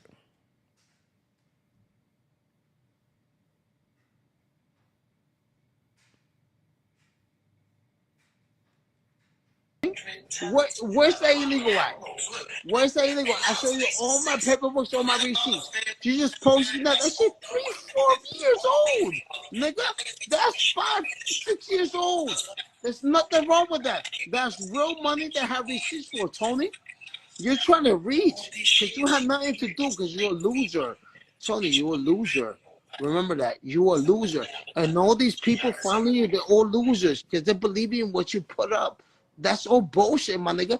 Let the FBI show me that I'm wrong. When you show the FBI or the CIA, anybody you got that I'm wrong, you show me. And then I'll be like, you're telling you the right. But at the end of the day, you're reaching because you're a loser. Look at your diamonds. They're fake, bitch. Remember that.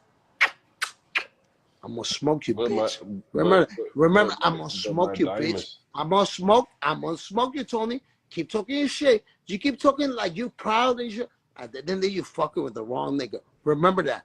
Look in my eyes, bitch. You're fucking with the wrong nigga. You fucking with the wrong nigga, bitch. I've been in this game too long. You ain't fucking with the real niggas. You can go after NBCs or whatever. But with me, you're wrong, bitch. Remember that. I love you. And you're gonna see, puto. And when I shoot the shit at you, you ain't gonna have no more diamonds in your neck. Remember that, bitch. You're fucking with the wrong one. You think you all this tough shit? You can't. You see the work. You see the work, Lucci. You see the work. You see the work. Lucci's the gangster. Nigga told me he's gonna do something. Lucci pulled up on Joe Button though. Lucci did pull up on Joe Button. You see the work.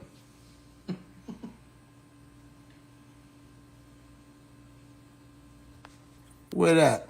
Yeah, he called the cops. Fort Lee cops. Niggas swallow ash. It's alright, man. I was good. Spark this.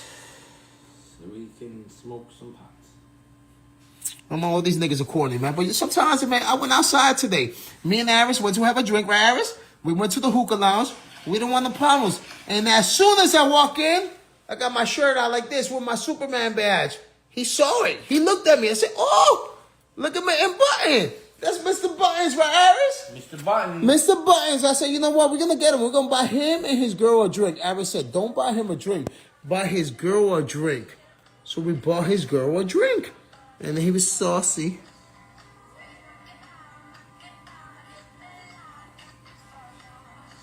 That nigga called the cops, bro. Call the cops. Sad, bro. Sad, Mr. Buttons. You ran inside, called the cops. It's all right. You said we had guns, machine guns. You felt threatened. And none of that shit, man. You're a bitch. So, okay. Bro, I'll follow Mr. Buttons because he ain't no real nigga, man. He's a fag. He's scared. Nigga, all I said was, pizza. Stop talking about my brother. That's all I said. I said, learn the truth, man. There's three sides to a story, man. Learn the truth. Talk to him. Don't talk shit about him. Don't knock a man in his bag. You don't know shit. Don't talk shit, man. Nigga, be truthful, man. Talk to a nigga. Don't talk shit, because at the end of the day, it's a small world. You're going to run into a motherfucker. I'm going to run to everyone, and I ain't backing down. It's all right, but keep calling the cops, because we clean. We didn't have nothing but bear spray in the car. You see what we had, right, Aris? What we had? What we had, Aris? Where we at? We had bear spray. We had bear spray. Good night, man. Save this life, you heard? Send it to all y'all fucking putos. You see the work. You see the Joe Buttons. All we do is eat pussycats like y'all motherfuckers. You see the world. Monaco putos. We go to Monaco's. We're going to the Bahamas. Record this motherfucker. Send it to your favorite fucking rapper. You heard? Hasta la tía tuya, mamá huevazo, todito. Oh my God, I can't breathe. See, that's that good yayo, my nigga. There's some good shit out there still. It's 15,000 a key right now. Oh my God, that shit's cheap, Jenny. What you get in Guatemala?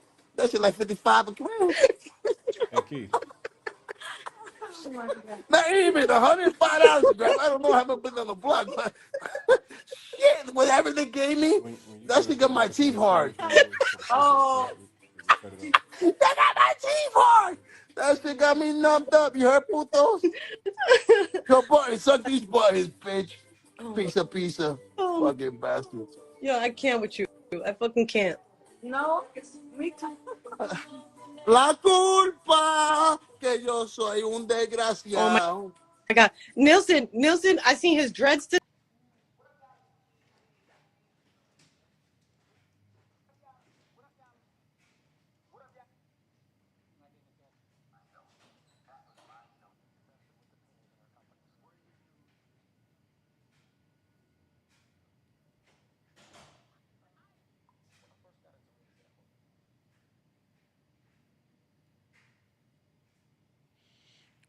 Let's see. What else we got up here?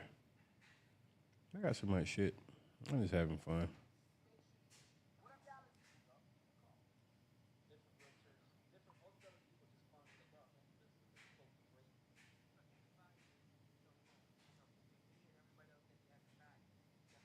for anybody, from, between me and everybody else that he has attacked that has given him their paperwork, right? Because all he did with that paperwork, he's sending it to attorneys and he said their stuff is good, right? So congratulations. You're all a bunch of idiots. Thank you, Tony. Tony saved everybody in America. Tony. Tony not only is not going to get you your money back, he's going to have Uncle Sam. But I heard Tony is running for councilman on the 5th Ward of Philly for 2024. You see that work? I'm going to keep it G with you. I heard he was going to be the councilman next year. No, I think he's running for Congress. He's running for Congress. Damn. You think he'll be the senator? He might be a senator next. Wow. Tony, you going to be the senator, puto? You? Hey. Senador. Yeah, he might be a senator next. I think he's done being a prosecutor. Nobody likes him anymore. Yeah, man. It's gonna be something bigger. Yeah, man. Listen, man. Maybe he'll make enough money.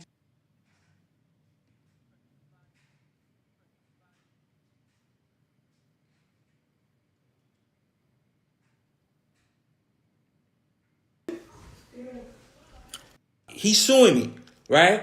Let's say his first name is, I don't even want to say his name, right? But his name starts with an N.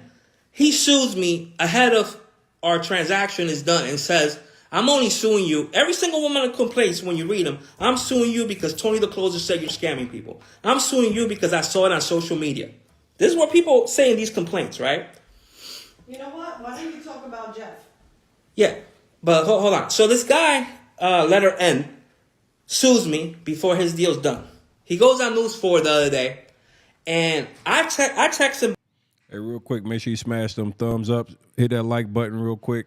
We got a nice little day going. We've been running this thing. We've been 4 hours and 30 minutes on the live stream. Make sure that you smash that like. If you haven't already done so, subscribe to the channel. I'm coming live. I'm taking over YouTube. That's right. I'm taking over YouTube. I'm doing YouTube marathons. I'm going to be running YouTube every single day. I'll be covering not only the DJ Envy case, but there's some other guys that need to be discussed.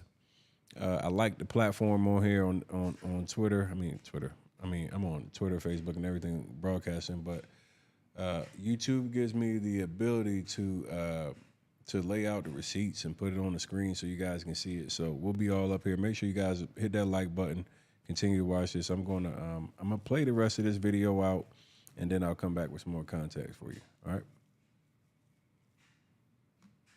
Which I have the receipts, and people are going to see that. Bro, DJ Envy was never in the room with you. Jennifer, my wife, was never in the room with you. My brother wasn't in the room with you. Why are you suing him? You know what he texted me back? It's just business. The other day, this guy from Patterson, Jeff, his son passed away, R.I.P. Jeff. He goes on Channel 4 and says that I owe his son $900,000. I changed that kid Jeff's life. His father was in foreclosure, losing his car wash, losing his the dry cleaning place, or wash and fold. I changed Jeff's life when he met me, and people in Patterson know this. And I have the receipts and I have the text messages. I helped him save his car wash. I helped him save. I even paid for his property taxes. The first house that he bought, I gave him the down fucking payment. And I have the receipts. And these people are talking about me.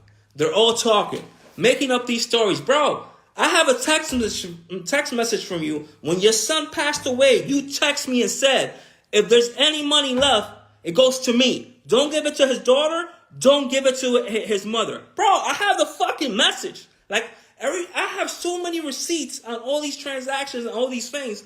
But people are still making up lies. And this thing is out of control. Again, DJ Envy has never been in the room with me in any of these transactions for these 20 lawsuits. My wife was never in the room with me. My brother was never in the room with me. All of this falls on me. I'm a man and it falls on my shoulders, nobody else. You could talk shit on this live, don't matter.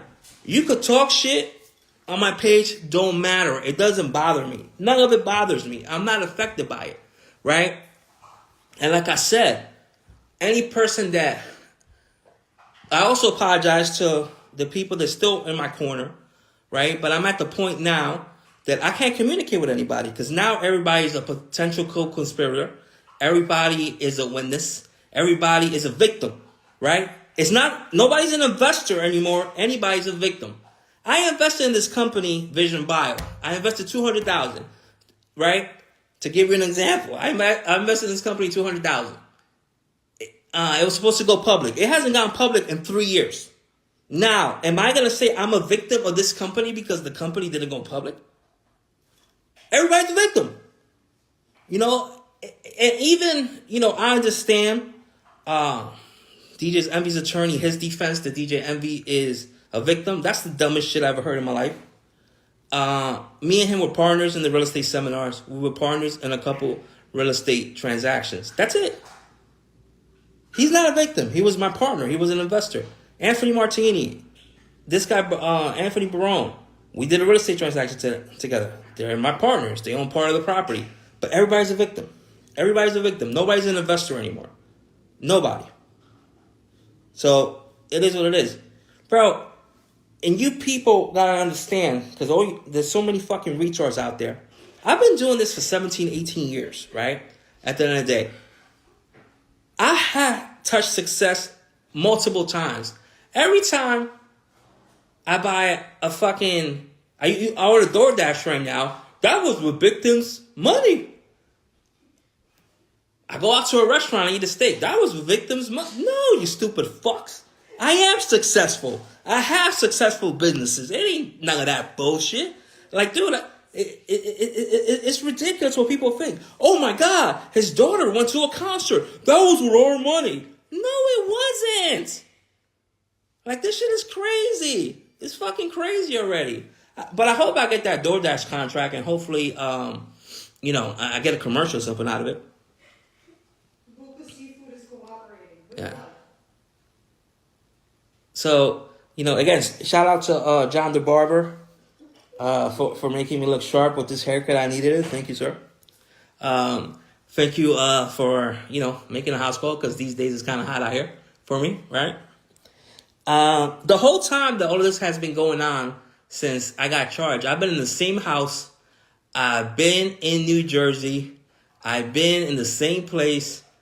I haven't been running from anybody. Like, and this thing has like taken off. You know, at this point, I'm Cesar Madoff now, right? And it's crazy. But again, I just wanted you guys to hear from me. You know, I'm here. I'm here to face what I need to face. I'm here to face my demons. I'm here to face whatever it is. If anybody wants to book a one-on-one, let me know. No, I'm just fucking with you. But yeah, again, you know, thanks for my friends that are still there. And the people that are still supporting me. It's not a lot of you. It's probably less than 10 people right now, right? Maybe 8. A solid 8. I'm going to say a solid 8. Again, I could lose it all back, go to jail, come out, and get it back again because I'm a hustler. That's just the bottom line. You know, again, you know, I'm never meant to hurt anybody or make anybody's life difficult. If I did, that wasn't my intention, which will be proven by all the years of success that I have in court and whatever else is going on. This is the only time that I'm ever going to talk about this on social media. And I apologize to my wife, my family, DJ Envy, and anybody else that I have embarrassed. My brother, Lucci Rentals, you know, thank you for still being there. And again, you know, now it's just a fight, right? Everybody says this isn't a good idea, but then when you apply it. Yeah, everybody says, right? Like Jen says, this is not a good idea for you to talk. This is not a good idea for you to talk. Why doesn't he talk? Why doesn't he talk? Why is he running? Why isn't he talking? Bro, now I'm talking and everybody says that's not a good idea. At the end of the day, I know what I can say and what I can't say, and I haven't said anything on this live that I couldn't say, right? Whatever I said is public record. So you guys can look it up for yourselves. I'm not incriminating myself in any way, right? But I just felt, you know, I just feel bad, man. You know, I'm embarrassed for my wife, my daughter, you know, DJ Envy, my whole family. You know, they're going through this because of bad choices that I've made, right? Because these are my choices. And a lot of people they have to, you know, deal with the bad choices that I made and have to keep on getting attacked over and over again. They got to keep on getting attacked, and I can't protect them, right? I can't protect anybody because you're not going to win against the internet. You're not going to win against social media. You know, social media is like when a guy calls you over and says, I want to fight you. You go outside, you want to fight him, and instead of one guy, there's 100 guys, right? Now there's you know, there's hundreds of thousands of people, right? That like people are just talking shit. They don't know me, and they leave negative comments. They leave this, they leave that, and there's nothing I could do, right? This situation is uncontrollable and is out of my hands, and only God could control the outcome, right? I can't control anything. I can't control anything right now, but now I have to fight in civil court. I have to fight in criminal court. I have to fight who knows in how many other courts. But again, you know, I got good lawyers. The government's going to do their job. My lawyers are going to fight with the government. You know, I'm in a fight. I'm in a fight in civil court, bankruptcy court. Thank God I don't have kids because I would be in child support too. I've been in child support court. Next thing you know, my dog is going to catch a case because he's rich. Somebody's going to sue him because that's how this shit is now. You know, people around me are getting sued for no reason just because they're, you know, around me. You know, and it's crazy, man. You know, and there's nothing you can do, right? All I'm going to tell all these influencers that are out there, anybody on social media, whenever you buy anything, right, we have this problem that we want people to see. You want people to see your success. You want people to see what you're doing every day. You want people to see this, see that. Nothing you could do. People are watching. Everybody's watching. Everybody's counting receipts of what you're doing. Do not show what you're doing because I'm a product of that lifestyle. So if you go buy something tomorrow, if you go out to dinner, stop posting that shit. Because people are looking at what you're doing and it's crazy. I'm not crying. I'm not asking for pity. You can go fuck yourself. You know, if you're out here to whatever, putting clown faces or whatever, I don't care. I am still going to sleep fine tonight. I'm still going to be in a multi-million-dollar home. I'm still good. You know, but are you? Everybody making a negative comment right now. Are you good? When I go to jail and I come back out and I flip this shit again 3 times, what are you going to be doing? Are you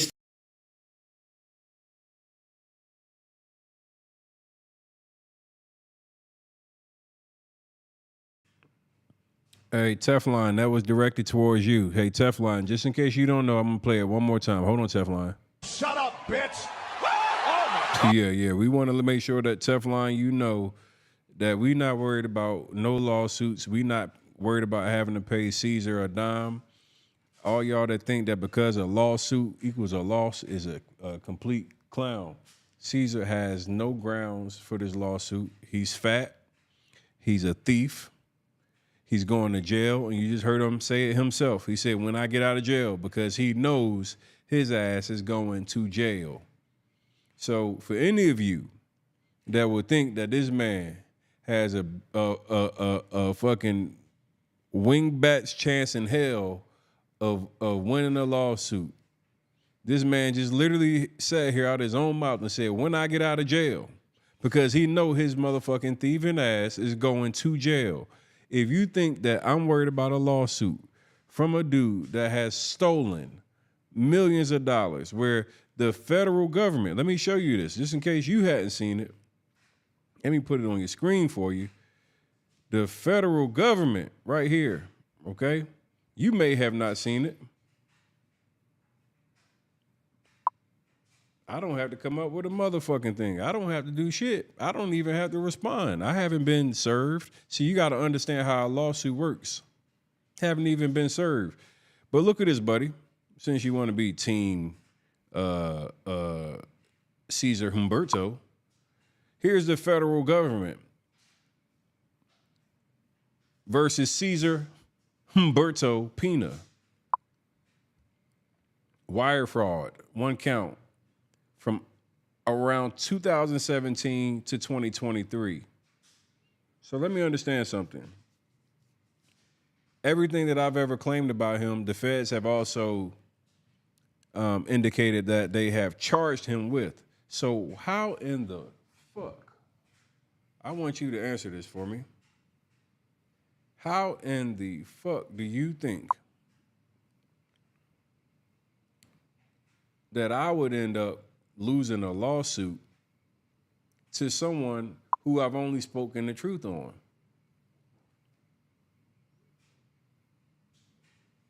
I just want you to explain it to me. Like, I hear a lot of y'all that just like to say dumb, baseless shit, but can you articulate with reason how you could say that somebody could even win this thing? And as a matter of fact, if you are interested in joining into the live right now, I'll drop you an invite. Any of you guys can join into the live. Yeah, let me drop that into the chat. Here you go, chat. You guys can join in. You can send a request, and I'll bring you in as a guest right now into the actual live stream and let you tell me what it is. Amanda said, y'all all scamming. Your mom's a scam, bitch. Matter of fact, why I don't even have to argue no more. This is what I just do. Hey, Amanda. Shut up, bitch. Oh, my God. Yeah, I got that little button right there. You know, that's what I say, because y'all like to say y'all all scamming, bitch. You unless you can find somebody that can say I took money from them and misled or took advantage of them, fuck you and your mother. That's the problem with you bitches. Y'all like to group people in, so I'm gonna group you in with all the bitches. Fuck you and your mother. Talking about y'all all scamming. Bitch, you don't know nobody I took $1 from. You will never disrespect my name. I'm going to start violating your funky ass. That's why your pH is off. Funky pussy. Yeah, that's what y'all want. Y'all wanted to bring the nigga out. Yeah, I just sent y'all the ability to come in on the live and I grind you up. That's what I would do. I will grind your ass up. Be careful with your words. Leak Squad said, taking advantage by selling merch. Hey, you dumb fuck. I've been selling merch since 2018 before I've ever spoke about a scam. Do you think that I'm supposed to stop selling merch now because I'm talking about a scam? You dumb motherfucker. It's just the stuff that y'all say. Like, do you understand? You talking about taking advantage? I've been selling courses before I ever found out about DJ Envy scamming. Was I supposed to stop my motherfucking business and stop my sales because these niggas was stealing? And because I was covering the fact that they were stealing. Just think about the goofy shit that you stupid motherfuckers say. I put the button in the chat. Come into the live and let me cuss your stupid ass out. Yeah, they got bad pH.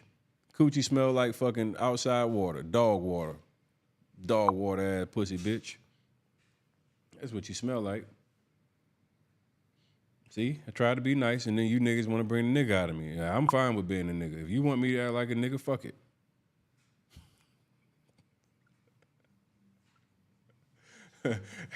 And the live is up. Listen, if you want to come in here to either give feedback or get cussed out, I'm open for both. There's the button again. There's the button again. Built like a box Chevy talking shit. Shut up.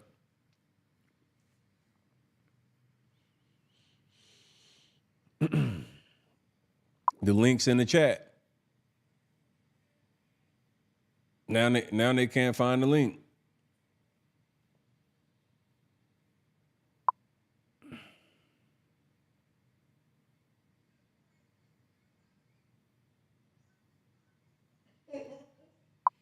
Nigga said, Tony, this is payback for your persistence. You got to fall back sometimes. I don't have to fall back just because you weak and you can't take when people talk shit.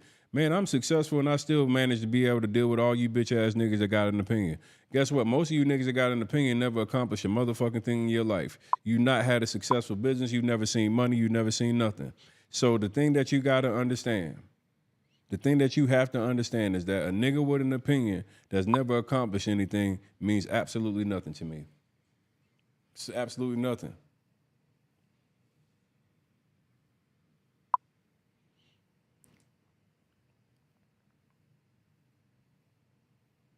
Somebody said you sell packages. Selling courses isn't a scam, stupid fuck. It's like, once again, y'all niggas is the dumbest niggas. You sell a course, you sell a package. That's not a scam, dumb fuck.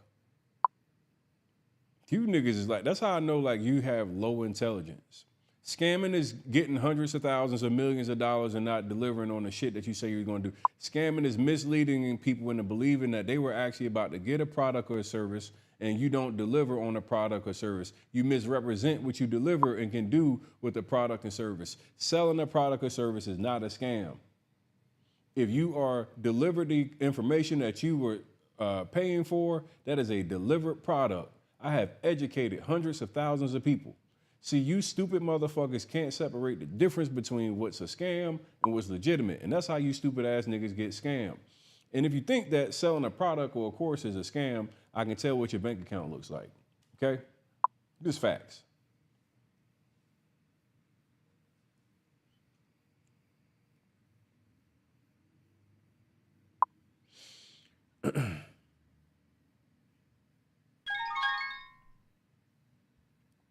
Finally, somebody came in here. Who is this? Let me bring you in here.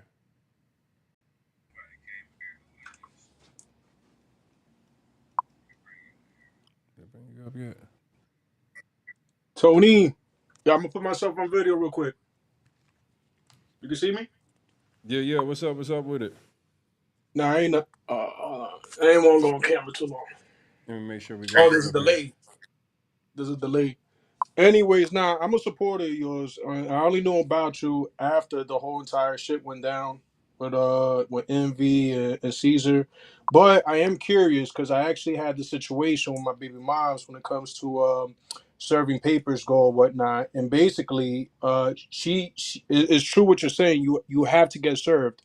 But in your situation, I think there's a gray area because being that you're acknowledging the existence of this suit that he filed. He hasn't given it to you physically, but you're acknowledging it on a public setting. You don't think that that's sufficient on his part?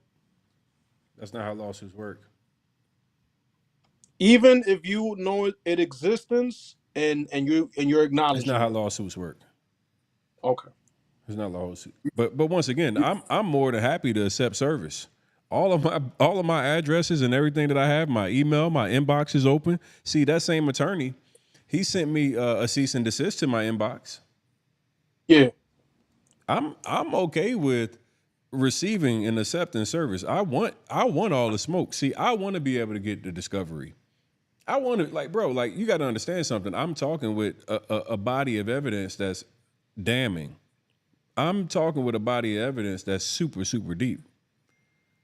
See, I think the problem for a lot of you, and this is something that you got to understand. I've been working with the federal investigators for over 5 months.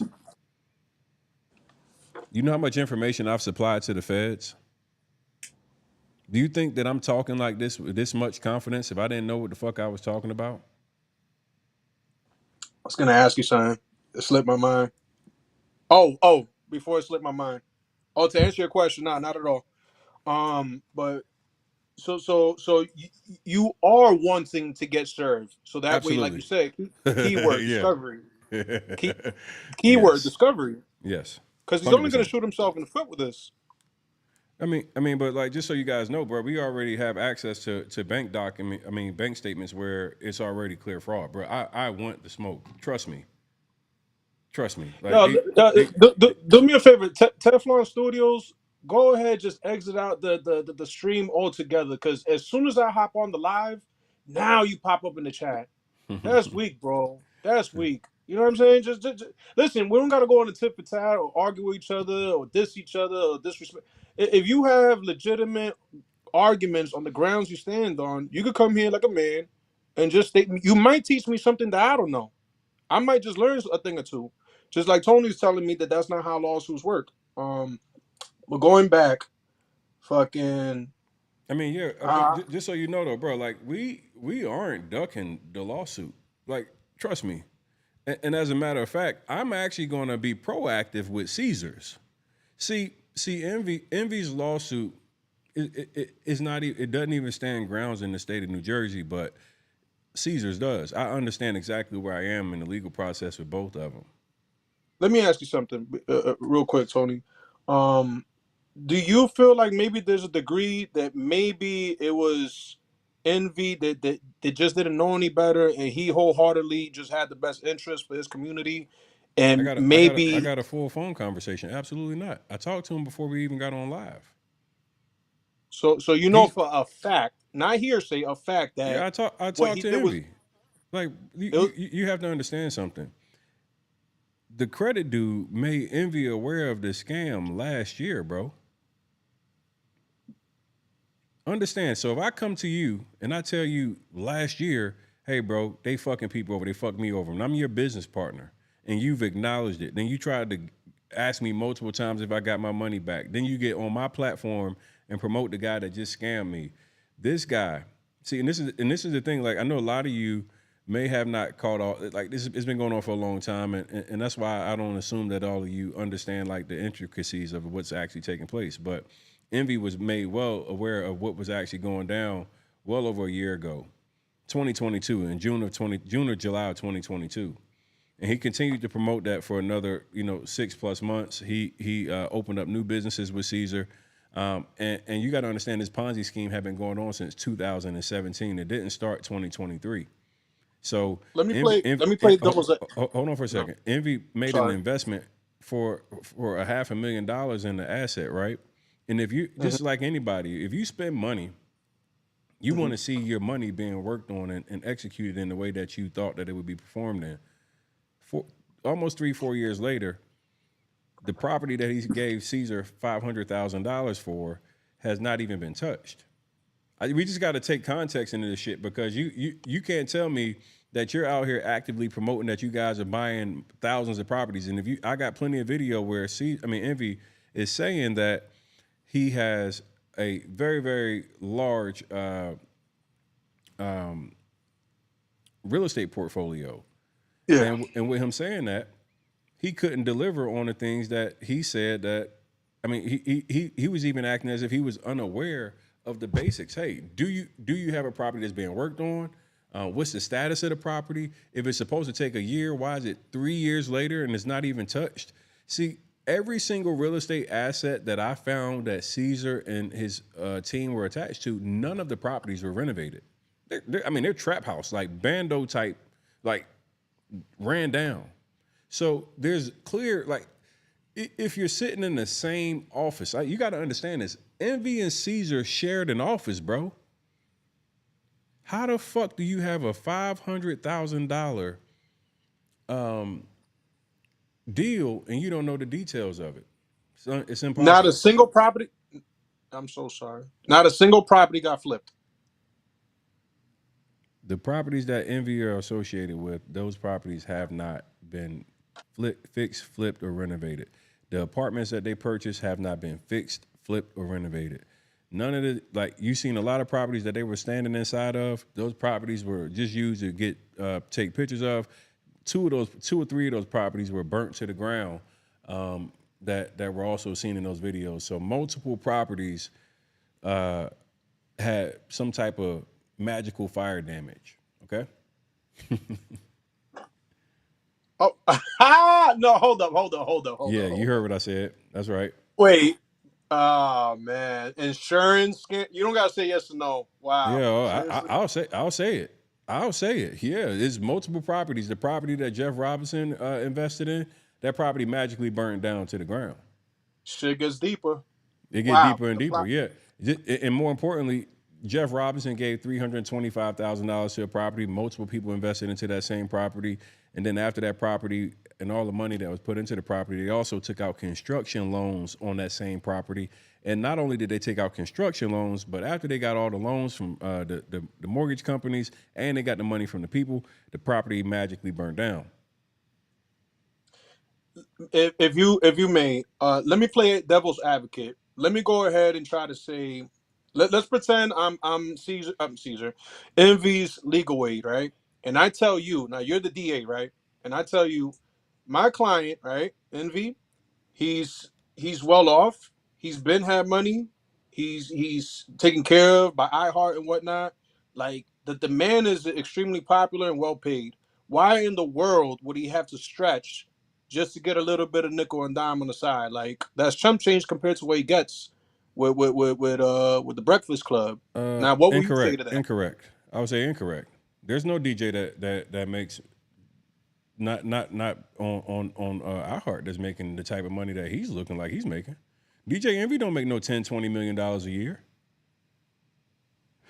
Like I know a lot of you guys like to think Envy is fucking balling, but that motherfucker's not making. He's not no fucking basketball player. He's a fucking DJ. Let's be clear. This nigga was telling y'all he was buying the chains and the jewelry with his fucking DJ money. This nigga's a DJ, y'all. Like, come on, man. We not talking about one of them white DJs that be in Vegas and have all them motherfuckers. We talking about a nigga DJ. Nigga DJs don't make no money. we talking a nigga DJ. Let's keep it 100. If he making $1 million off iHeart, that's about it. And this is coming from sources that tell me what they make in the industry. So I want you to tell me how he out here buying cars like he in the fucking NBA. This nigga spending NBA money. This nigga got cars like an NBA baller. But I got people that's telling me that, hey, he got an SBA loan for this car. This nigga getting SBA loans and all kind of shit, man. This nigga is a nigga DJ, and he out here spending money looking like he 50 Cent. He is not 50 Cent.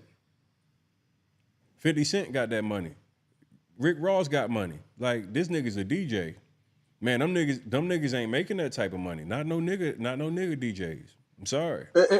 And not for nothing. What's the nigga DJ that had everybody turned up over the pandemic, baby? You know what I'm talking about. D Nice? I'm not familiar. Yeah, D Nice. The DJ from the pandemic. Oh man, I don't follow social media. Yeah, the DJ from the pandemic, man, that had everybody jumping. He had Obamas and everybody. That DJ don't even make that. And just for reference, ain't nobody here like me and Tony. We're not pocket watching. I'm just trying to understand and rationalize why one's behavior could jump to greed. Because I'm thinking he's well off. Like, there's no need to sacrifice your name, your reputation, your family, because he's in a mess, man. And I'm just trying to rationalize it. Yeah, but if it's like what you're saying, it makes sense. It's greed, bro. It's greed. You listen to how he describes himself, and it's greed. It's 100% greed. You look at, like, let's be clear. We have multiple videos of DJ Envy mentioning how he grew up watching street people and he wanted to be more street because they had the money.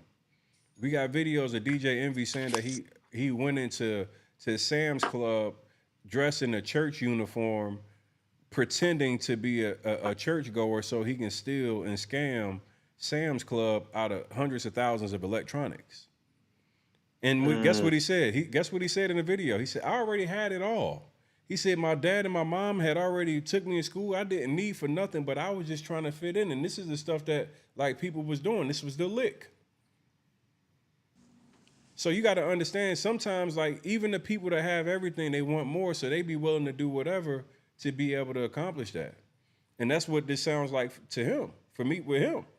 Because there's no way that, like, with DJ Envy having the platform that he had, that he couldn't have aligned himself with somebody that didn't have a fucking criminal record that was attached to fraud. You got to think about all the real estate professionals in the world. DJ Envy decided to get with the one guy out of New Jersey that was built like a bag of bricks and fucking is a thief. Like, it just don't make sense. Yo, you funny, dog. It's just, I mean, we just talking logically, and it's not even me being funny, but, like, the image is everything. You looking at DJ Envy, he's a light skinned guy. He's in a good shape. He's like decent shape. He presents himself in a certain manner.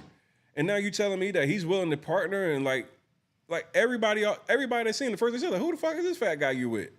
The first thing when I seen DJ Envy 4 years ago, I was like, who the fuck is this dude he's with? Like just an image alone, Cesar could have never got money out of me. He dressed like a street dude that was I wearing. know that's right. I'm I just, know that's right. I'm not even trying to be funny. It's just real. It's like, yo, I'm looking at your presentation, and you're talking about you Except just $800,000, and I'm giving it to a nigga with baggy clothes on and shit like that. You got me fucking no. I'm not doing that. I know that's right.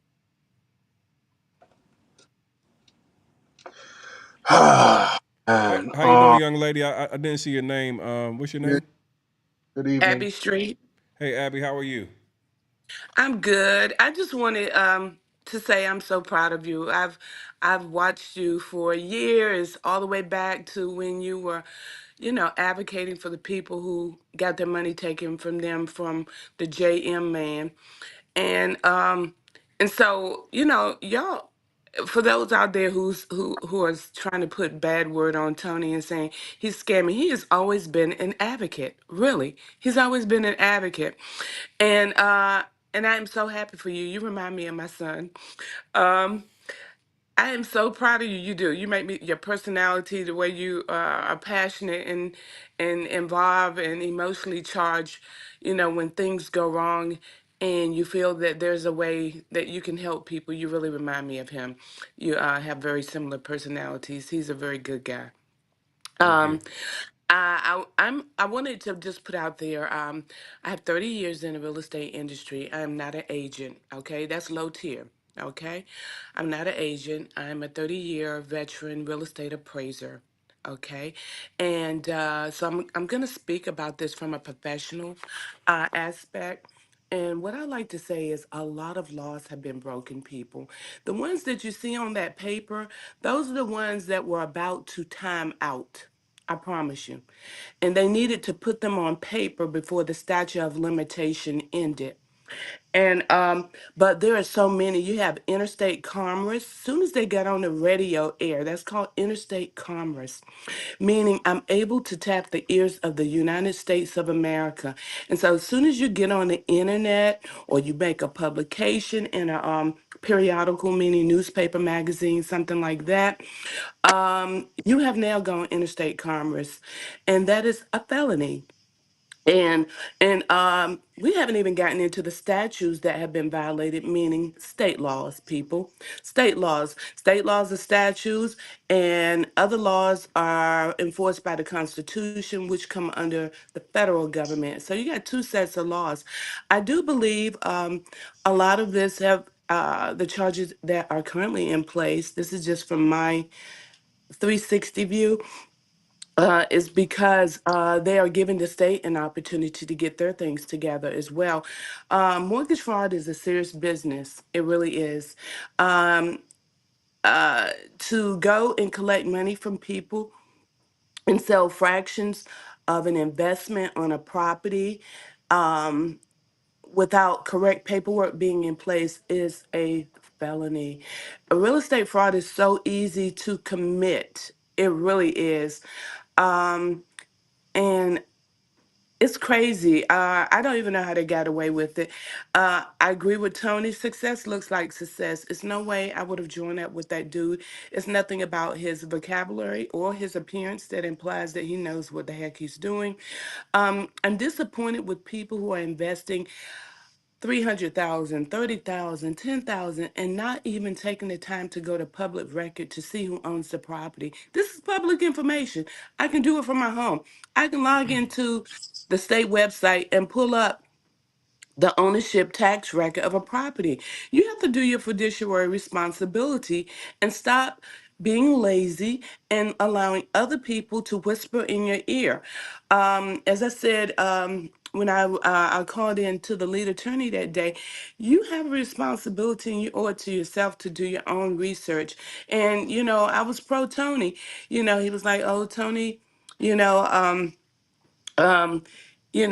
they weren't saying anything negative about you, but what I said was Tony has a right to respond and say what he's saying because once DJ Envy appeared on your show, you never know how people perceive that. And some people may have said, well, this might be legit. Tony's letting him on his show. And so when Tony finds out that this is not legit, then Tony has an obligation to his audience to speak on it. Like he has an obligation to show, hey, my bad, dude was up here, we was giving him a chance to vet his situation. We found out this ain't cool. You might want to do your own personal research. And so I was just saying, Tony has a right. I think this is all some what do they call this? I don't have a tongue that rolls, but some bullcrap lawsuit. And I find this really interesting. You got time to fight Tony, but you're not covering your assets with your own case. Like, you got money to go get a retainer for Tony, It but you don't have it no wasn't money. like, but he didn't really go get no real attorney.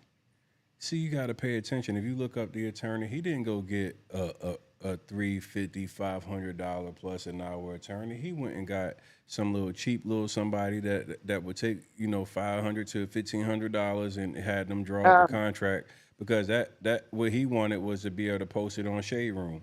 This ain't oh, he like got somebody who's trying to make a name for themselves. yeah, he literally took that and from the time that I found out about the lawsuit, it was on the Shade Room within hours, right?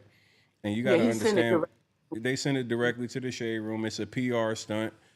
They want people to think that they're actually in the right, and it's like just a way to try to sway people from believing their side for a second. But once again, you're talking about the federal government arrested him on exactly what he's saying. I defamed him about, right? He Well, they already have criminal records. They already had criminal records. You got to have character before you can get your character defamed. And so, what character they got? Like, not what you? only does he have a criminal record, but he has a criminal record for fraud. Like Yes, like yes. he was arrested and went to jail for committing bank fraud. So we got to be clear when most people don't understand that you're not talking about law abiding, straight up and down citizens. We're talking about people who have a history of deception and finessing people to create narratives. Like, DJ Envy, when he came on my live, you notice when I had to have the confrontation with him was because he was trying to create a narrative. He wasn't trying to be transparent. He was trying to create a narrative, and I fought the narrative. I said, hey, look, no, that's not what you told me on the telephone. We talked last night. Because it's important for transparency, because what he wanted to Mm-hmm. do was get on my live and create this, hey, I have nothing to do with the narrative, and say, blame it all on Cesar and take himself out of the mix. But sir, we only know about this man because of you. Sir, Sure. we know that you wouldn't actively, like, there's no influencer that would actively promote the way Envy promoted Cesar and not have a financial connection to this person. You got to understand this. Like, anybody with a substantial following, anybody that has a brand, like hell, Nichole, me, whoever, if you want to get posted on somebody's page where they monetize their likeness and their brand, they're going to be very Mm-hmm. particular about who they put in front of their Yes. audience. Hell, even Yes. when I'm raising hell on my page, there's some times where my own woman won't post me at that time because she got shit going on that she like, I don't want my sponsors and people seeing that shit. It's just the reality of it. So if I was. if if you have a person who has a major platform, we're not talking about somebody that just has an Instagram following. We're talking about somebody that's every single morning projected in front of hundreds of thousands, if not millions of people. So you think that this man is doing this without any financial benefit? And if there is a financial benefit, then that gives you the reason to why this thing could continue to go along as long as Well, it it did. is. It is. Remember, he said he was trying to recoup the money he lost. That was the financial benefit. Not only that, someone asked, why would someone who's doing as well as he do this? Because ego. Ego is a mother. I'm He telling you, ego is he a mother. wasn't doing as well as y'all think he was. Oh, I See, believe you. I see, believe you, I Tony. see See, all the you stuff. ain't got he ain't got me tricked. I believe you, Tony. I believe he's been living a lie, what they call impersonator syndrome. He's been living a lie, and I believe a part of it has to do with the book he put out. A lot of the truths came out in that book. And then I also want the audience to understand about real estate laws, which are really interesting. Do you know in real estate laws, when it comes to marketing, it's not whether it's true or false, it's if it is believable in perception. Okay? And so I think a good example is I'm gonna give you a good example. A good example is if, let's say, when the brother threatened you, he said, I'm gonna burn you." Now we know in slang that means, assault someone or deactivate them. Now, if something came along and happened to Tony, dude is on the line for whatever that is that occurred with Tony, because he went public on the internet and stated it.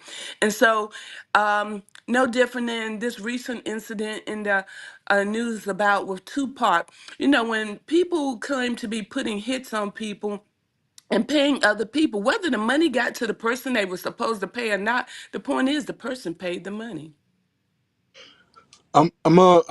If I may, I'm just gonna say this and just hop off. And nice to meet you, Miss. What's your name?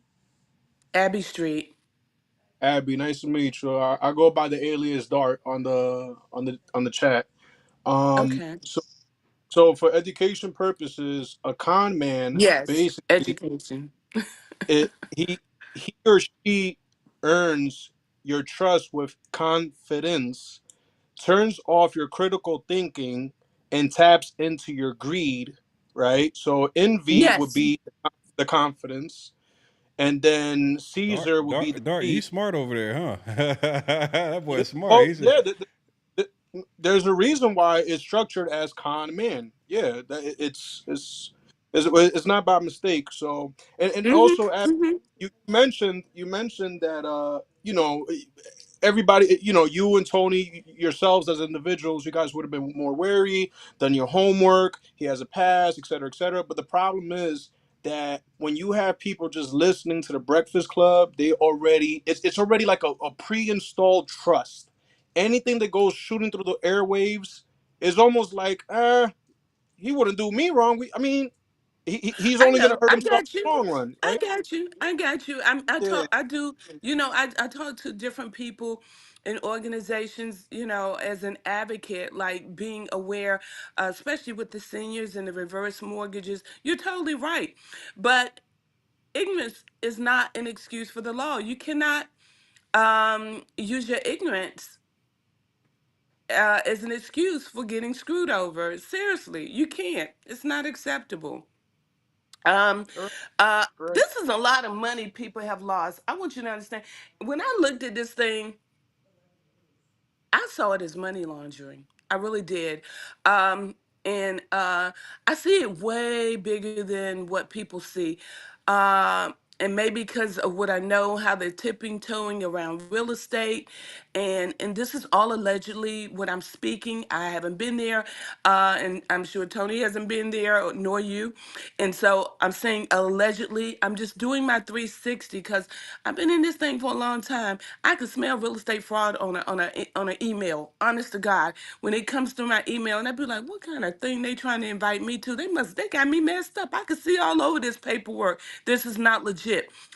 This is why when the real estate market burst, appraisers went to jail like running water because a lot of this stuff we should have been able to see. So I see something bigger. I see money laundering. I take the eagle point of view. I look from the eagle, like an eagle. He soars high and he can see everything on the ground. I'm not an ant. And so ants have limited vision. I soar like an eagle. I see this thing, just throw it out there for play.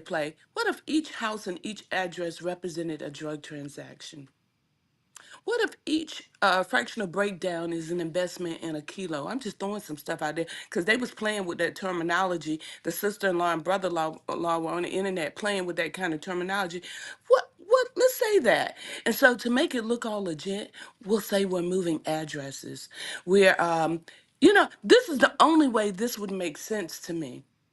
Okay? This is the only way it would make sense to me. Um, Here's the other part. Y'all just talking about the small movers of this thing. What about the radio station? FCC violations. Come on, community.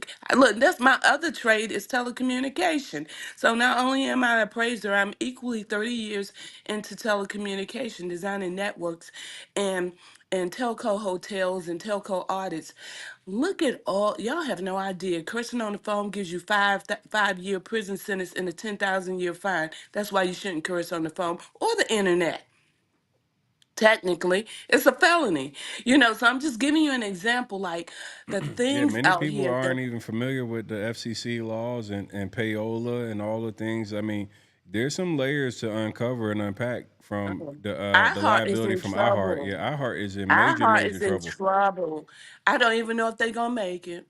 Yeah, I really don't. iHeart is in major, major trouble because Yeah. the liability that was passed off. There's multiple layers of payola. They There's never ran a disclaimer. The views that you hear, they even today they don't run disclaimers. Like when they have guests up there, they don't run those disclaimers. Oh, the views you hear today don't represent the station. And da, da, da, da. You don't hear none of that. They might not get no money from Cesar or DJ Envy, but I tell you one thing: iHeartRadio has a legal, the, appears to have there's a some legal. clauses in Envy's contract alone that payola is such a big thing for the radio because you got artists that try to pay to get spins and Well, all that. Caesar. Well, that's the case. Payola occurred with Caesar, if that's the case, See, because but hold when on, he not just jumped in Caesar. his Hold face. on, not just Caesar. But you forget there's a whole nother partner that said that part of his agreement was he was getting promotion on Breakfast Club, and that was Jose the Oh Credit wow, Dude. Jose the Credit wow! Dude has paid DJ Envy over $500,000, and he said that part I'm of so confused. yeah. It must be a lot. Once you start making all this money, I guess it seems like a lot of money to poor people or working people. But we have to realize once you live a certain lifestyle, you have to maintain it. So it costs more to live it. Because they say he won a $10 million lawsuit about him and his daughter and everything. And they're trying to imply like he's That living wasn't real. this way. Them numbers ain't what they say they are either. Okay. A Yeah, lot of people inflated the numbers that he won in the lawsuits. Those numbers are, I mean, significantly less. I mean, and that's what's going to make proving the amount of like money that they were spending. That shit don't match what it don't match, and and that's going to be an issue. check this out too, Tony. I want you to pay attention to this. After we had the pandemic, and I personally believe a lot of the pandemic had a lot to do with bringing all electronic computer and mainframes from government organizations, local, state, and federal and international agencies on one alignment. Okay. That's just my opinion. And so once they bought all these mainframes down and brought them on one alignment, the things that people used to get away with because one system wasn't talking to the other system, those days are over. And this is why you're seeing a lot of retroactive cases. Like the first ones they got to get are the ones that are about to time out. And then you're like, look at all these people who got caught up. The first test was the people who got caught up in the PPP loans and the SBA loans. I'm telling you, people, stop committing fraud on paper. Stop. Better yet, black people, we're not even good at committing fraud because the jails are filled with us. So criminality is not our skill set. Okay? Let me We need to. I need to address this guy real quick, the individual investor. I know you like attention, so I'll give you a little bit. Dudes threatening smaller YouTubers and facing a big lawsuit. Seems like priorities aren't straight. Let me tell you, if you address my name with any type of defamation, slander, or disrespect, it's always going to be fuck you. I don't care how big your platform is, how small you think your platform is. And speaking on lawsuits, I don't have a big lawsuit. I think a lot of you are completely misinformed on lawsuits. If I was facing something that actually had merit and claim, I would be shaking in my boots. I've never been more confident that a goofy fat fuck is going to jail. I've never been more confident that this lawsuit will only lead to more of his destruction, because now I'm just going to immediately go straight to trying to get discovery. And I know exactly what I'm looking for. I know exactly what to ask for. This is something that I am 1,000% confident in what's going on with me. So we're not in any bit concerned about any frivolous lawsuits. So let's be clear on that. See, we just, I don't know if we lost Miss Abigail there. Any other? Let me do this. Let me drop Drop the link in the chat if anybody else wants to join in. Shout out to Miss Abby. Appreciate you coming on. And there you go. You came back. I dropped this link in the chat if anybody else wants to join in. All right. Okay, there you go. I could hear you. I don't know what happened. But I think the key for most of us at this point, right? We've kind of got to a place where now people know that there is indeed something happening. They know that there's the federal and government is involved and et cetera, et cetera. But I think what needs to happen now is we got to get people to really start rallying around the right people. These victims have had you heard me. I don't know if you guys were on, but I brought on 2 victims. These guys will be okay, but you got some people. I've had people send me videos and things where they're slicing their wrist. I've seen people getting evicted. People have lost so much money, so it's been devastating to a lot of families. And I believe that if we truly care about our fellow people, we need to be rallying around right now to make sure we apply pressure to our hearts and people like that. So they have to be accountable for their negligence in allowing their platform to be used in that capacity, because the reality is that Cesar doesn't have the money. So for people to be able to be made whole, you're going to have to go to the larger entity. So the people definitely need to start getting iHeart on lawsuits. They need to, we got to rally around each other and get enough noise made to be able to really get this situation to where people can get some type of hope. Because I mean, just for the victims, this is what my concern is. These guys go to jail, and like Cesar said, hey, you might not ever get anything, right? Yeah, And restitution. Yeah. yeah, and you don't want that to be the case where you're getting pennies on the dollar, and now you're starting all over. So I'm Hmm. just hoping that people are able to find some way to be able to get a win when it comes to this thing financially, because I'm for sure and certain that there's going to be justice when it comes to the legal side. Financially, not sure. Yeah, and I just want people to understand, because you have a contract doesn't mean it's an enforceable contract. So do your fiduciary responsibility when you get invested in things. If you can't afford to walk away from it and lose it, that means you need to do a proper investigation. And you can always, just because someone writes a contract with you doesn't mean you have to leave that contract that way. You can change it. You can put in what you want. You can say, hey, before I do this contract with you, I'm about to give you like $300,000. I'm gonna need you to get a surety bond to cover this contract. I'm gonna need a surety bond. There's so many ways to You, protect you know, yourself. I'll be real. There were some people that actually got personal guarantees and all kind of stuff. But once again, once you get all the personal guarantees and you can even get a judgment, guess what? If all the property now has loans, loans or issues with them or whatever, it's just Hmm. like because some people actually took the extra steps. They put Well, a surety bond is different than a personal the guarantee. the You bond know. is, but most people when they're doing these deals just weren't even considering that it would have went to this magnitude, right? I So got you. you got to think about it. And we talked when you heard Dark talk about the confidence part, right? They were Hmm. looking Hmm. at envy as the personal cosign, saying there's no way in the hell that I'm gonna get frauded because of the big status of the people who are involved in this thing. I mean, Yeah, Doc I, was right. Confidence, and they win your confidence. And a good salesman looks at your deficiencies, your needs, or your wants, and that's what they play with. And so, we still have to be accountable for ourselves at the end of the day.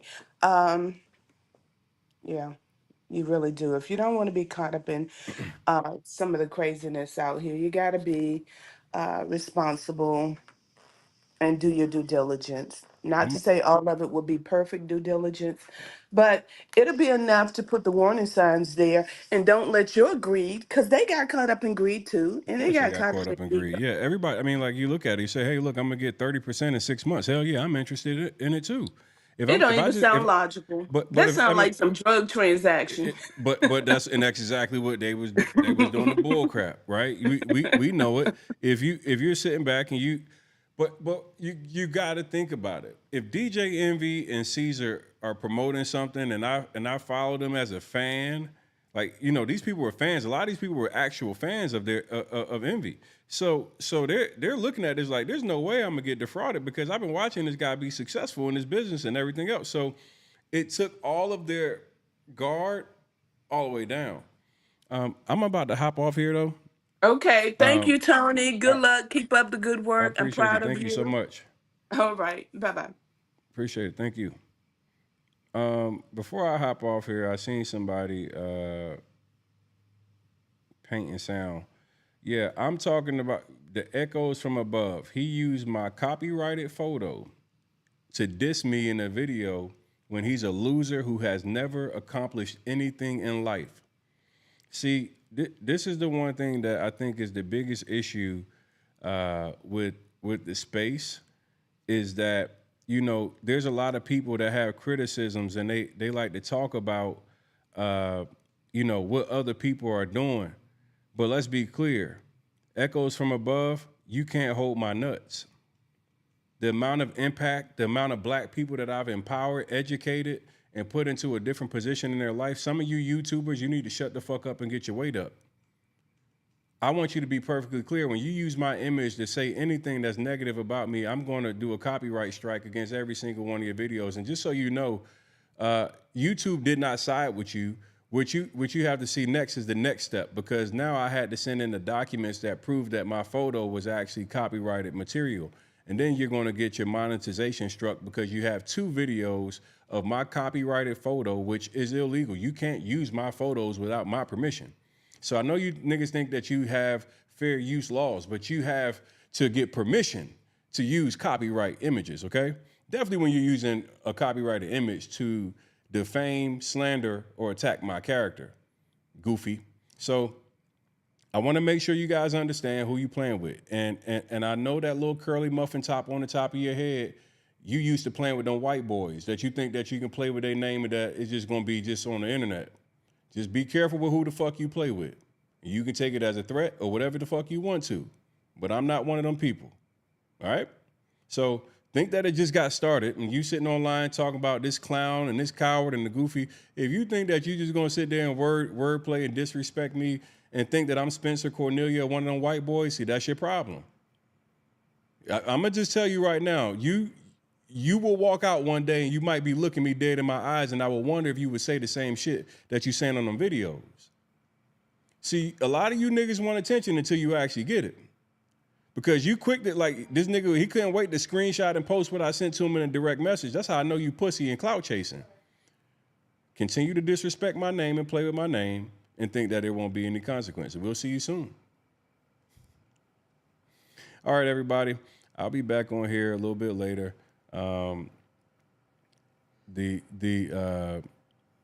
The live has been going for a few hours, 5 damn hours or whatever. Take me a quick little break, maybe play me some Madden. All of the real supporters, thank you for joining in. Make sure you subscribe, turn on your post notifications. We will be back live, maybe even tonight. I'm enjoying doing the YouTube sessions and everything else and popping my shit. So, yeah. See y'all later. Peace. Hit that like button before you go.